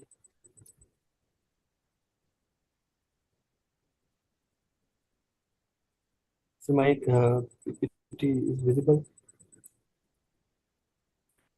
So now PPT It is visible. not a PPT. It is, I think you are sharing. Okay. This is PPT. Now, okay. Carry on, but we cannot see you, but carry on. No problem. Okay. There is my topic, bibliometric analysis, the role of financial literacy in fintech adoption. Myself, Pradeep Singh, research scholar from Lovely Professional University, and under the supervision of Dr. Rajia. And there is an abstract and overview of my whole paper. There is purpose. The objective of the study is to conduct a systematic bibliometric analysis with a in phase on a research trend, the subject areas and network of collaboration with the goal to analyze the relationship between financial literacy and fintech adoption, particularly in context of financial participations. The article analyzes the role that financial plays a critical factor in uptake of financial services. There is methodology I use here. The Scopus database was used from 2017 to 2024, and using VMOS software and R software, BiblioShiny, and co-authorship and co-citation and key network mapping were examined in the 180 research papers, and it is both identify significant theme and trends and research cluster. There is finding according to the Sir, you can adoption show, and sir, fintech you can show main require slides. financial knowledge. No, actually, Mr. Pradeep, I Okay, know there is this a- is yeah. yes. But please show the slides. Yeah. You show These are your the main abstract. objectives. Yes, there is introduction. Then I will go with the objective. Okay, there is my first research question. Is how many papers are proceed each year, who publish them, and where? And second one is how how do researcher understand the factor driving financial literacy and fintech adoption? And there is a third research question. What could future research focus on better understand financial literacy and fintech adoption? There is a review structure. This study employs a bibliometric analysis, a systematic literature review to critical examine and define financial literacy and fintech adoption from various thematical and empirical perspectives. This study, in the study, I follow a Prisma chart. There is a performance reporting items for systematic review and meta-analysis guidelines. The objective of this research is to provide a structured framework that inform future scholars and guide them towards appropriate research methodology to future contribution. Can you please be more brief and just focus on Okay. There is a methodology, research final design. conclusion? There is methodology. I collected data from Scopus, and there is a 470 papers, and after filtering, I get 180 research papers. And there is data analyzer. I use VMOS software and RStudio to analyze the. There is a summary of data. There is 180 papers from 2017 to 2014, and there is author and keywords 605. There is a Prisma flow of diagram. First, there is a publication per year. You can see there is a increase after 2021-16, then 22-32. There is most productive countries. There is China and India is most productive countries, and then USA and Malaysia. Most paper published in these countries. This was World Cloud for trading topics by authors keywords. There is the size of each word, 10 times used for each word per author. There we can see financial literacy gap. There is a less researches on financial literacy and fintech adoptions. There is technology adoptions and financial services. These keywords I use for search data as well. Fintech, financial literacy, digital financial services. These are keywords. There's a trend and visualization. You can see there network analysis of keywords of co-occurrence and author citations networking. There is Please a sixth conclude, sir. cluster and first. Okay. Sir, please conclude. The time There's limit is most. over. Okay. And there is a key finding. The financial literacy for fintech adoption is emerging economic and key theme. Financial literacy adoption and knowledge and financial digital finance. China and India lead in fintech adoption research. This conclusion, financial literacy is essential for the successful adoption of fintech services, and future researchers is need to understand populations like the earlier and the low income groups. Policy should collaborate with the educational institution to develop target financial literacy programs. Here is the reference. Okay, thank you, Mr. Okay, thank you.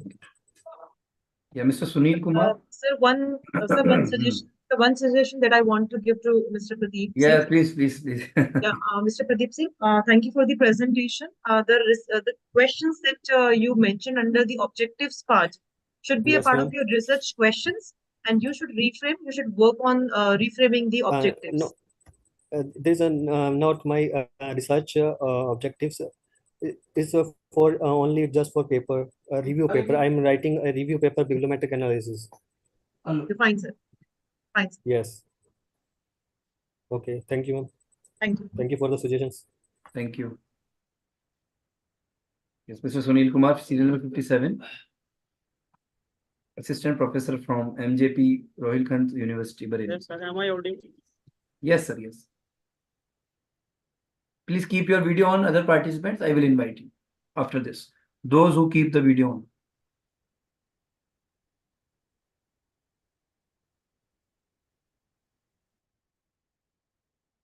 Sir, is my screen visible? Yes, sir. Please start. Okay.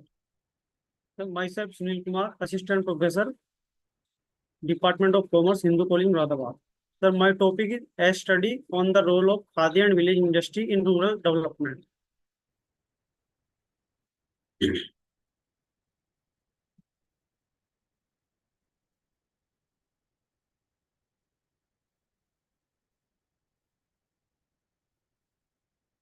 Sir, here is my research objective to study the concept of khadi and village industry, and another objective to examine the role of khadi and village industry to rural development in India.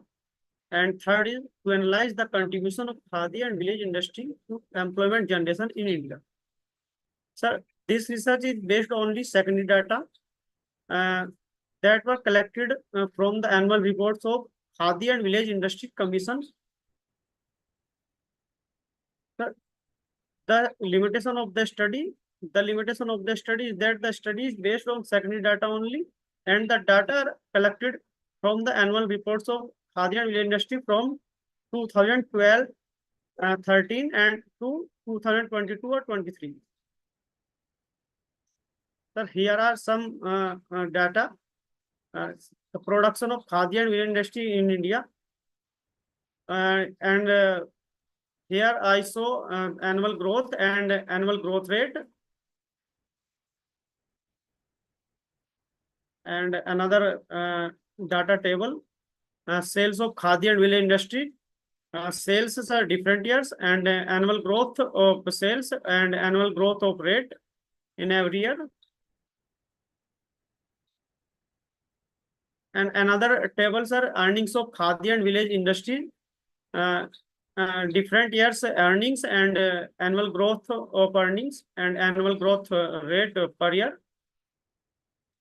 And sir, another table, employment in khadi and village industry, employment in different years and annual increment of employment and annual growth rate.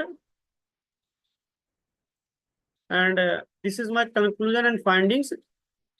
Sir, in production, there are 288.5% growth comparison to 2012 and 13, and the sales increment 383.59%, and the earnings 313.75% growth in earnings, and employment sector 41.97% increment comparison to 2012 13. So from the analysis of the data, found that the khadi and village industry contribute the rural development of India, because the growth of khadi and village industry related to the rural development of India.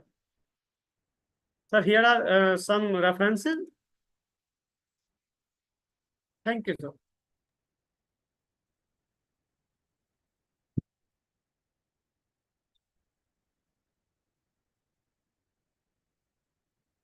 Thank you. Thank you so much. Yes, Ms. Renu Gulia, please unmute. Renu Gulia.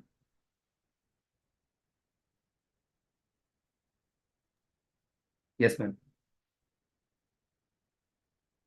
No, your voice is not audible, ma'am.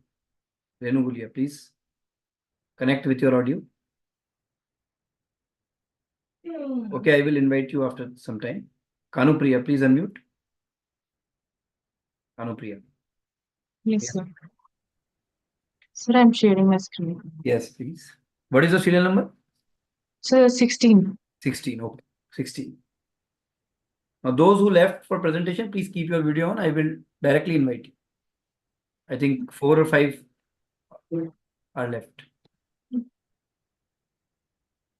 Yes, your screen is visible, ma'am. You can start. Okay, sir. So, good evening, everyone. Good evening, respected faculty members.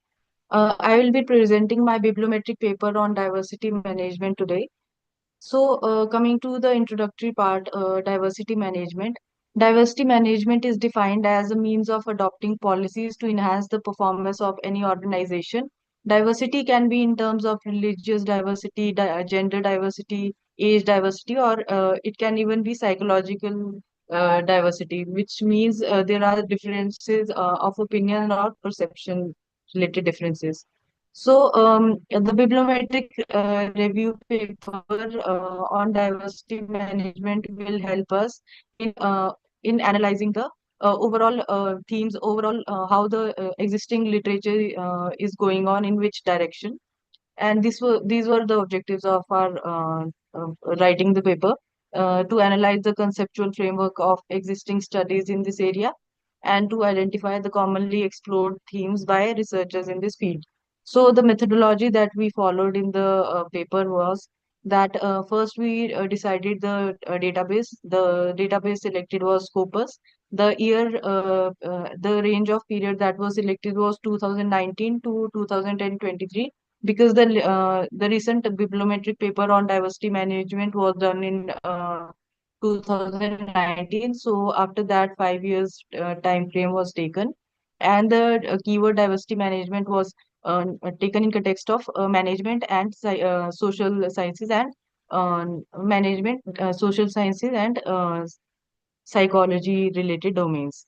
So first we prepared CSV file from R, and then on BiblioShiny software we prepared the papers, and lastly we analyzed the 20 most cited papers during this time frame by reading those papers qualitatively. So these were the number of documents in the last 5 years, and the total citation and average citations have been mentioned here.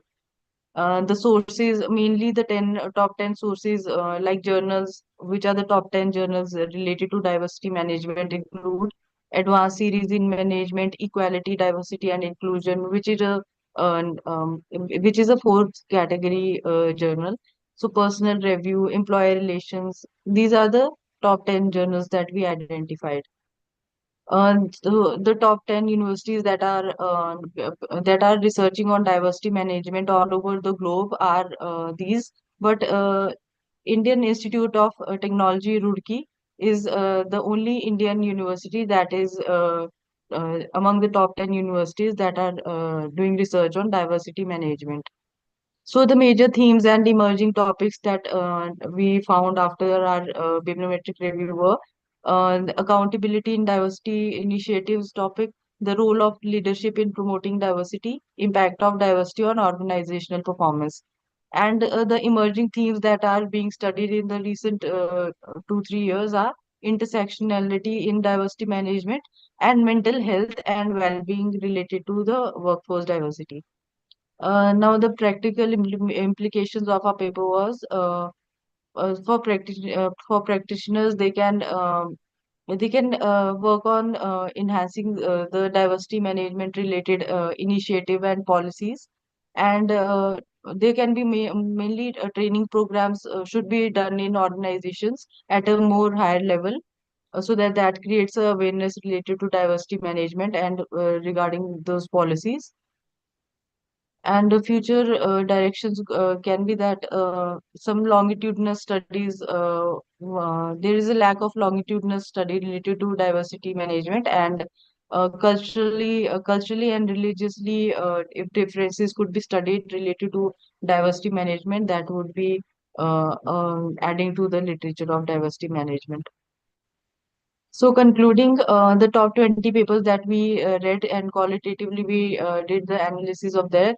So from them, we found that CEO commitment, workplace happiness, intersectionality, and ethical considerations in diversity management are being studied. And these themes underscore the multidimensional and interdisciplinary nature of diversity management. And neurodiversity and socio-economic diversity is also the need of R, and we should mainly new researchers should also study neurodiversity and socio-economic diversity related to diversity management, and also innovation and sustainability. Thank you. I'm open for questions, ma'am. Thank you, Kanupriya. Nice analysis, bibliometric analysis, and the nice facts and figures that you found. Nice. Thank you. Thank you so much. Thank you. Yes, Mr. Temuzin, please unmute. Yes, sir. Am I audible, sir? Yes, yes, please. Sir, I would like to share my screen here. Yes, please just confine, objectives, research methodology, and conclusion. Yes, sir. Complete First, in let me 3 minutes. Yes, sir. Serial number 55. Sir, is my screen visible?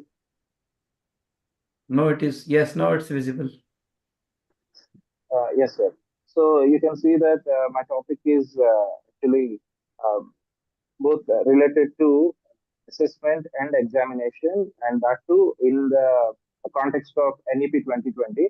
Actually, I thought I would give a few points about NEP also, but since you are saying that NEP is already, everyone knows NEP, so I'm just skipping directly to the point which I would like to focus on. That is how it enables remote learning. I mean, right Yes, sir. now, Move to the objective part, sir. Finally, directly move to the objective part: research methodology and findings. Yes, yes, yes.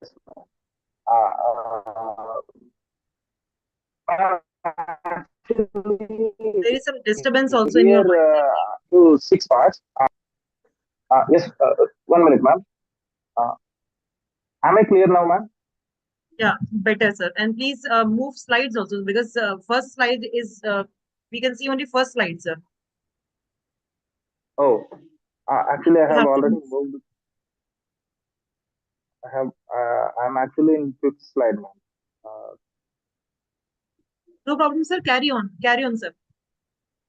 Yes, ma'am.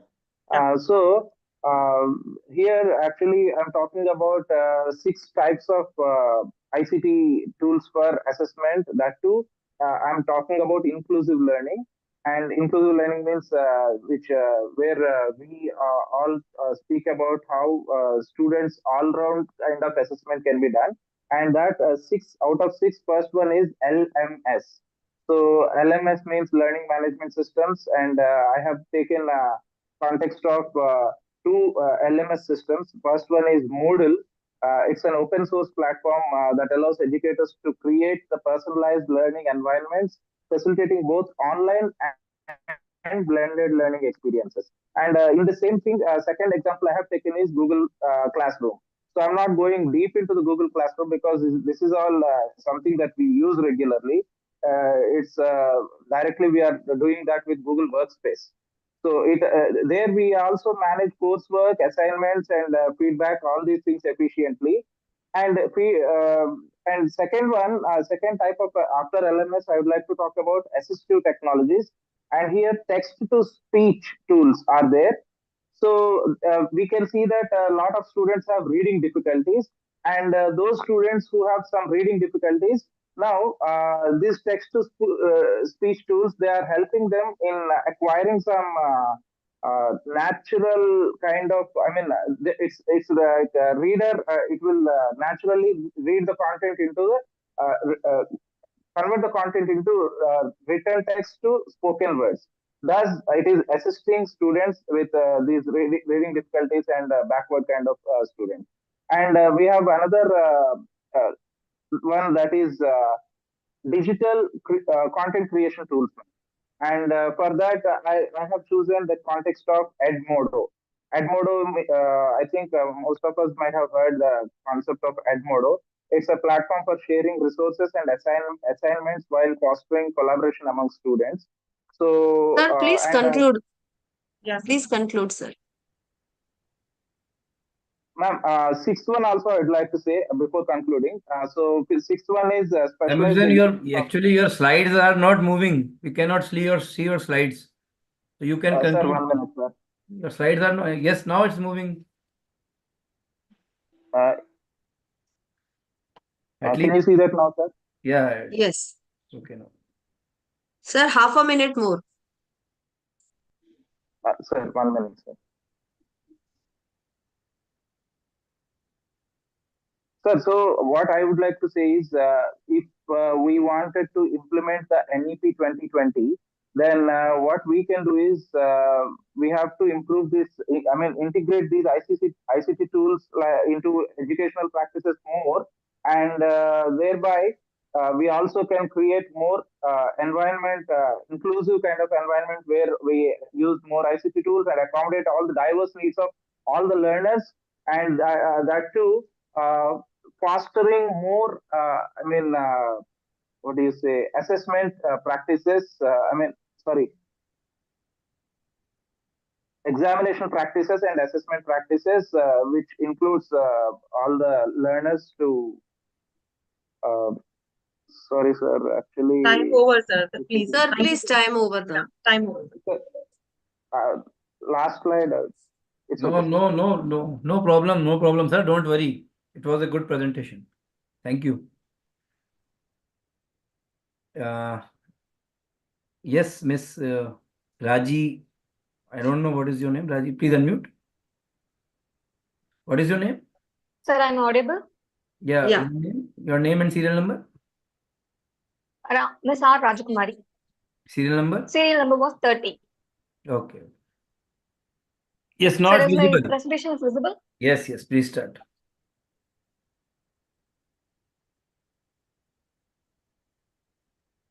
Sir, is it visible? Yes, please carry on. Yes, sir. This is my project. My project title was the study of strategic management in e-commerce enterprises. My introduction was the rapid growth of e-commerce industries revolution as the business landscape. And then my research objective was to examine the strategic management frameworks used by e-commerce enterprises, and then to identify the key challenges faced by enterprises in the digital marketplace, and also to provide the practical recommendations for enhancing strategic management in e-commerce business. And the strategic management theories are posed as 5 forces and SWOT analysis, research-based view. And then my practical recommendations for my study is adopt data-driven decision making. For this outcome was data-driven decision will lead to better resource allocation, improved marketing campaigns, enhanced customer satisfaction, and increased revenue. Personalized experience using data will boost customer retention and brand loyalty. And then next one, enhance customer experience and personalization. For this outcome was improved customer satisfaction and retention rates, higher average order values, reduced cart abandonment, and a stronger brand reputation. And challenges in strategic management was technological disruption and cybersecurity, and also global competitions. For conclusion, strategic management plays a pivotal role in the success and sustainability of e-commerce business in an increasingly competitive and rapidly evolving digital landscape. Effective strategic management ensures that companies can align their operational goals with market demands, technological advancement, and customer expectations. Successful strategic management in e-commerce requires business to remain adaptable, proactive, and customer-centric while continuously refining their process through actionable insights and technological advancements. In doing so, e-commerce enterprise can achieve long-term growth, profitability, and marketplace. Thank you.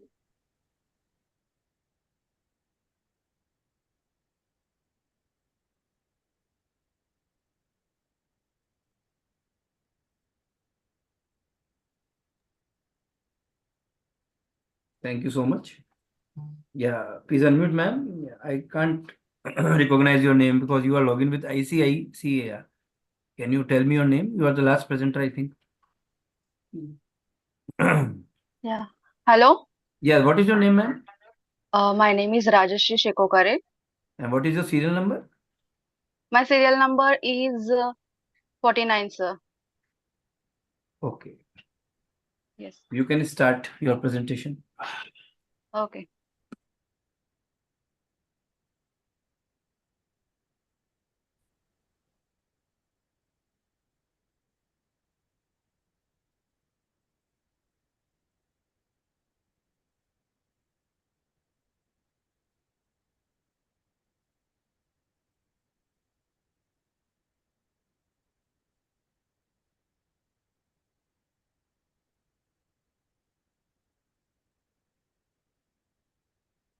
What happened, ma'am? You have been waiting since long and you are not saying anything. Please unmute. We are muted again. Please unmute yourself.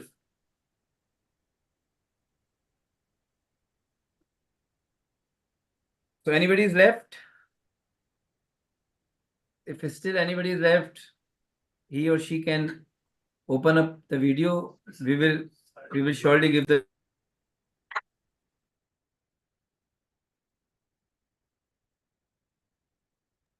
Yes, Renu, will you please unmute? You can try again. No, your voice is not audible. I don't know what is happening with your audio. Everyone is presenting, you can see that, but there is some mistake in your, in your mic or audio. So you can do one thing, ma'am, don't worry. Just send your PPT on the mail ID. We are not able to listen you. आपकी आवाज बिल्कुल भी नहीं आ रही है, सिर्फ lip sync हो रही है, तो आवाज आ नहीं रही. So you can share your PPT on the mail ID. We will consider it. There is no problem. We will consider your presentation.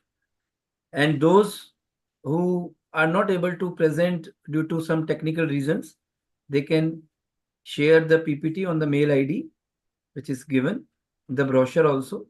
We will consider it as presentation. So thank you so much, all the presenters. All the presentations were really very nice.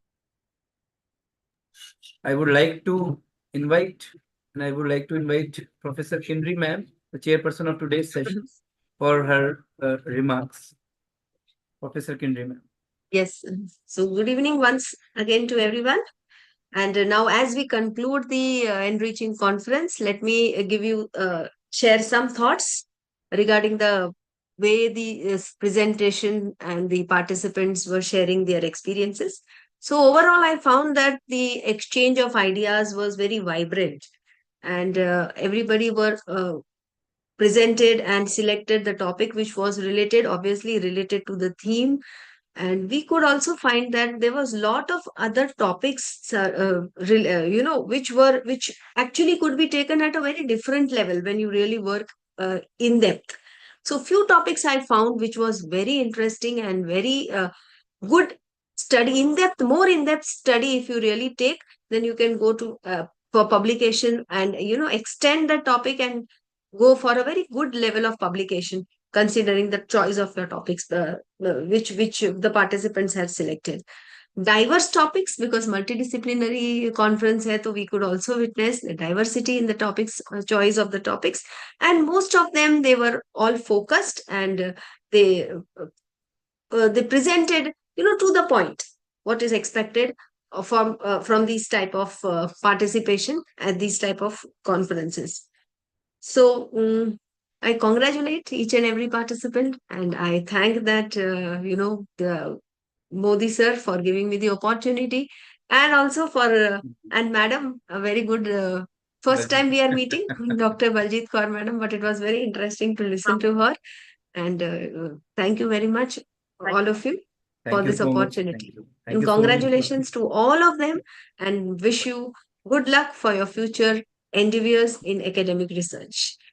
Thank you so much, Professor Kindri ma'am, for beautifully chairing the session. And we would like to listen Dr. Baljit ma'am also, some of the remarks, ma'am. Dr. Baljit ma'am.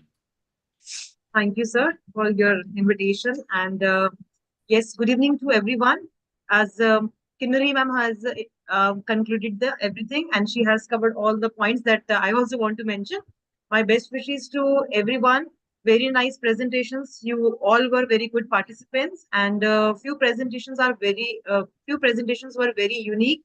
Topics were unique, and few suggestions that I want to give about the objectives and the analysis part. For the objectives, make sure that whatever objectives you are finalizing in your research, it should be, number of objectives should be less, so that your research can be more reliable and good for research publication point of view. And for analysis part, make sure for your analysis part, whatever tool or whatever software you are using, you have to incorporate all the tables, figures, and the justification also, and the sources also, so that you can you can justify your research and analysis part. Thank you, everyone. And thank you, sir. Thank you, Kinnari ma'am.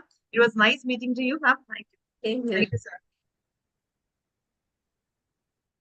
Thank you so much. Thank you so much, Dr. Baljit ma'am, for your wonderful insights. So thank you so much, both the chairperson and co-chairperson once again. I would like to invite Miss Harsha Deshmukh, organizing convener and head MBA, KCECS College of Engineering and Management, Jalgaon, for formal vote of thanks to the chairperson and co-chairperson. Dr. Thank you, sir. Thank you. Thank you, sir. Thank you. Good evening, everyone. Actually, it's time to say good night, but good evening. Yes. So, being the joint organizing convener of this conference along with Modi sir, I would like to convey my sincere thanks to today's chairperson, Professor Dr. Kinnari Thakkar ma'am, and additional chairperson, Dr. Baljit Kaur ma'am, for their patient listening from start to end and providing the valuable suggestions and appreciation to all the participants. So thank you very much, both of you, for contributing your time, your energy, and your expertise in making this session so successful and fruitful. Thank you so much, ma'am. Thank you. Yes. Thank you so much. Thank you so much, Mr. Shah. And I would also like to thank all the participants for their patient wait and presenting in so well manner. So thank you so much for registration and participation in very good number. And a special thanks to Modi sir for collaborating once again with us. So on behalf of KC's College of Engineering and Management, I convey my thanks to everyone. Thank you so much. Thank you so much, Mr. Shah. Thank you. Good night to everyone. Thank you. Good night, ma'am. So today's night, session of the conference has definitely proven to be a considerable step in an effort to put ourselves in a global forefront of innovation. So we are honored to have the presence of some of the most esteemed personalities from different parts of the world who shared their insights, experiences, and knowledge during this conference. On behalf of the KCCS College and Inspired Research Association, I heartily thanks to all the the resource person, our chief guest and guest of honor, Dr. Megha from Spain, on the inaugural day of the conference. And we express our heartfelt gratitude to Chairperson CMA, Professor Kinnari Thakkar ma'am from University of Mumbai, and additional Chairperson Dr. Baljit Kaur from Delhi for today's session for their valuable contribution in running the conference proceedings smoothly. Their valuable input and guidance have helped us to organize such a successful event. Thank you to both of them for being there for us. Our keynote speakers, Dr. Albat Ahmad from Indonesia and Dr. Poonam from University of Rajasthan, Jaipur, who have shared their research and expertise, which have enriched the conference discussions and deliberations. We would like to express our deepest regards to the patrons, Honorable Shri Nand Kumar ji and Professor S.S. Modi, for permitting this collaboration. Your belief in our vision and willingness has been instrumental in facilitating the smooth running of the conference. We would especially like to mention conference organizing directors, Dr. Sanjay Sugandhi, Principal of KCECS College, and Professor Anil Mehta for their enthusiasm and effective leadership. Also, I wish to thank conference joint organizing directors, conference organizing conveners, conference organizing secretaries, and conference joint organizing secretaries, and all the members of the organizing committees for their tireless efforts and dedication in making this conference a reality. The active participation of all the participants was critical in making today's session successful. The time, effort, and interest of the paper presenters were instrumental in creating an environment of collaboration and knowledge sharing. We are grateful for your presence and for making this conference vibrant and information. Let's take the learning and knowledge from the conference to implement innovative practices in different domains of research and live by them for a better world. So thank you so much, and we shall meet tomorrow at the same time, 4:30 p.m. for the second day session on multidisciplinary innovations and challenges in environmental sustainability, law, social sciences, and applied sciences.